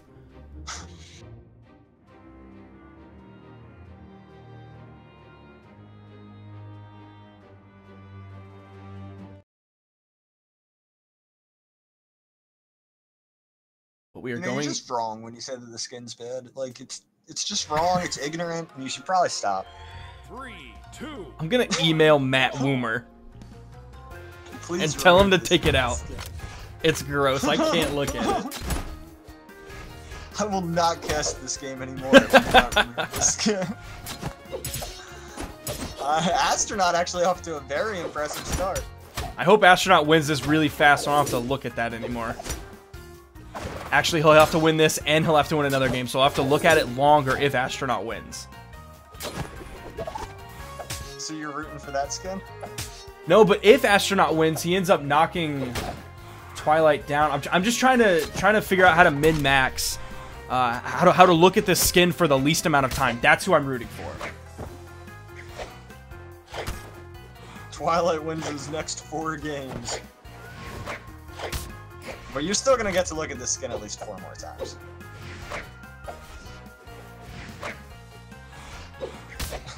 As it is, we're 1 minute in, and both these players are approaching death. So many options will kill at this point. Twilight's gonna opt for that sword, Nairs and Sares. Both looking really good right now. Oh, when Twilight hits the Sair, that is going to ricochet Astronaut's face off of that island very quickly. Gonna absolutely get the kill. You're seeing Astronaut throw out a couple of unarmed side airs. That island gonna save Twilight. That Sair from the right side of the stage is gonna end up killing Twilight. This game dead even. Completely even at 2 stocks. Astronaut needs this game to bring it to game 5. Twilight looking to take 3-1 right now.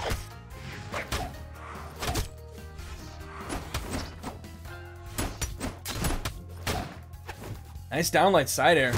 Hitting Twilight just over that island.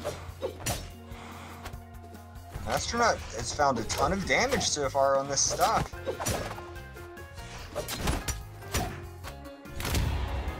Downlight side air is going to kill. Astronaut's been starting to get really consistent with hitting those. He was struggling a little bit earlier. His kill options weren't the strongest. Now he's sort of finding the rhythm.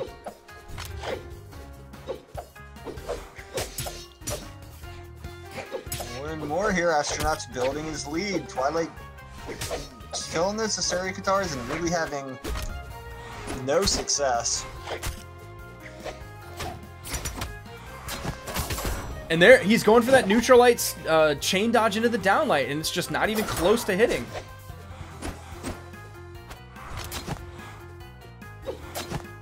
He should really be following up that up with the side like we saw Cake doing.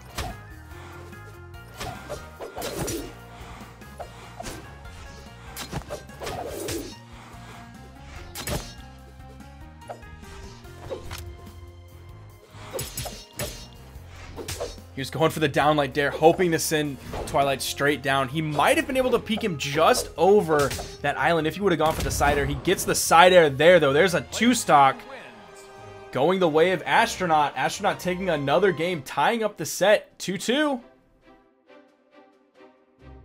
I think Astronaut has his finger on the pulse of everything that Twilight is doing.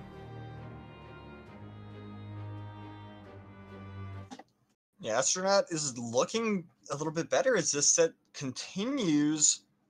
We'll see how Game 5 goes. This is Twilight's map pick. We're on the Great Hall, which happens to be where Astronaut likes to take his opponents. But you've seen Twilight get the quadruple downlight and take people off the top, too. So I think both players have a strength here.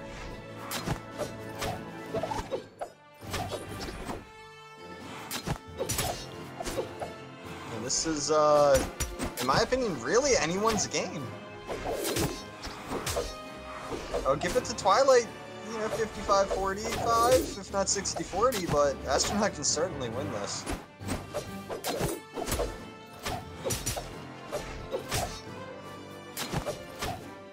And Twilight is just... Twilight drop that ledge cancel.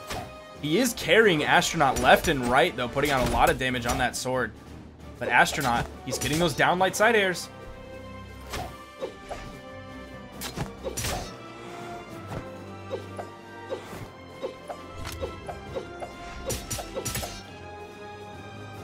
This damage is being traded so evenly back and forth. Nice timing from Astronaut, walking back and forth, back and forth, back and forth, messing with the rhythm of Twilight, then running over the edge, hitting that ground pound. Great timing from him.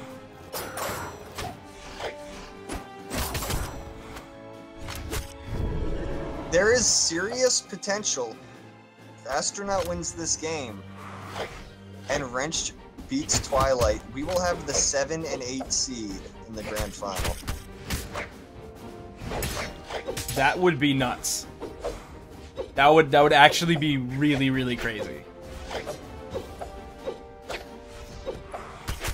Especially because it's Astronaut and Wrenched in a tournament that has Twilight, that has Stevenator, that has Noel, all of which were at BCX, all of which are our standard top 1v1 players that we're used to seeing. Meanwhile, Astronaut, we're not necessarily used to seeing him place well. Wrench, we're not necessarily used to seeing him place that well in tournaments that have some real big boys in them.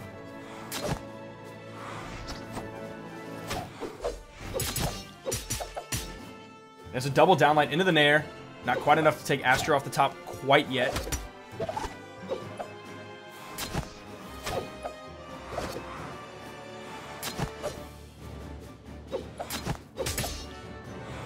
Sayer from the middle of the stage. Twilight looking to wait it out.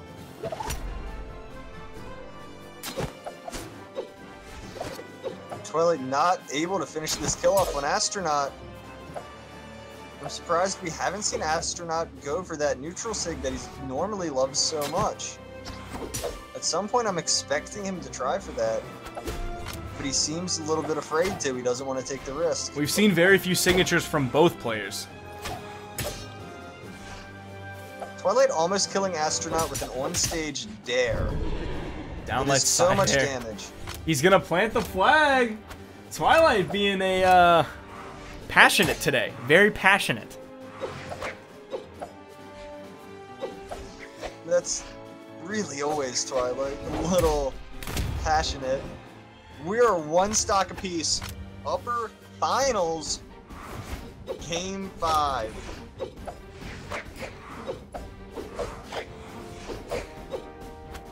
Nothing really connecting here for a good 15 seconds, but Twilight finally gonna connect with something.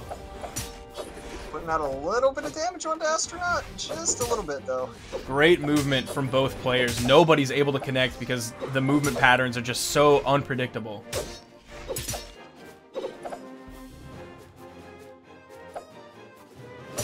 Oh, and Twilight, you saw him doing a little bit of what Astronaut was doing earlier. This could be big. Astronaut is dead. Twilight is moving on to the grand finals. Astronaut will be going down to the lower finals to fight Wrenched. What a ridiculously close set. 4 upper finals, and what a showing from Astronaut. As it is Twilight, 3's up, gonna go 8 in the grand final.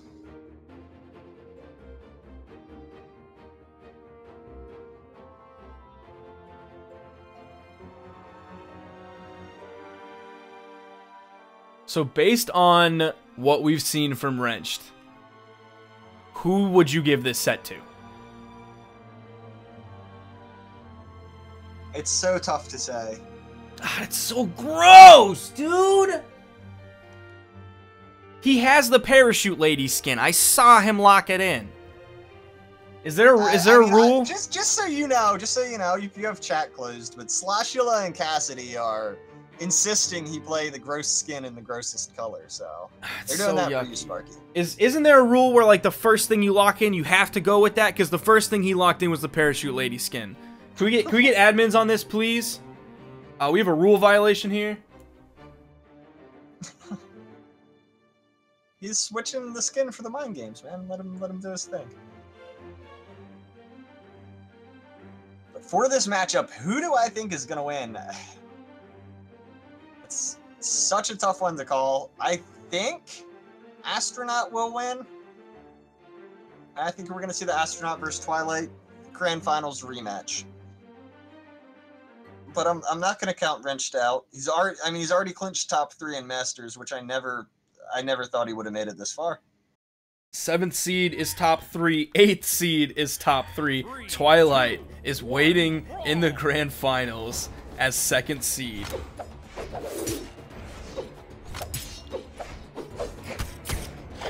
Keep in mind, Wrenched beat Astro in qualifiers.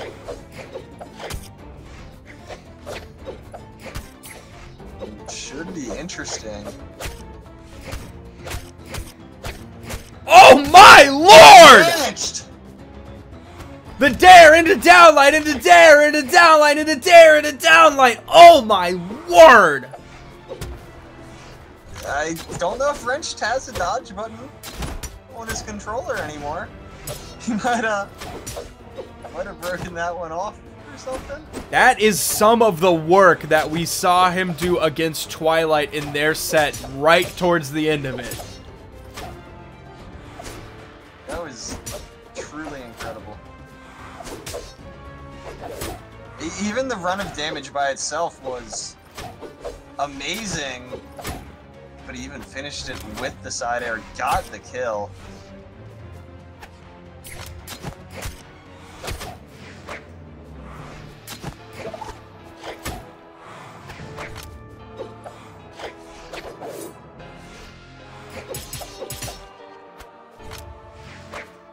The weapon toss, where's Astro? I was wondering if Astro was going to go very, very high, try to throw the spear down into the down air.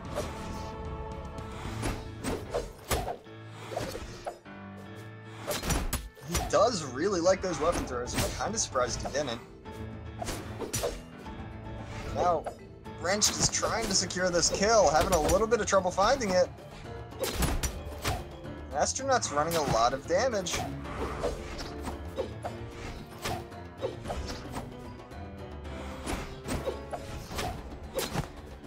Nobody has connected in the past probably 8 seconds or so. That unpredictable movement. Double neutralites.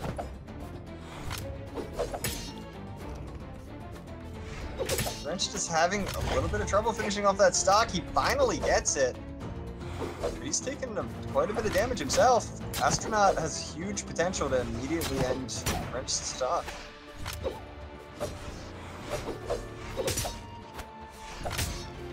Air off the top, not quite gonna kill.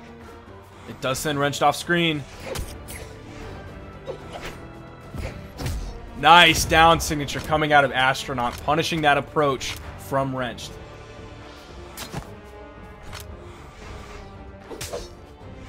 The down signature has done a lot of work for Astronaut today. The best thing is Astronaut really hasn't been throwing it out very often. It is very, very rare, so you honestly can't predict it. Yeah, he doesn't overuse the move by any stretch of the imagination, but when he needs it and knows that it'll hit, he seems to be right when to use it.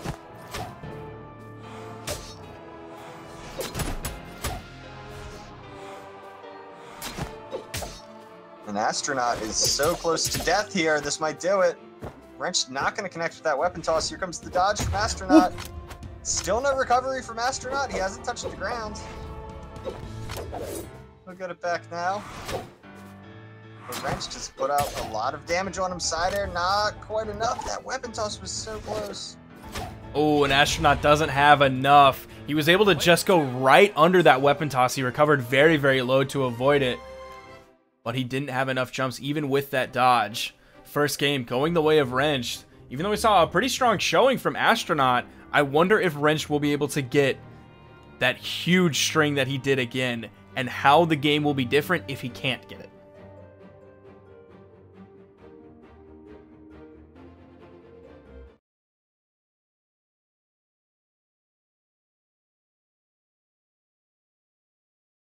So we're looking to go into game 2, still on Mammoth Fortress. 3, 2, 1, brawl. I mean, I agree with that Astronaut wanted to keep it here.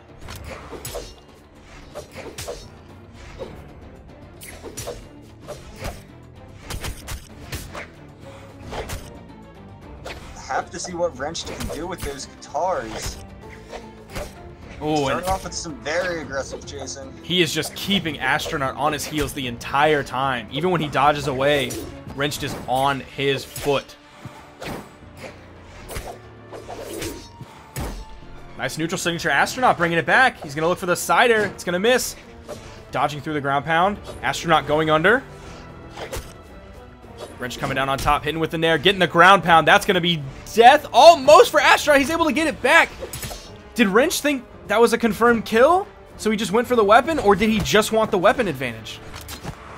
I think Wrench thought that was a confirmed kill, because that could have easily been an unarmed ground pound. The nair is finally going to kill off the top, but look how much damage that Astronaut was able to do in the meantime. Wrench very much in the red right now.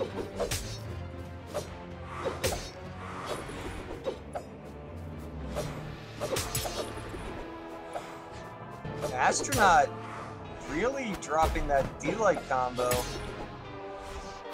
Trying to kill with the recovery, and it's just not quite working. The spear ground pound will do it, but I'm actually okay with that skin in yellow because the eyes are also kind of yellow, so the face just kind of blends in all together. I don't see the yucky 4 eyes. I'm sort of okay with this. It's still gross, but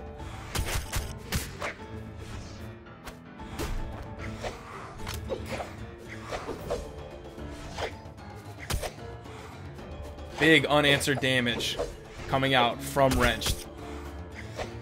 Yet another neutral light. There's a dare. This whole stock is going so far in Wrench's favor. Astronaut got to be down by at least 90, 100 damage.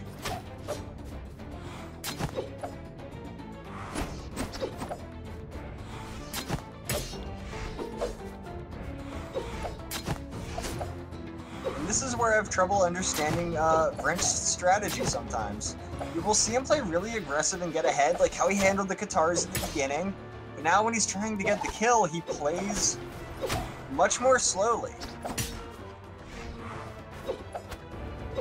It's like he's just trying to space Astronaut out and hit him with the Sarah to get the kill. But he takes so much damage while playing so telegraphed that he oftentimes will lose his whole lead.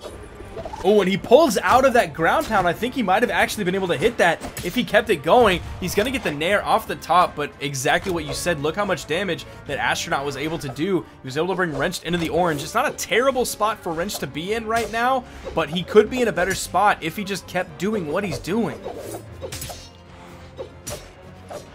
The difference between Astronaut's ability to efficiently kill and Wrench in this set has been enormous.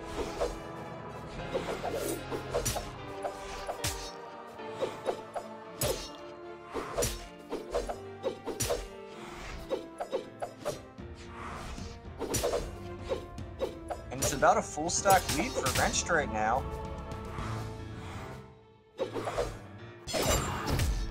Oh, Astronaut dodging through that signature, punishing with a down signature.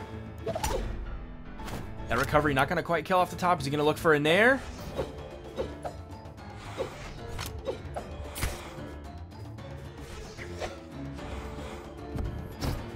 Ooh, looking for another down signature. Doesn't end up hitting. You saw Wrench go down onto the wall. Oh, Wrench tried to get the turnaround. Sair! That's going to blow all of his movement options in the air. Astronaut's still in this. Not in a great spot, though, as he is in red. That is kill percent.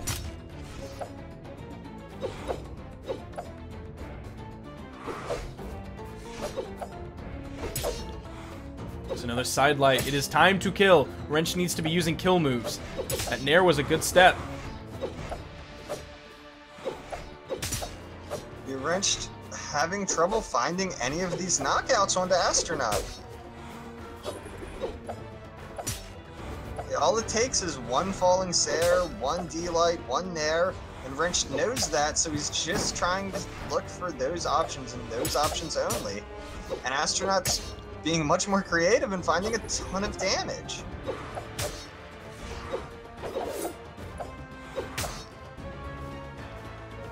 Sair from the middle of the stage, not quite gonna kill. You saw Astronaut go for the nair. There's a downlight dare. The weapon toss. Does he have the unarmed? Oh, Wrench going a little bit deeper into the push-off call. And then Astronaut was turning on Astro, getting the ground pound. Going up 2-0. Astronaut really starting to struggle.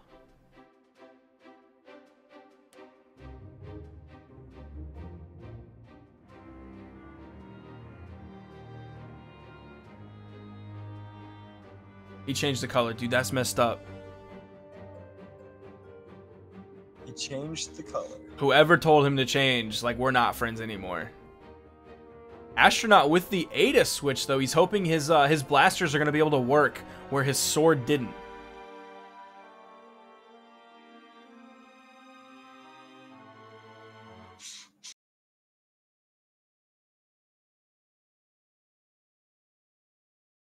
How do you feel about this switch to Ada drop? I'm thinking about it. I think he needed to do something different. I don't see the blasters being the right answer, though.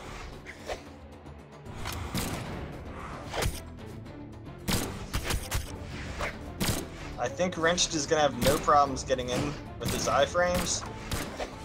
And I think that the 3 defense is just going to die too easily to Wrench, who struggled to kill. I think you're fixing one of Wrench's problems for him with this character pick. Said I agree with changing off of what you were doing, because you're down 0-2 in a best of 5. It's time to maybe try something new, but is this the answer? That's actually where I'm going to disagree with you a little bit. I think Wrench himself had almost as much trouble killing as Astro did. So I think by losing 1 defense, by going on this Ada, you're not going to feel it as much. But I don't think Wrench isn't really speed dodging in very much. He's dodging in, but he's not speed dodging in, so he's not necessarily going to have those iframes to cover him very much. I think somebody who did use iframes, yes, they wouldn't have that much trouble getting in, but I don't see that from Wrench very much. You see it occasionally, but not a lot. Well, this is the particular matchup that I want to see, the Ada Spear versus Asuri Katars. What can Wrench do? Oh, and that clash, keeping Wrench alive, not letting that signature finish hitting.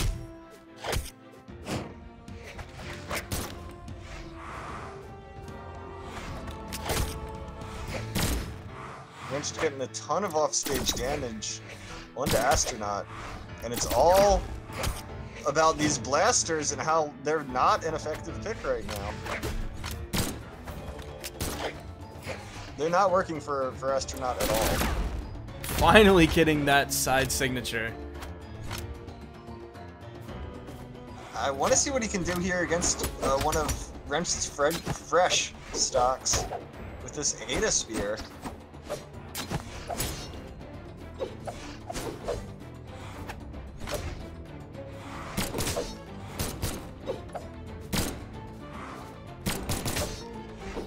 He's really throwing out these downlights very liberally. I think that's a mistake right now. He's getting stuck in the animation, and Wrench just punishing them 9 times out of 10. I think he needs to stick with the side lights. And the Astronaut nairs. right now this is working. Astronaut slowing it down and actually trying to keep Wrenched out. Nice recovery, picking up Wrenched up almost completely off the ground. Fantastic job there. I was just about to say that his recoveries weren't looking very strong so far. He missed quite a few of them, but after that one, that is now a solid kill option for Astronaut.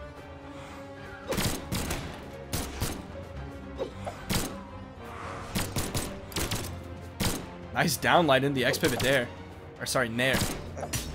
And Astronaut already has Wrenched into orange. This could be big trouble for Wrenched. If Astronaut picks his spear up, gets just one little string, and Wrenched is in a whole world of trouble, but here's the ledge guard. There's the Spear 101 edge guard game, the double ground pound, and it looks like That this angle that switch. Wrenched got hit out at by that ground pound was bizarre. This switch keeping Astronaut in this 1-2.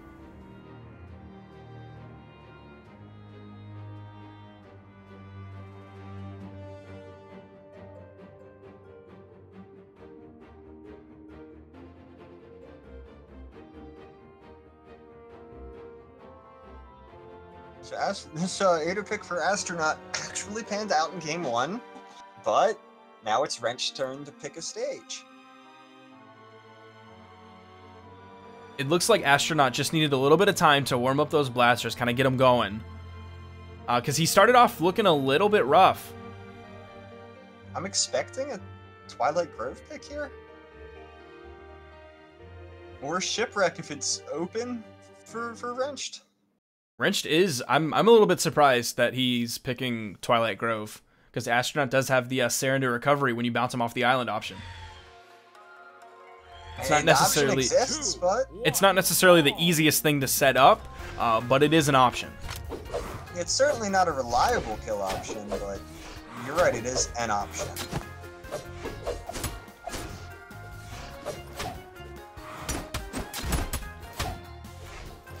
The Astronaut pummeling away at Wrenched right now. This Ada pick is apparently all he needed.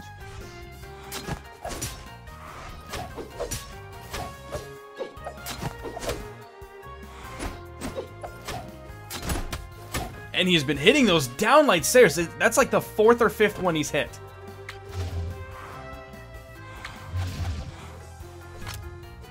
This is a whole mess of damage coming out from Astronaut. Wrenched. When Astronaut throwing out those signatures finally hits the gravity cancel down signature, went for another one.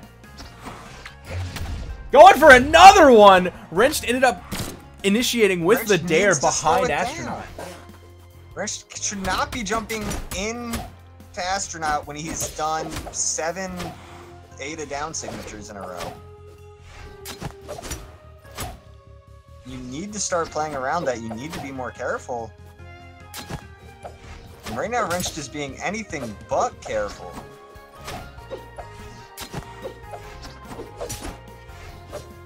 Astronaut has almost evened up the health, even though he's a stock ahead. Ooh, Wrench chasing him around that island. Being very careful as he approaches that weapon spawn. Ooh, just barely kissing the edge of that with that down air.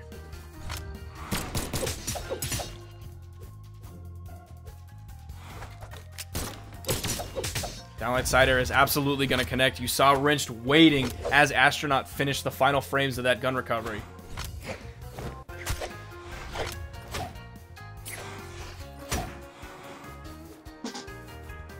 Wrenched has a chance to come alive right now and get one of those big guitar strings.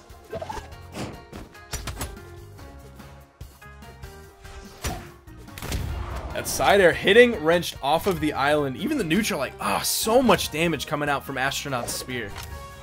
He's using those neutral lights so well. It's almost 20 damage every single time he hits one.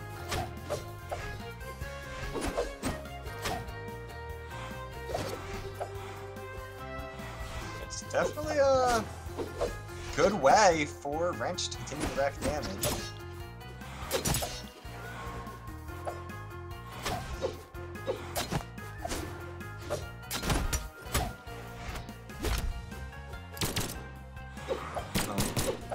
More and more we're seeing Astronaut turn and be the aggressor in this matchup. Wrench just starting to play a little bit afraid. There's the side air. Wrench is that side air, yeah. Wrench is doing a solid job of keeping this game very, very even. Astronaut scooting away. Astronaut does get that weapon completely for free. There's no punish, no weapon starting from Wrench there. Which isn't ideal when you're a little bit behind like this on the last stock. Wrench is trying to find another one of those strings, but he really is struggling. However, he has brought this game back to a point where he might be able to win it. He needs to be mindful of that, of the Ada signatures. Oh, he almost got the big dare into downlight, into dare, into downlight string.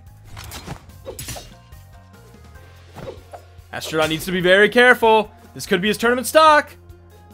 This is Wrench's chance to end it right here. It is set as 2-1 in favor of Wrench, and the side air is going to clinch it. We're going to see probably an Asuri versus Asuri, both people playing the nasty skin, but Wrench is moving back up into the upper bracket, into the grand finals against Twilight. And you know, who could have thought it? Out of all the people in this tournament today, that in the grand finals to take on Twilight from the lower bracket, we would have Wrenched. Our over seventh Astronaut, over Mini Vesson, over Stevenator, over Burnt Pan, over Noel. So many names. Our 7th seed for Brawl League Masters North America Season 2 playoffs. 7th seed made it all the way through.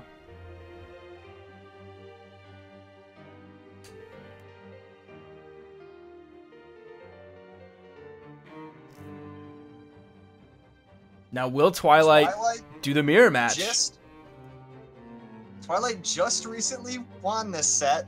He just needs one last best of 5. There's no LDZ here in the finals to block him from winning Masters Season 2.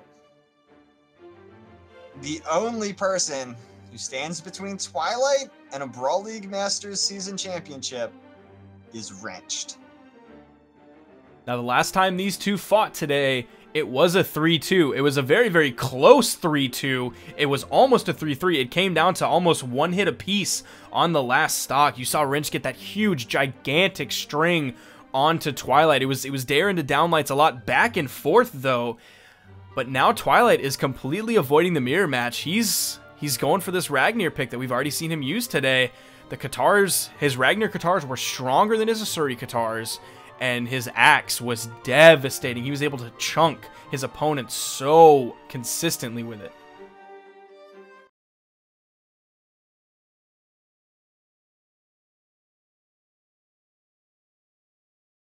Game 1. This is a best of 5 set. We're going straight to Shipwreck. This is where the final game of the first set that they played was.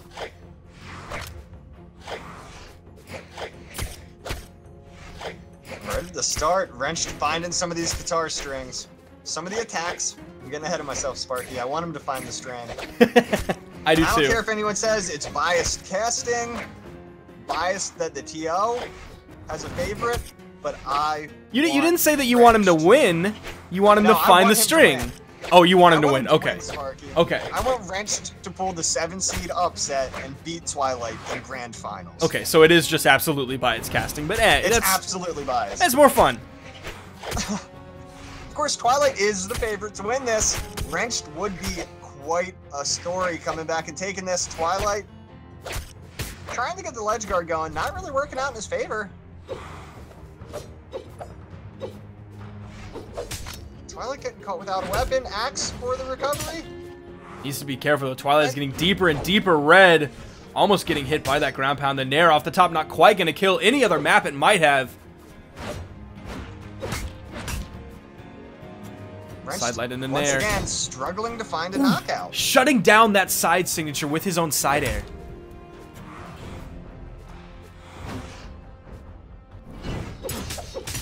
Downlight side air from the middle of the stage. First stock of this grand final set is going the way of Wrenched.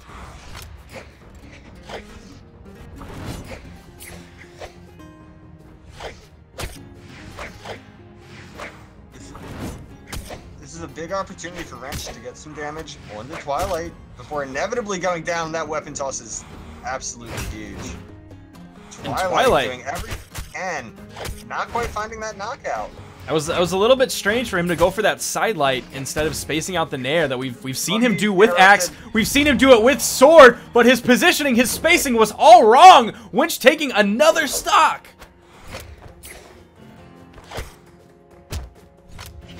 Wrench gonna get knocked out by that side air, not even close.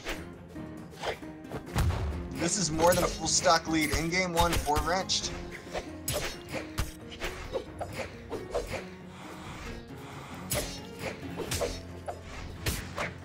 And Twilight is looking to get two stocked in game one. Do you think we'll see him switch off of Ragnir at the end of this?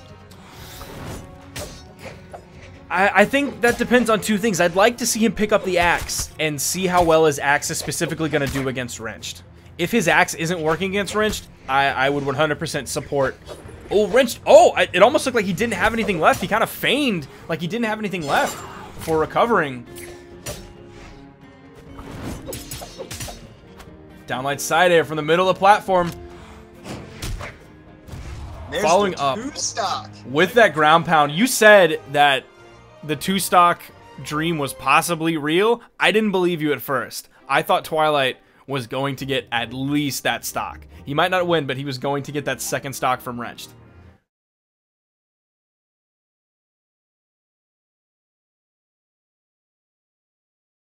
And there's instantly the switch from Asuri, or to Asuri, I should say. Off of Ragnir, I agree with that from Twilight. Give him the sword.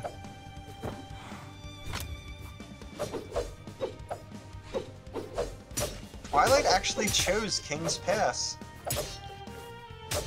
Is he wanting to contest an offstage play? Because he should be very careful against the way Wrench is playing. First stock, almost a completely perfect stock, going the way of Wrenched.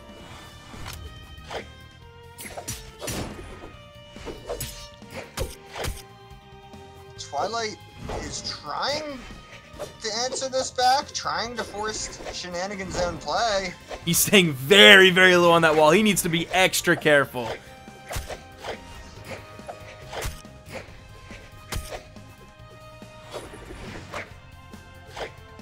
Wrenched is recovering so well. He's not giving Twilight anything. This really is Wrenched playing at his best.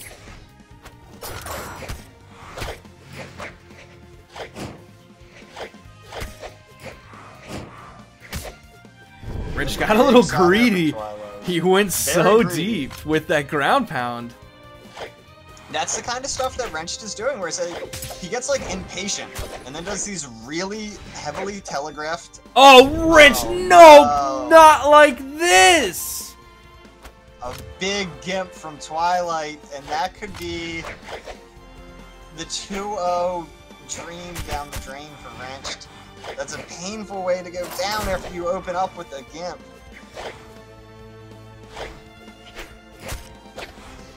Still a very even game.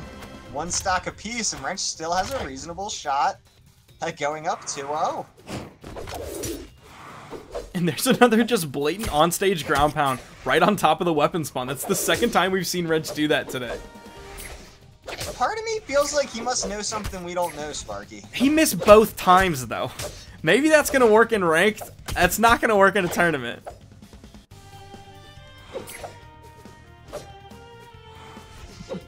He's just getting his opponent, you know, to think he's going to ground pound, and he's going to switch it up now. It's all mind games.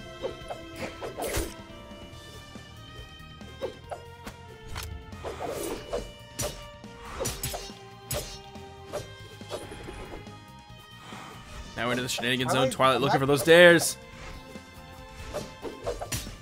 Twilight opted for that dare follow-up out of the downlight instead of the Sair, which I'm not entirely sure why he did that. I'm not sure if it would have killed at this point. Those kill boxes on the side of King's Pass are deceptively close. Maybe he just wanted to force the edge guard situation. I'm not sure, though.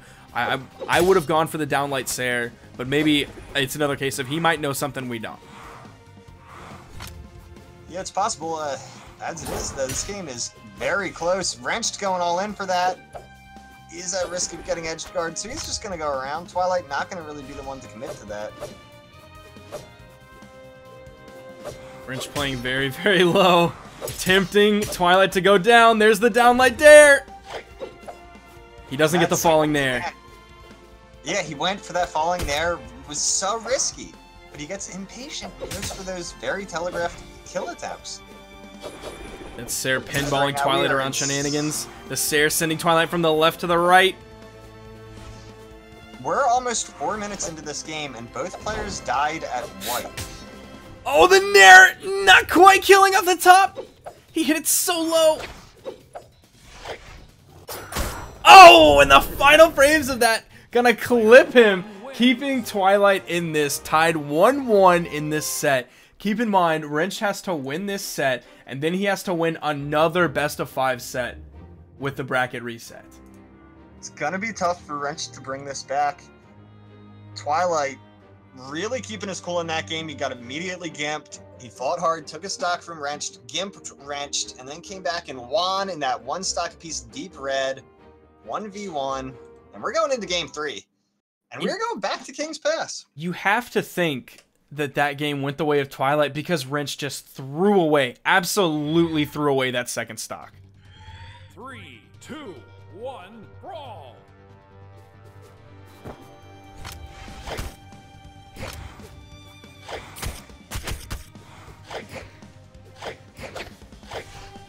Wrench finds some nice early damage on the Twilight, but what we really want to see is one of those big wrenched strings.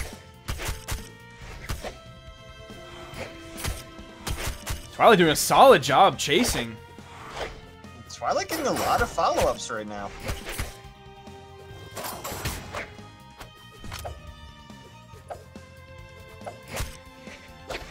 There's the dare. You saw Wrench just completely wait for a second. He was waiting to see which direction that Twilight dodged. Something Wrench does a very, very good job of is knowing when to wait out those dodges. He generally gets them. Nice nair off the top. So this game is very, very even. We could see Twilight evening this up in a heartbeat. Wrench gonna keep him weapon starved.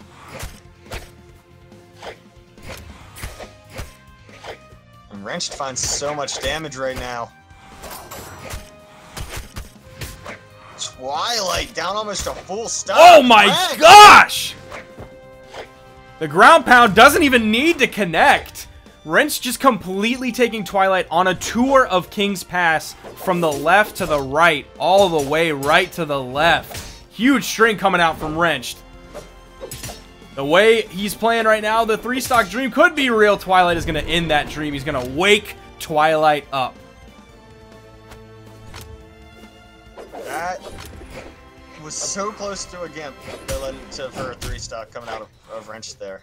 As long as Wrench doesn't throw this away like he threw away his second stock last game.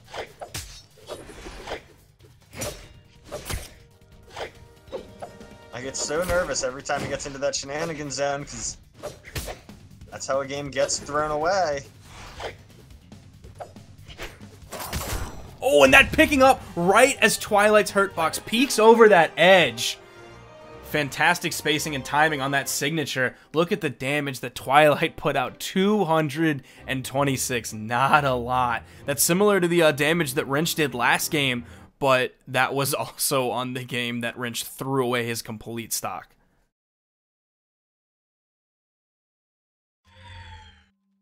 We're going back to King's Pass. 3, 2, Wait. 1, brawl! Aren't we not supposed to go to King's Pass? Because Twilight won King's Pass, and Wrench won King's Technically, Pass. we should not be going to King's Pass, but, I'm sitting here casting. not being an admin for the tournament. So if they play the game, they play the game, as far as I know. Neither player stopped it. No referee stopped it. So we're going to King's Pass a third time, Sparky. We're gonna let it ride. We're gonna let it ride. Exactly. And Twilight really taking control of this game in the first 30 seconds. That's Wrenched recovering. No, I thought he would make it into the shenanigans zone. No dodge, no recovery. Twilight, substantial lead right now. And then Twilight completely disarming himself. We didn't see him plant the flag, though. I'm surprised we didn't see him plant that 3's up flag after that huge gimp, giving himself some serious room to work with against Wrenched.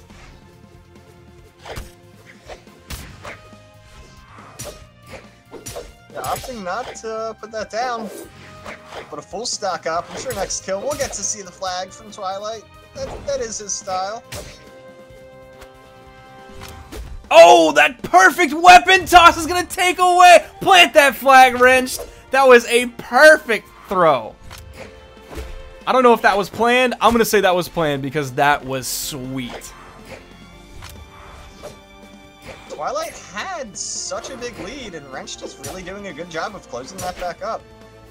With this sword, Twilight might be able to keep him at bay, but somehow Wrenched is going to stay alive a bit longer. He needs to put damage onto Twilight before he goes down, as he is in red. That's an absolutely monstrous amount of damage coming out from Wrenched. There's the flag plant that I expected from Twilight. Wrenched almost had he had that dare, and then he tried to read the recovery from Twilight onto the other side with that ground pound, but Twilight opted to stay on the left side and then immediately capitalized, taking that stock from Wrenched. Twilight, he started with a gigantic lead, but now it's not so big. The downlight side air is going to kill, and this game is pretty much dead even. And if Wrenched takes this, we're going into a bracket reset.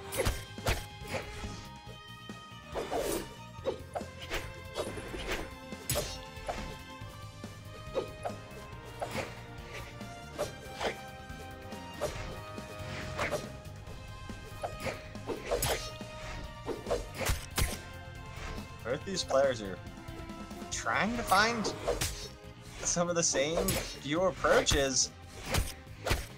Wrenched having so much success with that guitar dare. Wrenched just being a little bit more careful now. We're not seeing him get quite as greedy as we saw him getting before. He's going for like one-hit, two-hit combos. He's not going for huge strings. He's much more careful. He knows what's at stake here.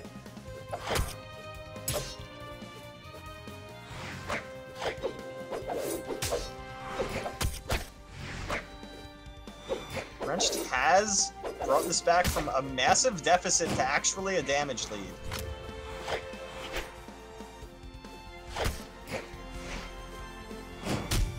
Twilight, big trouble here. He's gonna dodge up. He doesn't have to use his recovery. The recovery not quite killing off the top yet, sending him off screen though. Both players kind of footsying back and forth. Both a little bit trepidatious. And that is a bracket reset with the side signature from Wrench, winning the first bracket 3-1. Now we are getting a reset.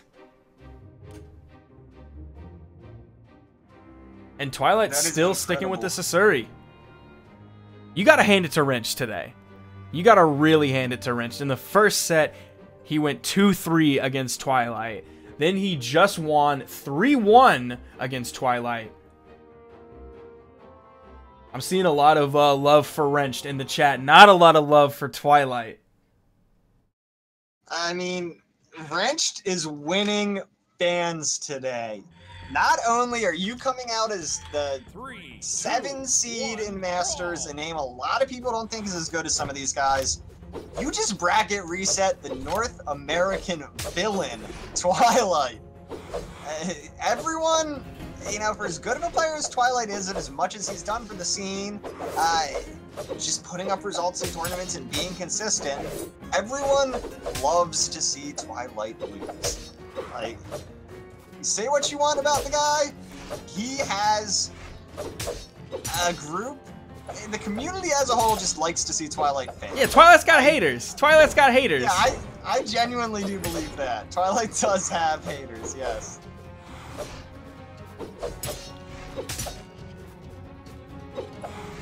So you're gonna win some fans just for playing against him, especially for beating him. But this Wrenched story, incredible, and in the mirror match as well.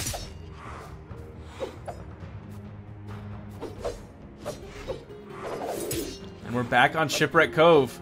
The last game of the first set that they played in this tournament was on this. The first game of the second set that they played was on this. Both players have one win on this map. Twilight has one, Wrenched has one. Shipwreck is absolutely... Oh my, Twilight with a big weapon toss. Shipwreck is absolutely one of the maps that either player can just explode on. It's so good for Twilight's playstyle with the edge guarding, and it's so good for those guitar strings that Wrenched is all about.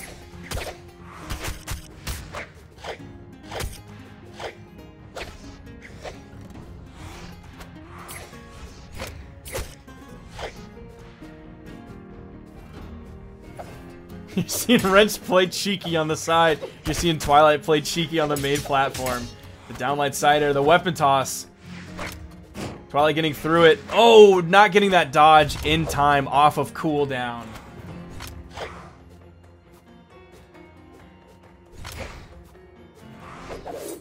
Cox are even here in game one of the bracket reset, and look how much slower this game is going compared to everything else we've seen.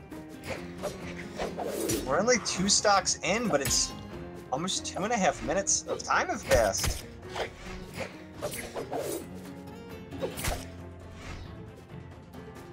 Now we're seeing Wrenched play really, really conservatively. Now, whereas before he was going for 2 hits at a time, now he's only usually going for 1 hit at a time. Twilight's going to follow that up with the weapon toss, going to bonk him on the head. It's going to take out Wrenched second stock.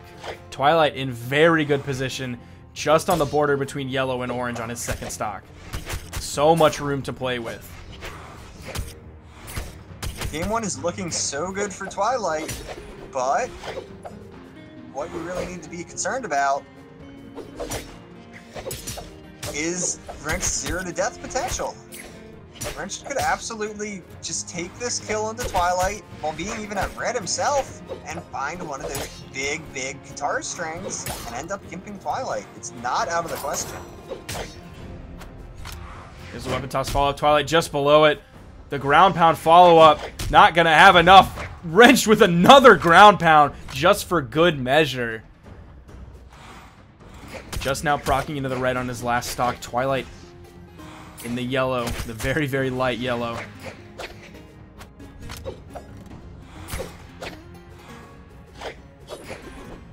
Coming in at 4 minutes.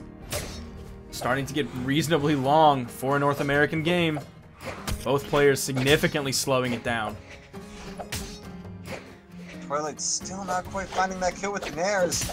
Gonna gift Wrench a few more tries. Twilight started with the Sair when Wrenched was above him. Then he moved down. Then he hit the Nair. Killed off the top. First game going the way of Twilight. And that's a substantial damage difference dealt. Oh, Wrenched is switching. He's switching skin. Yeah. Now I'm rooting for Wrenched.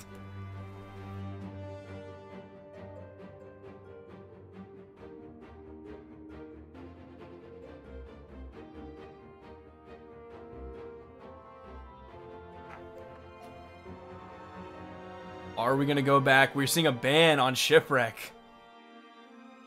We're actually going to Blackguard, a stage we've kind of not seen in, I think, quite a while. We saw it early on, but I think we haven't seen it in a while. 3, 2, 1, brawl!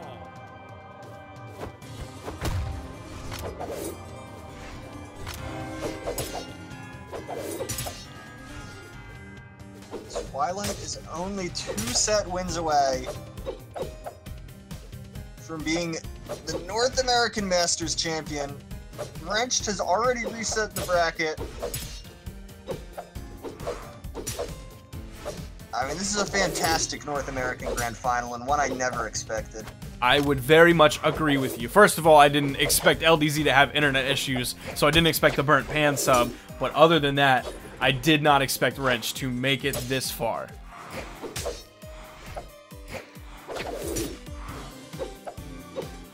You have to wonder at this point, are just the number of games played maybe affecting Wrenched? I believe this would be his 7th, at least his 7th set. And Twilight, absolutely monstrous off the side of the stage. Huge, huge Sair guard.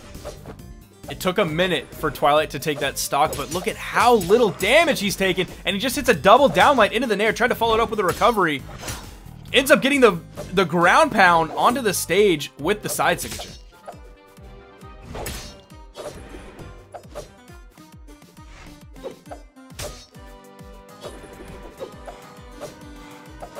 And he's now evened up the health. To fight Twilight off stage, but it's not working. Twilight is looking for those dares. He finally gets one. Wrench is going to go under the stage. We've seen a lot of going under the stage today. A lot of safe recovering under the stage. A lot from Astro. Now a lot from Wrenched. That big dare. Wrench is going to try and go under again. He doesn't quite have the vertical with his dodge. And Twilight going up 3 stocks to Wrenched's 1 right now.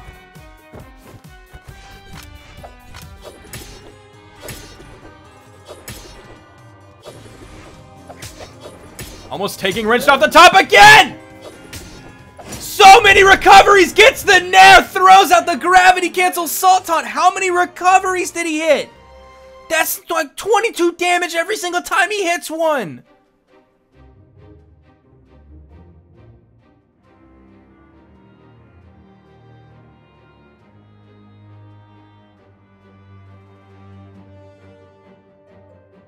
Huge work coming out from Twilight in this grand final set. Game 2, commandingly going the way of Twilight. We're kind of actually seeing here what we've seen from LDZ in the past is LDZ will start in on the winner's side in grand finals. He'll throw the first set, just completely throw the first set, specifically often to Twilight. Then the second set, he'll come back in commanding fashion, 100%. It's a 180-degree shift, and he's just a completely different player. I think that's what we're seeing from Twilight.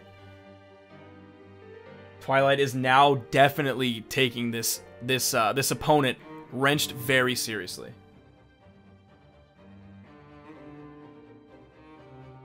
Wrench just taking a short minute break for himself, maybe calming the nerves. You know, he's got a reverse sweep Twilight. That's his only chance at this point, a reverse sweep.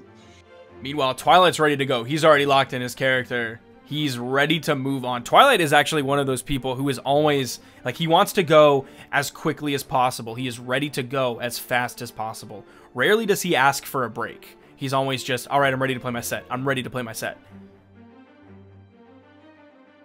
Absolutely. That's the typical Twilight fashion. He never wants a break. He just wants to play. Let's go.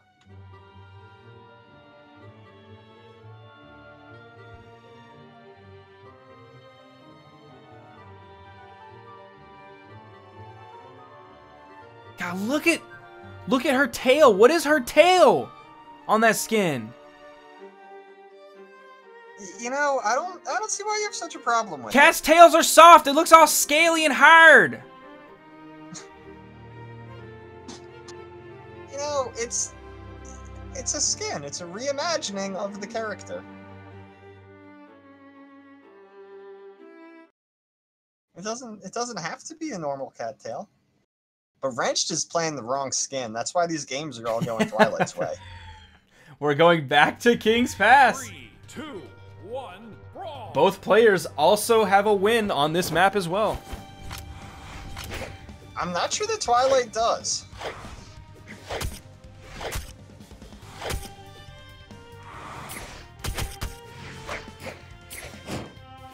Oh, I might be wrong. Did we see it 3 times in the previous set?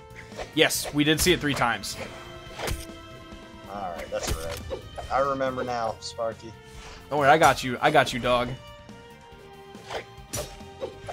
All the games are fading together. Well, we've That's seen a just lot what today, first so sucks, I don't jeez. blame you at all. Twilight looking to take that kill down the shenanigans zone. Not quite gonna happen. Some offstage play. That's gonna do it. Kill 1 for Twilight. No, I was wrong. No, you saw the writing on the wall. You knew it was coming. You knew that ground pound. You saw it ahead of time. It's like That's So Raven. You did the little weird face, and then you saw into the future like 15 seconds. Fair enough. And Twilight looking for another one here. Twilight playing very aggressively off stage. He wants this to be the final game. Bracket reset, looking like a 3-0. And Wrench is just fishing for those down signatures. Twilight going back and forth so quickly. He's trying to get a handle on where Wrench is going to go so he can predict it. With those falling nairs, it's going to be a big save from the underside of the stage. Going to send Twilight far to the left. But Wrench pretty damaged right now in the orange. He'll proc red pretty soon.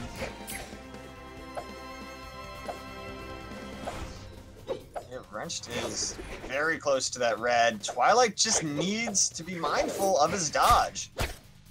Just as I say that, Wrenched catches him out on a bad dodge. Luckily for Twilight, it was only 2 attacks, and that one of the really, really big strings. Nice recovery. More damage coming out from Wrenched. Every hit from Twilight is being answered with 3 or 4 from Wrenched. It really feels to me, though, however, that Wrenched is still playing a little too scared. He'll hit 1 or 2 good attacks, and when we've seen him chase so aggressively for follow-ups before, he's just not doing that anymore. He starts to play afraid if he falls behind sometimes, and that's the worst time to play afraid in certain matchups. And that could just be an issue of experience. Think about how many times Twilight has been in this exact situation in the grand finals of a tournament. Wrenched, he hasn't been in the grand finals of a tournament, definitely not as often as Twilight. I don't know specifically how often, but Twilight just is the more experienced player. Yeah, that definitely is substantial. You know, maybe Wrenched is cracking under the pressure a bit. Not to mention, Wrenched played an ungodly amount of games to get here. He has to be tired. He has to be physically and mentally tired. As it is, he is on his season stock. Twilight's able to take this next kill. Brawl League Masters Season 2 is over. I would hate for Wrench to make it this far and end up taking second place. It's still a strong place. But how great would it be for Wrench if he won? It would be fantastic for Wrench to win. Same time, second place with the bracket reset and grand finals is such a good showing for someone who isn't already considered one of the best in the region. There's another nair from Twilight. Going to do a lot. Oh, that's the side air. That has to be it. That has to be it. He's able to touch with the dare. Twilight not waiting long enough. Like we normally see him wait for the side air follow-up after everything has been blown.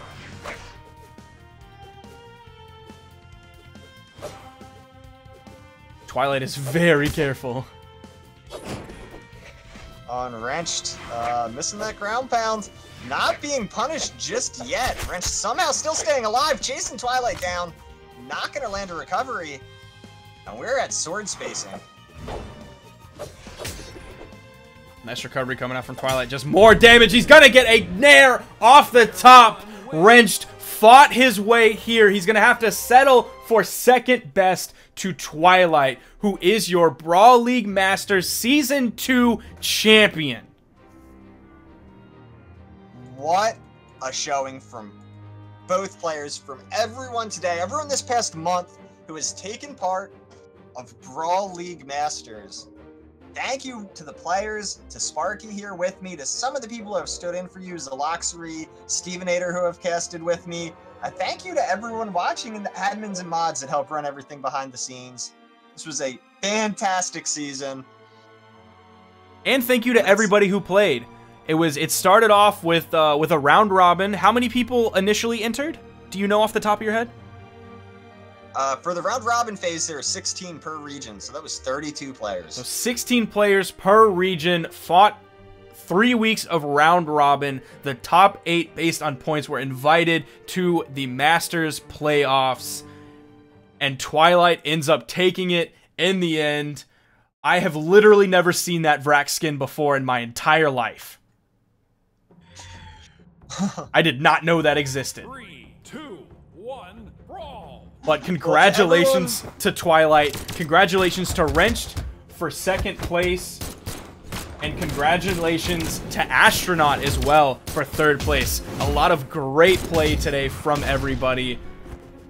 Brawl League Masters, fantastic month. Listen to everyone who's still here, who still hasn't had their fill of Brawlhalla just yet. One of the Masters players, he didn't make playoffs, but Crocky should be streaming right now. We're gonna give Crocky the big host. Very old school player in the game. Thank you again for being here with me, Sparky. Go check out Crocky's stream. I'm throwing that on right now. Yeah, everybody go watch that guy. He's a fun, cool guy. I like him. Ask him to dance. If everybody asks him to dance, he might dance.